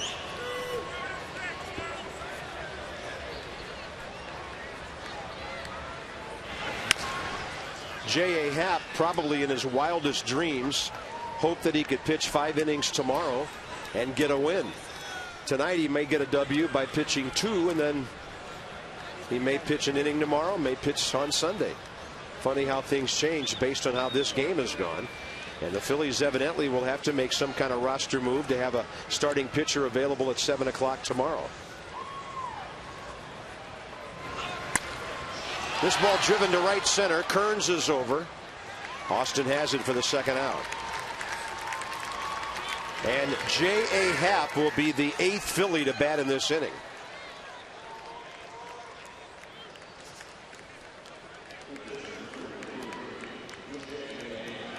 Johnny and Ray. Johnny's not looking too happy. We'll get 2 tomorrow, John. He likes it. J.A. Happ is 0 for 1 this year and 0 for 9 hitting in his career.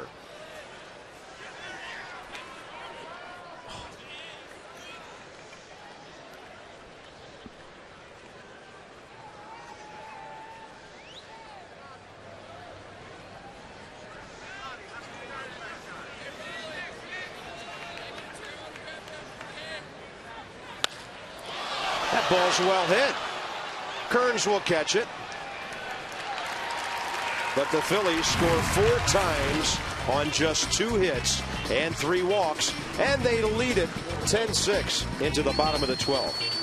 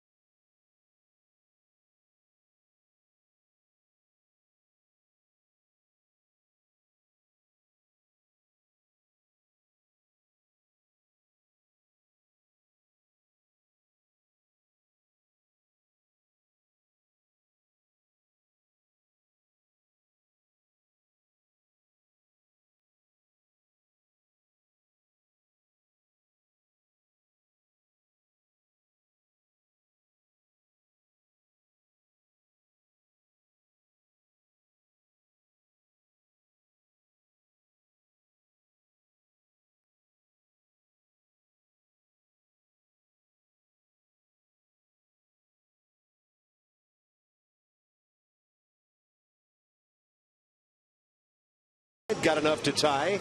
It's a much taller task this time. J.A. Happ is out for his 2nd inning of work, trying to get the win. And Manny Acta will watch as Willie Harris leads off, followed by Kearns and Hernandez. If the Nats would get it 5 spots down to the number 9 hole, they would have a chance to use Josh Bard. Their final position player remaining. And here's Willie Harris, who came on after Elijah Dukes pulled a hamstring back in the 7th inning. Willie's gone 1 for 2 with a game-tying double.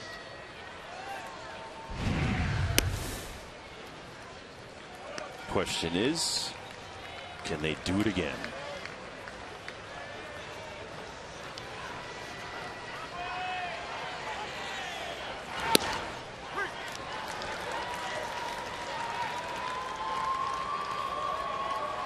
We've had 15 walks in this game.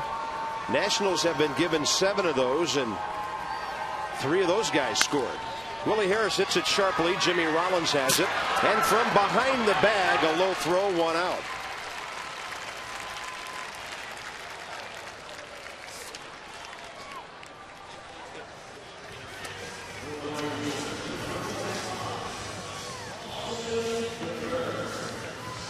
Austin Kearns had a chance to help the Nats win it, bottom of the 9th. But Brad Lidge struck him out with Willie Harris on 3rd.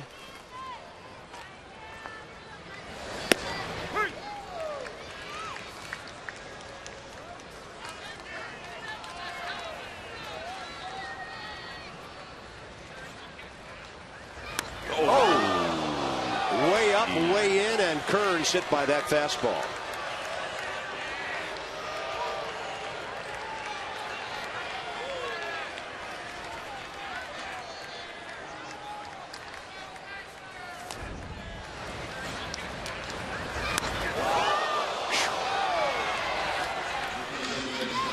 Exmo on that. Man, that got him right on the left hand. Bottom hand on that bat. When I heard that thing, I thought maybe it got wood. That's how. You see how tough that young man is. He's not even rubbing it. It's killing him. Anderson Hernandez has to get on here. Hey, you got to take that as okay. Put a guy on. Let's make it hurt. Anderson needs to get over the top of one and hit the ball hard on the ground or a line drive somewhere.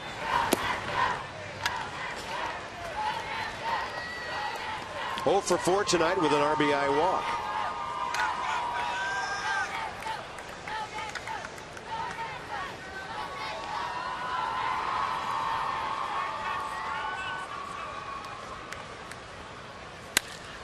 Good swing, but it's right at the right fielder. Jason Wood for the second out. And the Phillies are 1 out away from getting back over the 500 mark. Verizon Fios presents Nats Extra. It's our post-game show with Johnny and Ray from the ballpark here. Coming up next, Nationals about to fall to 5-8 at home. And the Phillies are about to improve their road record to 9-4. And they're not playing well at home. They're under 500 at home. 8-12 there. The Reds started tonight 13-5 on the road. How about that? Well, they're not playing well at home either. I think they're a couple games under 500 at home. I was going to say, I wonder what that feels like to win that many road games. Will Nieves takes a strike in there, and it's 1-1.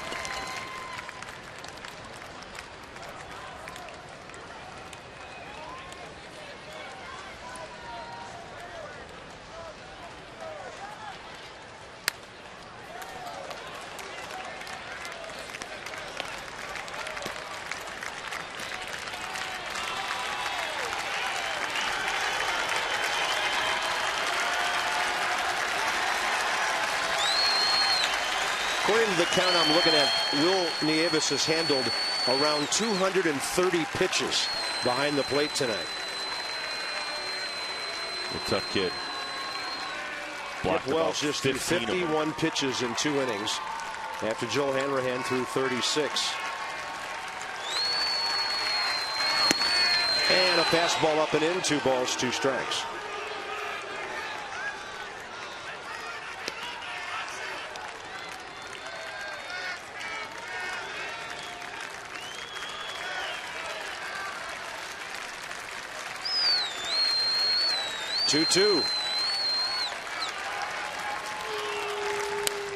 Will's going to hang tough here.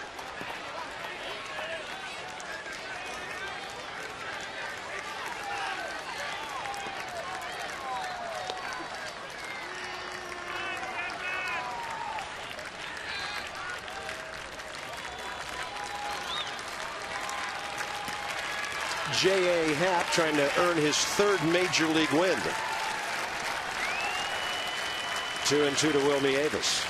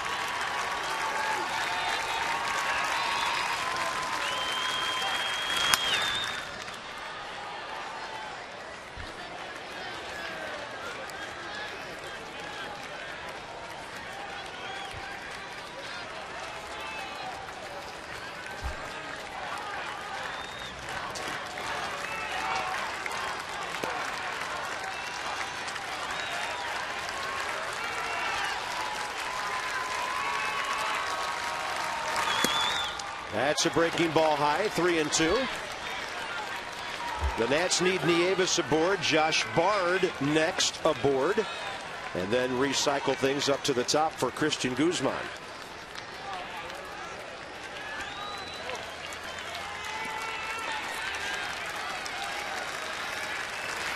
That's inside. 2 on, 2 out.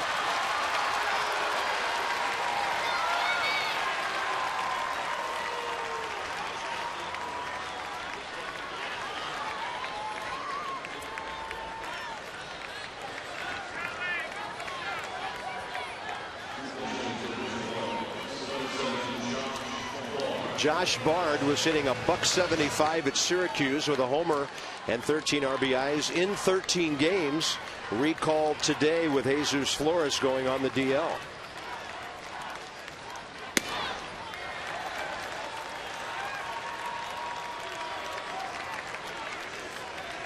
Well, Bob, the interesting scenario is we don't have anybody left in the bullpen, and there's nobody warming up. Say Bard hits a home run and Guzman hits a home run. Who pitches? Who pitches? I'm sure Manny has that answer. Meanwhile, J.A. Happ having a hard time closing out the ball game. Oh, I have no problem taking 4 off of this guy. Let's just make it 5.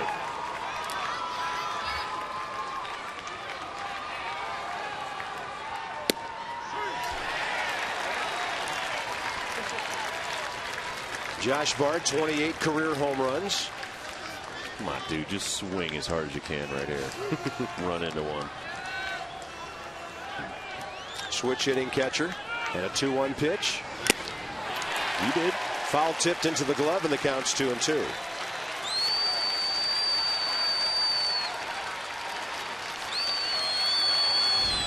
It's a great big swing right here.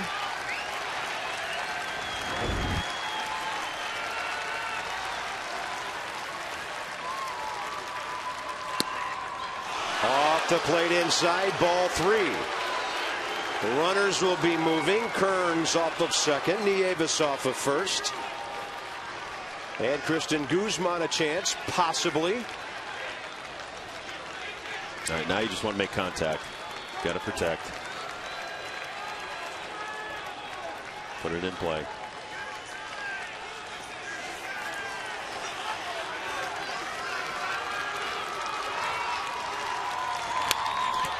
Oh boy.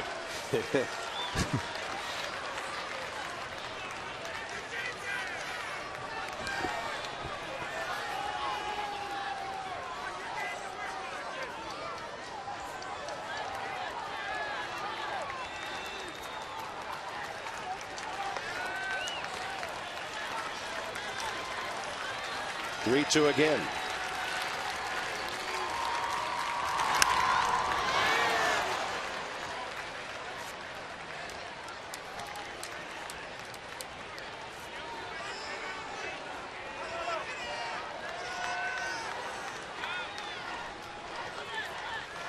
J.A. Happ has now thrown 41 pitches while getting 5 outs.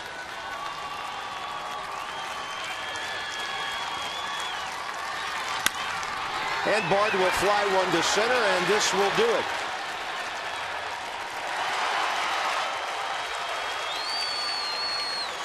In 12, the Phillies beat the Nats 10-6, and Washington is now 0 for 4 in extra inning games this year. For Rob Dibble and Debbie Taylor, Bob Carpenter, final score, Phillies in 12 beating the Nats 10-6. Lots of baseball.